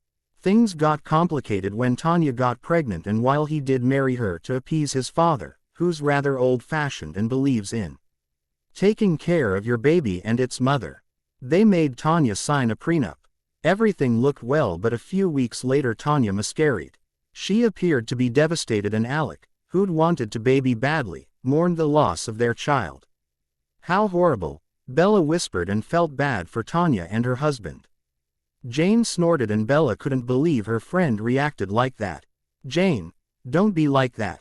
Losing a child is the worst thing for a mother. Yes, and I would feel for her if she had lost it, but she didn't. Now Bella was confused. Then what happened? Jane had a disgusted frown on her face as she continued. Alec found the bill of the hospital, and guess what? She hadn't had a miscarriage but an abortion. The baby had only one goal, and that was getting her Alec, but she did. Nt want to be a mother or let a pregnancy ruin her figure. What? That disgusting whore. I hope Alec made her pay, Bella growled, and as she tried to regain her composure. He did. Apparently, Alec went berserk and threw her out of his house. The apartment here in Boston was a wedding gift and belongs to her, and if she sold it she would get more than $1 million. The prenup was airtight, and Anya wouldn't get anything if she divorced him, but she could find a new rich husband. I'm not sure why Alec didn't divorce her and his friends didn't or couldn't tell me. But I do know that he threatened her and promised he would do everything to stop Tanya from capturing a rich man ever again. If she ever stepped out of line, he would destroy her, but for now he's happy with never seeing her again. And she can't use the same tactic twice because there were complications during the abortion. She's unable to have children. After these news, Bella was completely blown away. She couldn't understand why Tanya was such a fucking bitch. Okay, she hadn't liked her before today, but now she hated her. Somehow she could understand why Alec stayed married to her. It must be the worst punishment for her. She couldn't use Alec's name, didn't have his money, and couldn't even find a new husband to become the perfect trophy wife. As horrible as it sounded, the fact that she couldn't carry children anymore seemed like divine justice to Bella. More important to her now, though, was the question what she should do with this knowledge. Should I tell Edward? No, Jane said and shook her head with wide eyes. I don't think they would believe you, and the whore could make you look like the jealous wife. The best course of action is to wait and let Edward figure out what a bitch she is on his own terms, I'm afraid. From what you've told me, Bella, it seems that she's already pushing him away. She wants to be number one, and that is your position. As long as he wasn't married everything was fine, but now she has competition. Keep that knowledge in the back of your mind and live like you've done before. They won't make it till Thanksgiving. Bella didn't like Jane's advice, but her friend had raised a few good points, and grudgingly she had admit that Jane was right. The two friends decided to close the subject and talk about other and more pleasant things, and despite everything, Bella had a nice time. "Babe, I want to visit number 1. Tanya whined over the phone, and Edward ran an agitated hand through his hair and tried to keep his calm. "Yes, I know, but I have to take care of some things here at work," he said in a barely controlled voice. "I told you that. I'm still taking care of the fraud, and the police isn't making things easy for us, and Emmett wants to make some new investments." In some part of his mind, Edward thought it was crazy that he was talking to his girlfriend like she was a child, but, fuck him, if she wasn't acting like one. All he wanted at this moment, though, was to shut her up, so he could go back to work. "All you do is work lately. You don't spend enough time with me. That's horrible. Why don't you come over and relax with me in the tub?" Tanya heard, and for some reason her voice grated on his nerves, but if he wanted to have any kind of peace he had to appease her somehow. "Why don't you go shopping with Alice? She wants to look at the new autumn collections." "My treat," he offered, and nearly got deaf by her answering shouts of joy. "Oh baby, you're the best. You know how to show a woman she's loved. I've got to call Alice. Bye, and I love you." Aw, silence. Edward was certain that many would think the solution for his problem with Tanya was stupid, but he did the one thing that would shut her up the fastest. And that was either spending money or having sex. Edward was simply too tired for sex and just wanted some peace and quieted. Is that too much to ask? But Edward knew his relationship with Tanya wasn't like it used to be. It had been easy and simple. And now their relationship was a reason for his headaches. He knew something needed to be done, but this problem could wait, while others couldn't. Edward's working hours were getting unhealthy. But the problems with the missing money and his little thief needed to be dealt with. Unwilling, he went back to work and tried to ignore the growing headache, but he knew it wouldn't get any better before Edward ate something and got some rest.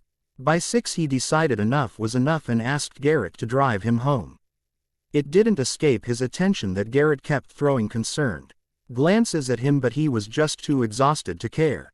He hoped Bella had cooked something for dinner. Edward had dined at the best restaurants of the city and most likely the entire U.S., but nothing beat Bella's home-cooked meals. And today he was in dire need of some comfort food. Thank God, Emmett can't hear my thoughts right now, or he would call me a woman on my period. Well, fuck him, he's Jew. Saint jealous that I'm getting to enjoy Bella's creations. The house was alight when Garrett stopped in front of the house. After Edward had thanked Garrett and wished him a good night, he opened the door and was greeted by loud music. Edward hadn't called Bella to tell her he'd be home early, and it seemed she was taking advantage of his absence. The music that was blaring through the house was Chocolate by the 1975, a band Bella loved at the moment. Slowly he walked towards the living room where the music was coming from, in the hope he would surprise his wife, but it was him that was surprised by his discovery. Bella hadn't noticed him yet, as she was busy dancing. Holy fuck, and she told me she didn't dance. His lovely wife only wore a huge t-shirt and a pair of panties. She looked sex. Why, as she moved her hips and shook her perfectly formed ass. Edward felt himself relaxing for the first time that day as he continued to watch her with a small smile on his lips. When the next song ended, Bella stopped dancing and turned the volume down. She turned towards the kitchen and stumbled as she saw Edward standing in the doorway.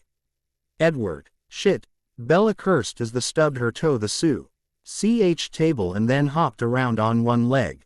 She looked so ridiculous that Edward started laughing so hard his sides hurt. That's not funny, you asshole. I really hurt myself. I'm sure it'll bruise. She scolded him, but it wasn't very effective as her face resembled a ripe tomato. Oh, you poor baby, Edward cooed once he had his laughter under control and hugged Bella close to his chest. There, even if I might sound like an idiot now, but I'm glad I caught you dancing. It was the highlight of my day, hell, of my entire week. Bella watched him with raised eyebrows, and that look said more than words could. She thought he was crazy. If that is true, then you had a really shitty week. I'm glad that my embarrassment made you happy. And you know what? I made spaghetti bolognese, garlic bread and a salad. Well, what do you say now? Belle asked with a teasing smile. After he heard that, he roughly grabbed her face between his hands and kissed her full on the lips. You, Isabella Cullen, are a goddess. I'm starving. When is the food ready? It was hilarious how much Edward looked forward to Bella's dinner, but he knew it would taste great. You still have time to shove her. Be back down in, nearly half an hour, okay. Okay. Edward sighed and headed up the stairs. After a refreshing shower, he changed into shorts and a t-shirt before he returned to the kitchen where Bella had already set the table. The dinner was ready and it smelled absolutely fantastic. And tasted even better. They both enjoyed the shared meal and talked about their days. Edward was happy to hear that Bella's new project went well and found himself relaxing more and more, but he still felt somewhat groggy. Edward, today came the invitation for some charity ball in New York. I didn't know we were going to something like that, Bella said after a pause in their conversation and handed Edward a expensive-looking invitation. Confused, Edward read over it before he remembered what this was all about. Oh, yes, I'm sorry, Bella, I've forgotten to tell you about it. Present and Future Children Foundation. My family always attends this ball, and I think even yours went there. The foundation collects money to support children.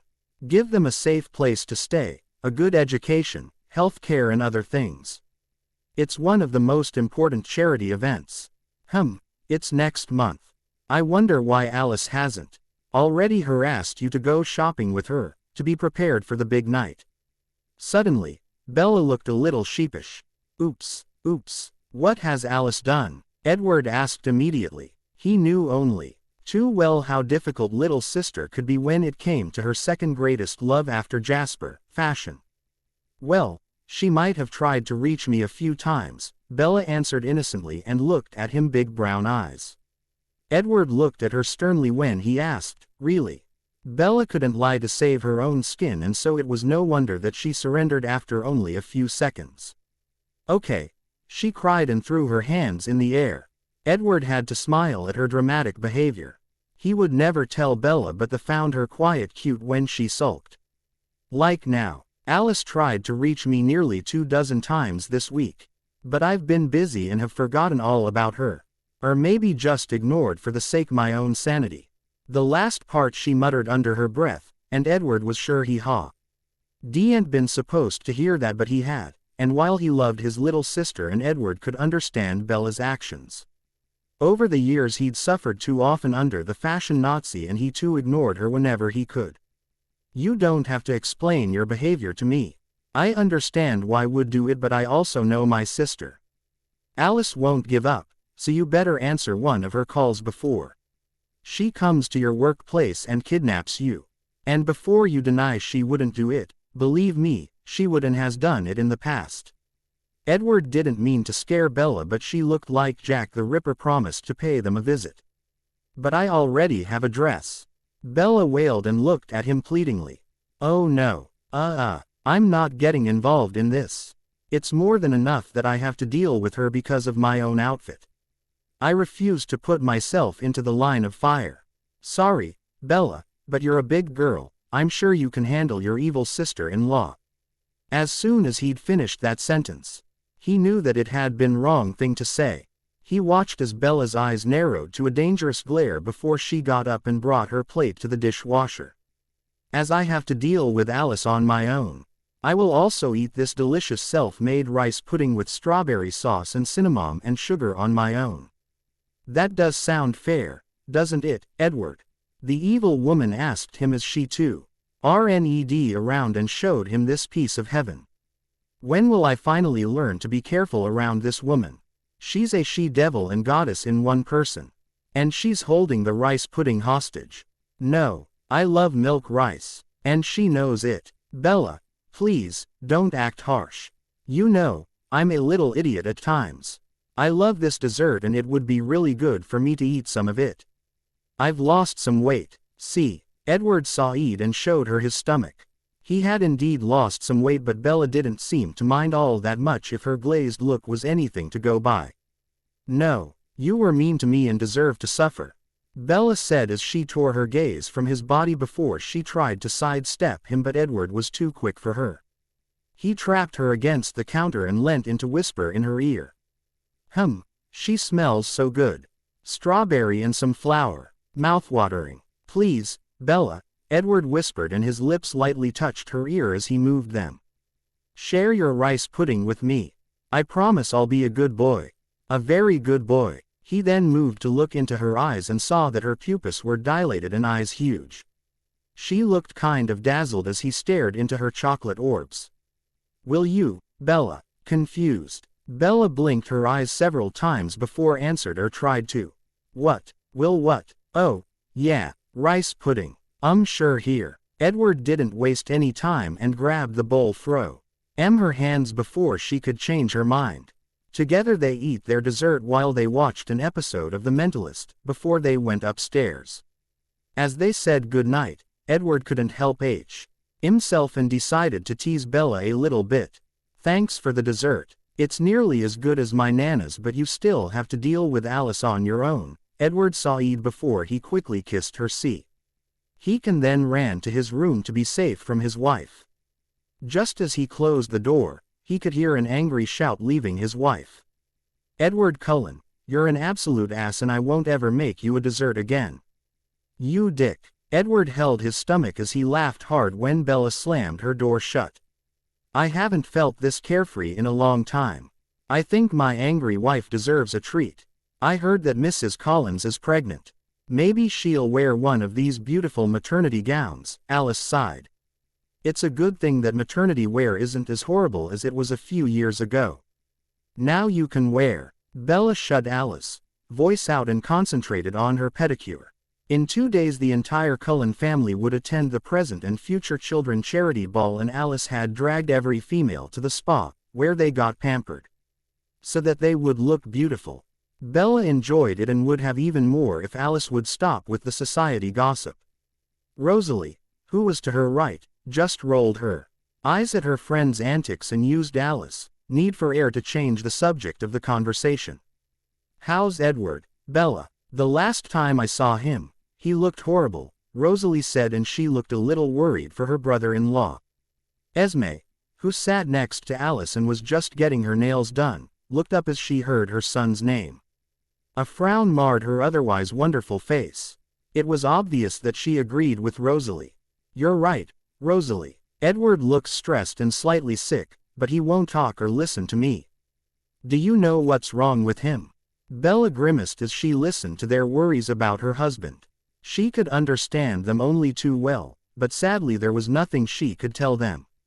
He still didn't know who was stealing from the firm, and that meant lots of work.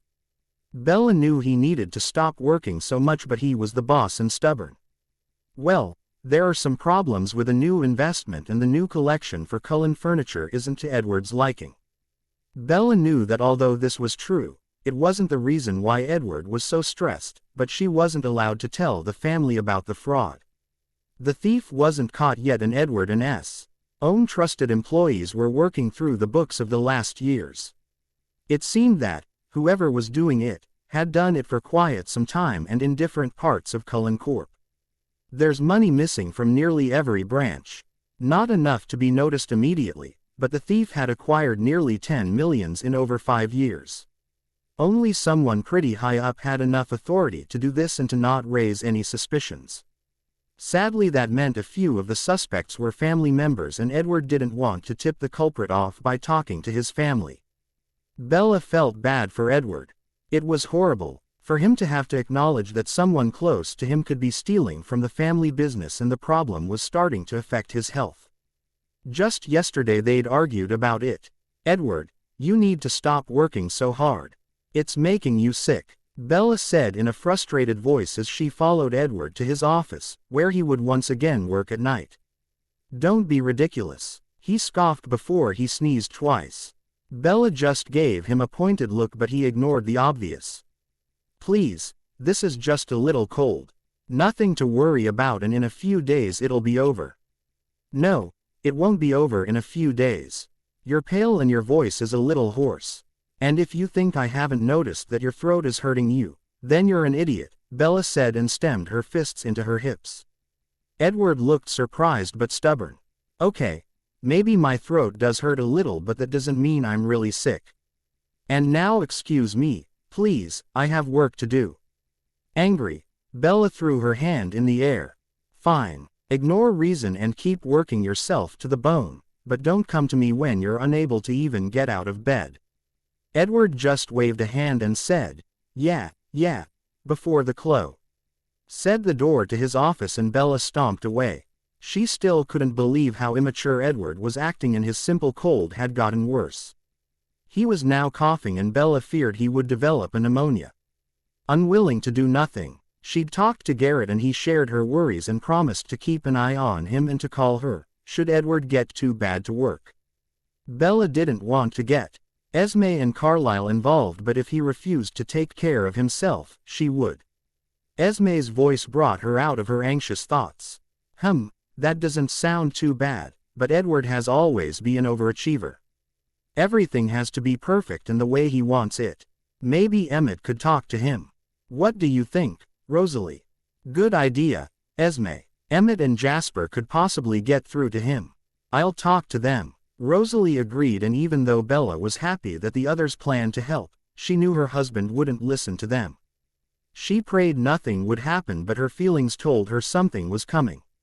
For now though, she would stop worrying and enjoy her time with her new family. When I finally find this fucking bastard, I'll destroy him. And if it's the last thing I'll ever do. Once again Edward was looking through the books and the different accounts. He still hadn't found the start of this whole affair, and it was angering him. He hoped that once they found the first time something was stolen, they would be able to identify the damn thief, but so far they hadn't had any luck. Until they found the bastard, every single transaction would be double-checked by Edward himself to make sure no further money was stolen, and as another way to find out who was harming Cullen Corp. Achoo. Damn this fucking cold, Edward thought as he grabbed a tissue and cleaned his nose. His cold was getting worse, but nothing he couldn't handle. It irked him that Bella had been right when she'd predicted his cold would get worse, but he didn't have time to become ill. If just this DAMN headache and the pressure on his chest would go away, then everything would be fine. Edward heard the door to his office open and wondered who would simply enter without knocking first or letting themselves be announced. What? He asked without looking up from his monitor. Edward, I thought you would be happier to see me, a sultry and familiar voice answered. Shocked, he looked up and saw Anya standing in front of his desk in a really short and tight red dress with high heels. Not long ago this kind of outfit would have made him forget about work, but not anymore. In fact, he was surprised and a little angry to see her here. What are you doing here, and how have you gotten inside? There were only a handful of people who were allowed to enter his office unannounced, and Tanya wasn't on that list. Where the fuck is Jessica, and why isn't she doing her job? Tanya just pouted as she walked around the desk. I thought I would surprise you. Aren't you surprised? Yeah, but not in a good way. I am. But that doesn't answer my question. How did you get onto this floor and into my office? Edward was really interested to hear that response, because whoever was responsible for letting her come this far was in deep trouble. There was a reason why they had security guards and assistants. Tanya could have been armed or something. To say he was irritated was a fucking understatement. The woman in question just laughed lightly and ran the fingers of her left hand up and down his arm. Oh, that wasn't too hard. I told Andrew who I was and what exactly I wanted to do. He was very helpful after that, and most likely hard as a rock. As for your assistant, well, she wasn't at her desk, maybe she needed the restroom. Well, at least one of them wasn't in trouble. Edward wouldn't have believed Tanya if she'd told him that Jessica had simply let her in. She may not be the smartest, but she always announced the people who wanted to see him. I'm sorry to say this, but I don't have time for you, Tanya. There's lots of work still waiting for me, and I thought I made it perfectly clear that you aren't to come to my workplace. I keep business and pleasure separated. Always. A subjective. Smile crossed her face as she leant even closer. Edward could feel her breath on his skin as she whispered. Sometimes you need to break the rules, babe, because I'm here to bring you pleasure. Both of us. How about we fuck on your wonderful desk right here in your office? And after we're done, you would always look at this desk and think of me. How does that sound? Edward was aware that the say words should have aroused him as they most certainly would most men, but he stayed cold and collected. No, Tanya, that is absolutely unprofessional. What are you thinking? He said and looked at her unbelievingly. Tanya was acting like some slut and Edward didn't like this kind of behavior in his office or his private life. Tanya didn't seem to notice that Edward was losing his patience with because she kept trying to seduce him. And she was getting bolder. I think you're looking overworked and tense, and I know a great way to relax both of us, she whispered, and she started to straddle his lap. We haven't spent much time together lately and I want to feel you cock thrusting inside my pussy. I even come prepared. My little vibrating beads have already made me so wet, but first let me get Big Eddie ready. And then she grabbed his still very soft cock through his pants. Enough was enough. Disgusted by her actions, he pushed her off of him and stood up to bring some much-needed space between them. What the fuck, Edward? Tanya cursed as she scrambled up.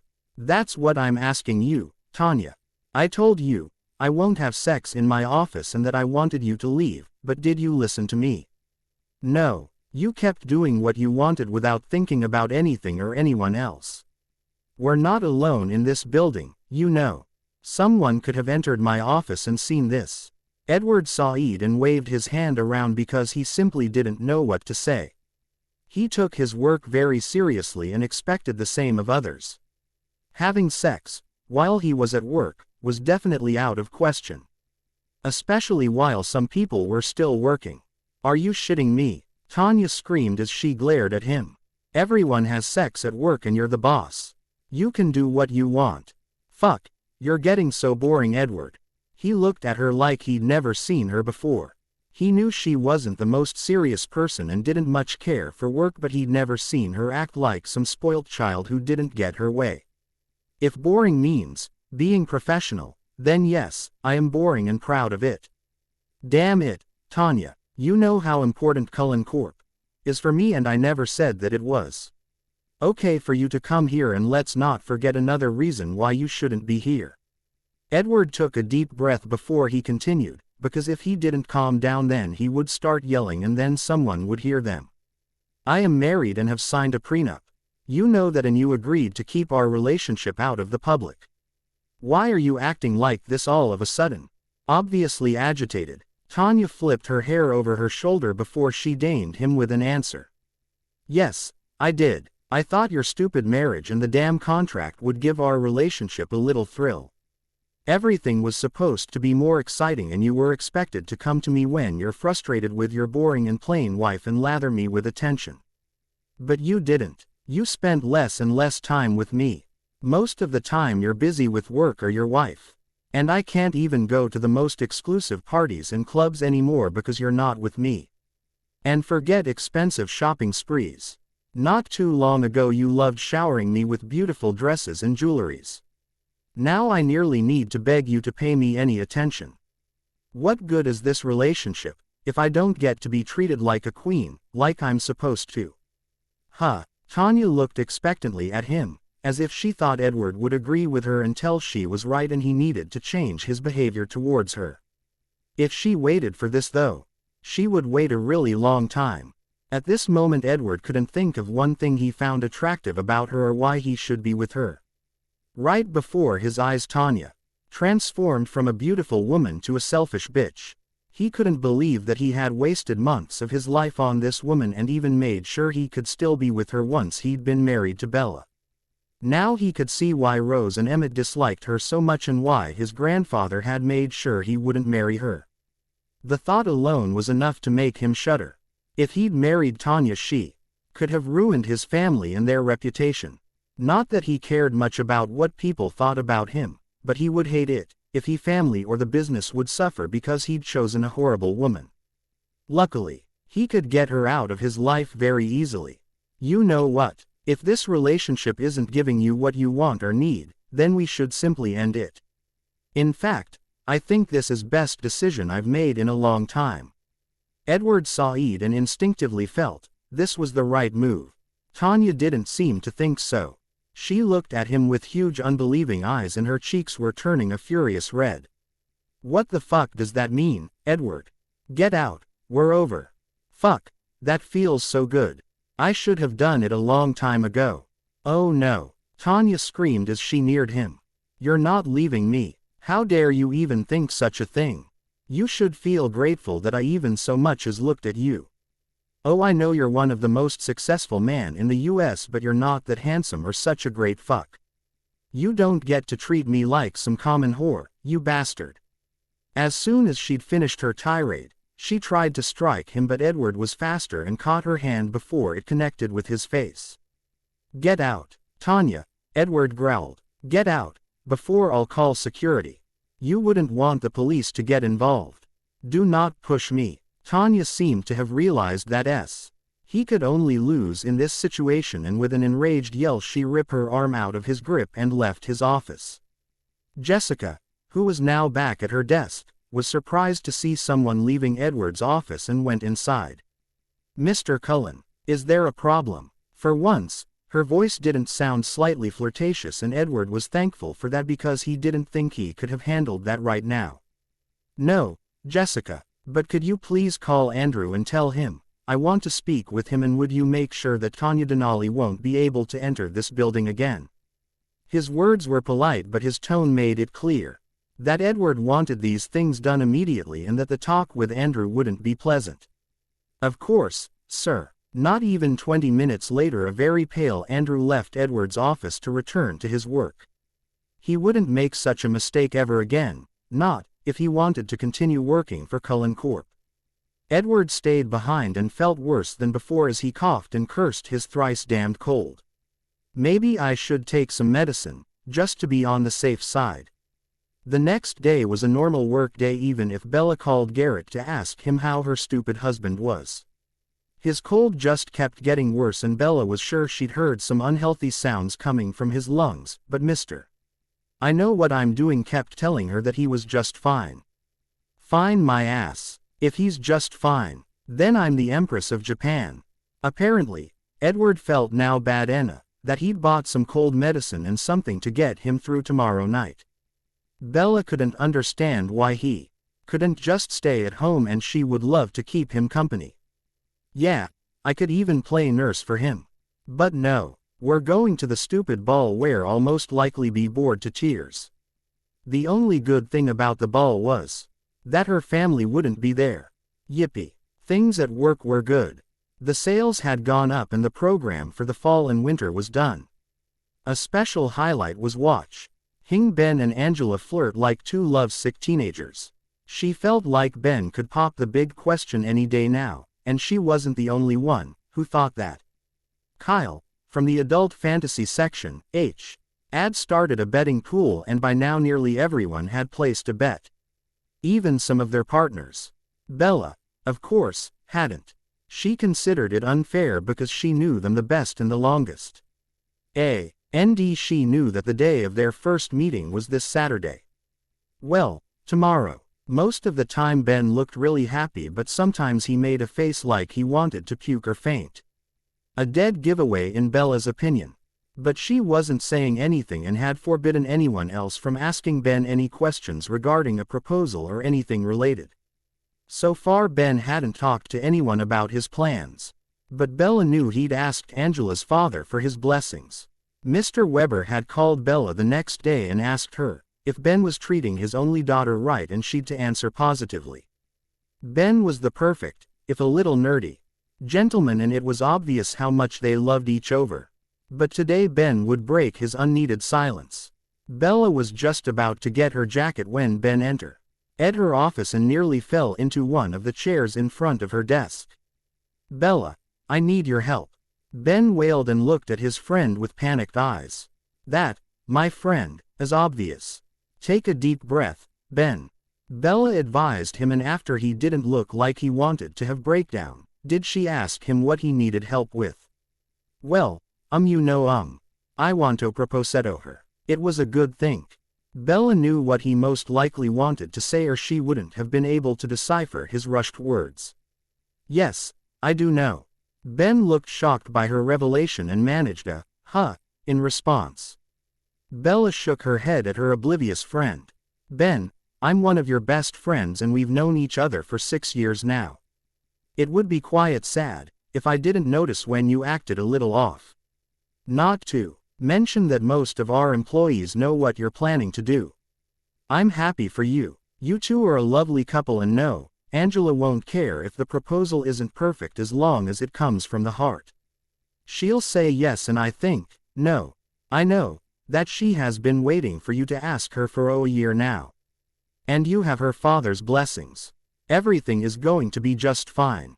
Trust me, Ben, Bella said with an encouraging smile, and was happy to see that a little color had returned to Ben's face. They both sat in silence for a few moments before Ben got up and rounded the desk to hug Bella to his chest. You're an amazing friend, Bella. Angela and I are lucky to have you in our lives. Thank you for giving me a little boost. I needed that, he whispered into her hair, and when they ally broke apart, there were tears in both of their eyes. I'm the lucky one, and now get out of here. I think you have a proposal to plan. Bella felt a little envious as she watched Ben leave. This was how it was supposed to go. You fell in love and grew as a couple before one asked the other the most important question. And Edward's and Bella's families had taken that away from them. At least his family had done it to stop him from making a big mistake, but hers had only done it for their own selfish gain. And she would never forgive. Never. It was Saturday night and Bella was waiting for her husband to tear himself away from his work, so that they could drive to the charity ball Bella didn't even want to attend. But she knew, you couldn't always get what you wanted. Tell me something I don't know. If someone, namely her beloved husband Edward, had asked her for her opinion, she would have told them that Edward belonged at home to rest, but no one had. Edward refused to see how his behavior was. The fact that his fucking nose was starting to turn red was ignored, much like everything else concerning his health. Bella was frustrated by his behavior and hadn't even said anything, as Edward had swallowed some pills to get him through the night. Fucking idiot. I hope he isn't as stupid and irresponsible as a CEO or Cullen Corp. Is in huge trouble. Impatiently Bella checked her phone and saw that they needed to leave. Now, what on God's green earth was Edward doing so long? Bella had been ready for over half an hour already. Today she wore her black lace fishtail kipao and her hair was done in a beautiful do-up. Her makeup was rather simple and the only extravagant feature was her deep red lipstick. Bella had to admit that she looked fantastic, and not even Alice would be able to find something to criticize. But no one would be able to see her if Edward didn't get his ass in gear. Edward, hurry up or we're going to be late. Garrett's already waiting for us, Bella called up the stairs. I'm coming, a muffled voice said, and a few moments later Edward appeared at the top of the stairs. Even though Bella didn't want to, she had to admit that Edward looked incredible, handsome and sexy in his black smoking. You almost couldn't see that Edward wasn't feeling well. It seemed that he had used some concealer for the redness of his nose. So that's where it was. Afraid Mom and Dad are going to notice their little boy is sick, or did you use my makeup just for vanity?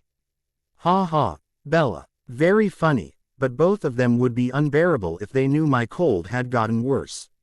Edward answered as he grabbed his phone and some money. Are we ready then? Bella asked, and Edward nodded. When everything Edward thought he needed was put away, he looked up to gaze at Bella. And his eyes got huge as he took in her appearance. He didn't say a word as he stared at her, and Bella felt uncomfortable. What? Is something wrong with the dress? I thought you liked it. Bella asked and looked down her dress to check if there was maybe a spot or something. Edward lightly shook his head and gave Bella a nearly blinding smile as he stepped to her and kissed her on the cheek. Nothing is wrong with the dress or how you look. I simply looked at you because you're so beautiful. This dress was really worth its money. I fear you're, once again, going to be the most beautiful woman of the night. You should be careful or some of the society ladies will start to hate you." The last part was obviously meant to tease Bella and, of course, she blushed.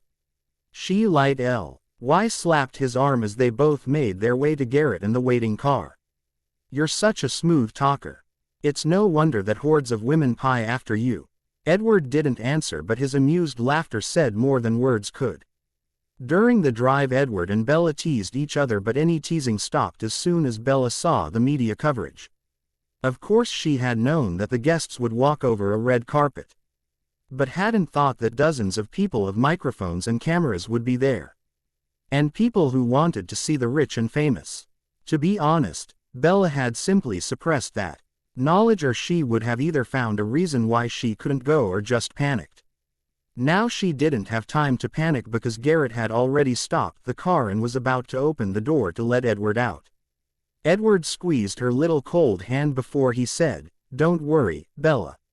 You don't have to talk to anyone and you don't even need to smile. I promise we go inside as quickly as we can. And you don't have any reason to be nervous. You look absolutely breathtaking." With these words he got out of the car and the reaction to Edward's arrival was immediate. Flashlights were going off, and people tried to get his attention, but Edward just gave them a cuck smile before and helped Bella out of the car. Her husband wrapped his left arm around her waist and guided her to where they were supposed to go. Which was good because she was slightly disoriented by the flashlights and the screams. "Relax, Bella. No one is going to bite you," Edward whispered into her ear before he led them over the red carpet. He answered only a few questions and Bella even managed to smile and tell one reporter the name of the designer. Needless to say that they're surprised to hear the name of an unknown Chinese designer. But neither Bella nor Edward cared. The dress was great and Bella wasn't interested in positive comments in some fashion or lifestyle magazines, but she was polite. She couldn't have been more happy when they finally reached the ballroom and left the media outside, well, most of them. A few chosen reporters with their entourage were allowed to inside, which Bella hated, but she so knew how much people loved gossip, and such a big society event was the best place to dig up some dirt and to gossip about outfits and everything else. Once Bella had caught her breath and relaxed a little bit, she took in the other guests. Wow! Bella recognized some actors, models, and musicians. And lots of members of the high society. And many were to be dressed to impress.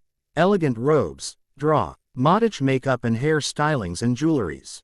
Lots of jewelries and expensive ones to boot. Bella wouldn't be surprised if some of them were worth millions of dollars. She couldn't understand why own women and even a few men thought it was necessary to wear such expensive accessories, and so many. Bella only wore her wedding and engagement rings, a simply but lovely bracelet and small diamond earrings. Normally she didn't even wear that much, but one always wore something special when you were invited to such an event, but she would never hang herself like a Christmas tree.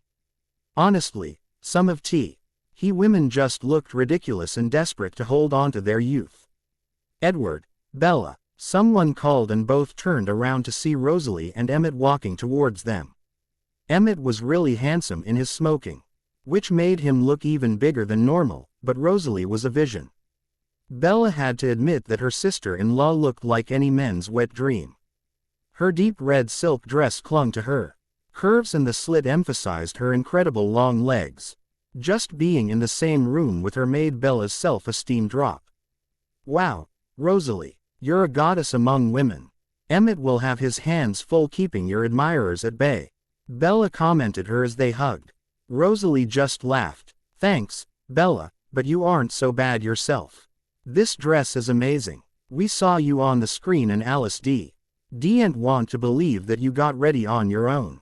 I think the little pixie is a little put out that she couldn't play dress up with you." Bella shuddered at the mere thought. Well, she's going to survive. The next moment she felt Emmett's steel-like arms wrap around her as she hugged her to his chest. "Hey, sis, you're looking hot," he said and wiggled his eyebrows. Rosalie and Edward both the back of his head before they greeted the other. "Ouch, you're so mean to me. Come, Bella, Let's go to Mom and Dad and tell them that my wife and brother are abusing me." Bella could only laugh his silliness as the four of them went to the table of the Cullen family. As always, Esme and Carlisle looked impossibly young and beautiful, while Alice seemed to belong to a fairy tale. Even Nana was there, and for an older lady she was really stunning. Jasper was also there, and although he wasn't related to them, was he part of the family? Of course, Bella knew that Alice wanted to change that fact rather sooner than later. Maybe all the good Jasper needs is a good push in the right direction. They talked for a little while before the host of the evening, some lady Bella didn't know but was obviously important and rich, made the opening speech and talked the attendance through the program of the night. In Bella's opinion, Mrs. Albright needed too long because Bella was about to starve, but she wasn't the only one.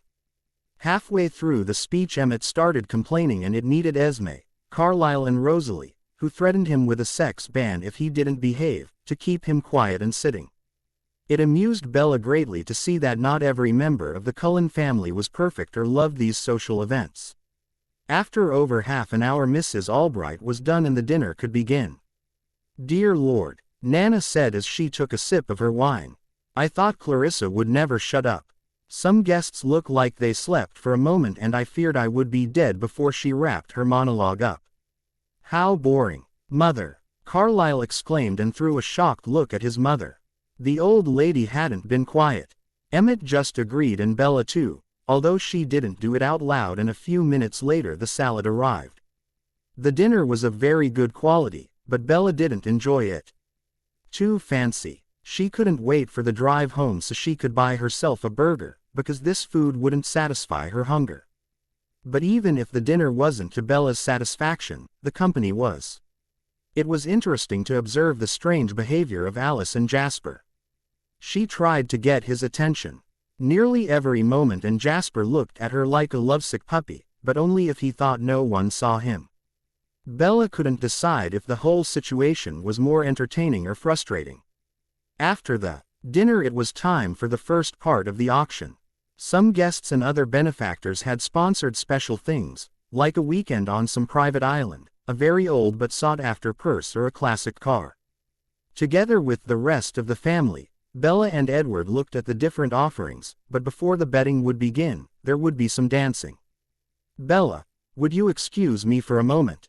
Edward asked as they returned to their table.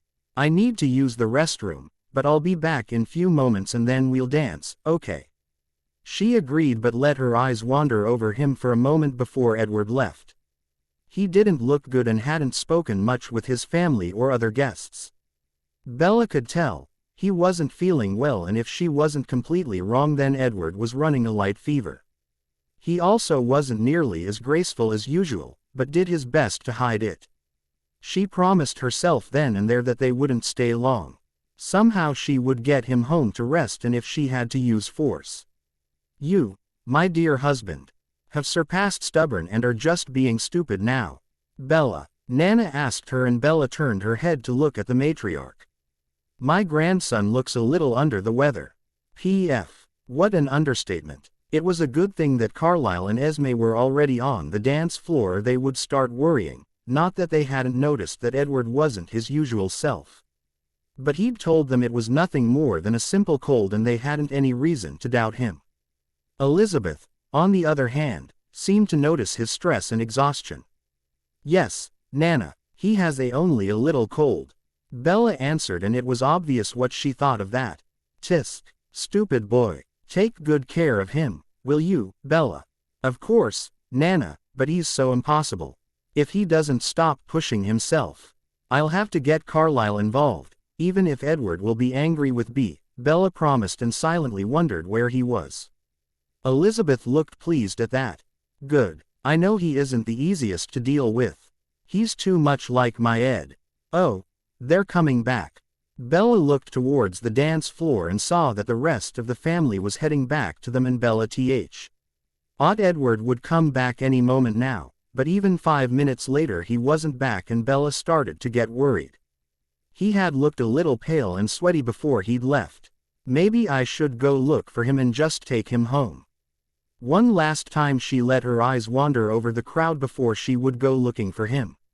And then she saw his unique hair as it caught the light on the edge of the dance floor and was relieved to see him. But her relief only lasted seconds. As a pair of dancers moved, she could see who was with Edward and dropped her water glass in shock. Bella. She was dimly aware of someone speaking to her, asking her why she looked so pale all of a sudden and if everything was right, but she couldn't answer them. She kept staring at Edward, who was dancing with a beautiful woman with strawberry blonde hair. She heard a startled gasp and knew Elizabeth had found the reason for Bella's behavior. In the span of a heartbeat, Bella's feelings changed. Gone was the shock and in its place was anger. It was pulsing through her body and she could hear her thundering heartbeat in her ears. Bella knew who this woman was. Tanya. My husband is dancing with his whore. It took ever. Why things she had to keep her face impassive and her movements controlled, but somehow she did it. Slowly she got up and walked away. She felt someone grab her arm, but she shook it off and ignored everyone who tried to talk to her. Bella needed to get out of there and fast. Before her composure broke and she would do something she would most likely later regret. Her feet carried her to an emergency exit and she walked for a few minutes before she called a cab to take her home. She had things to do. We will continue in next part.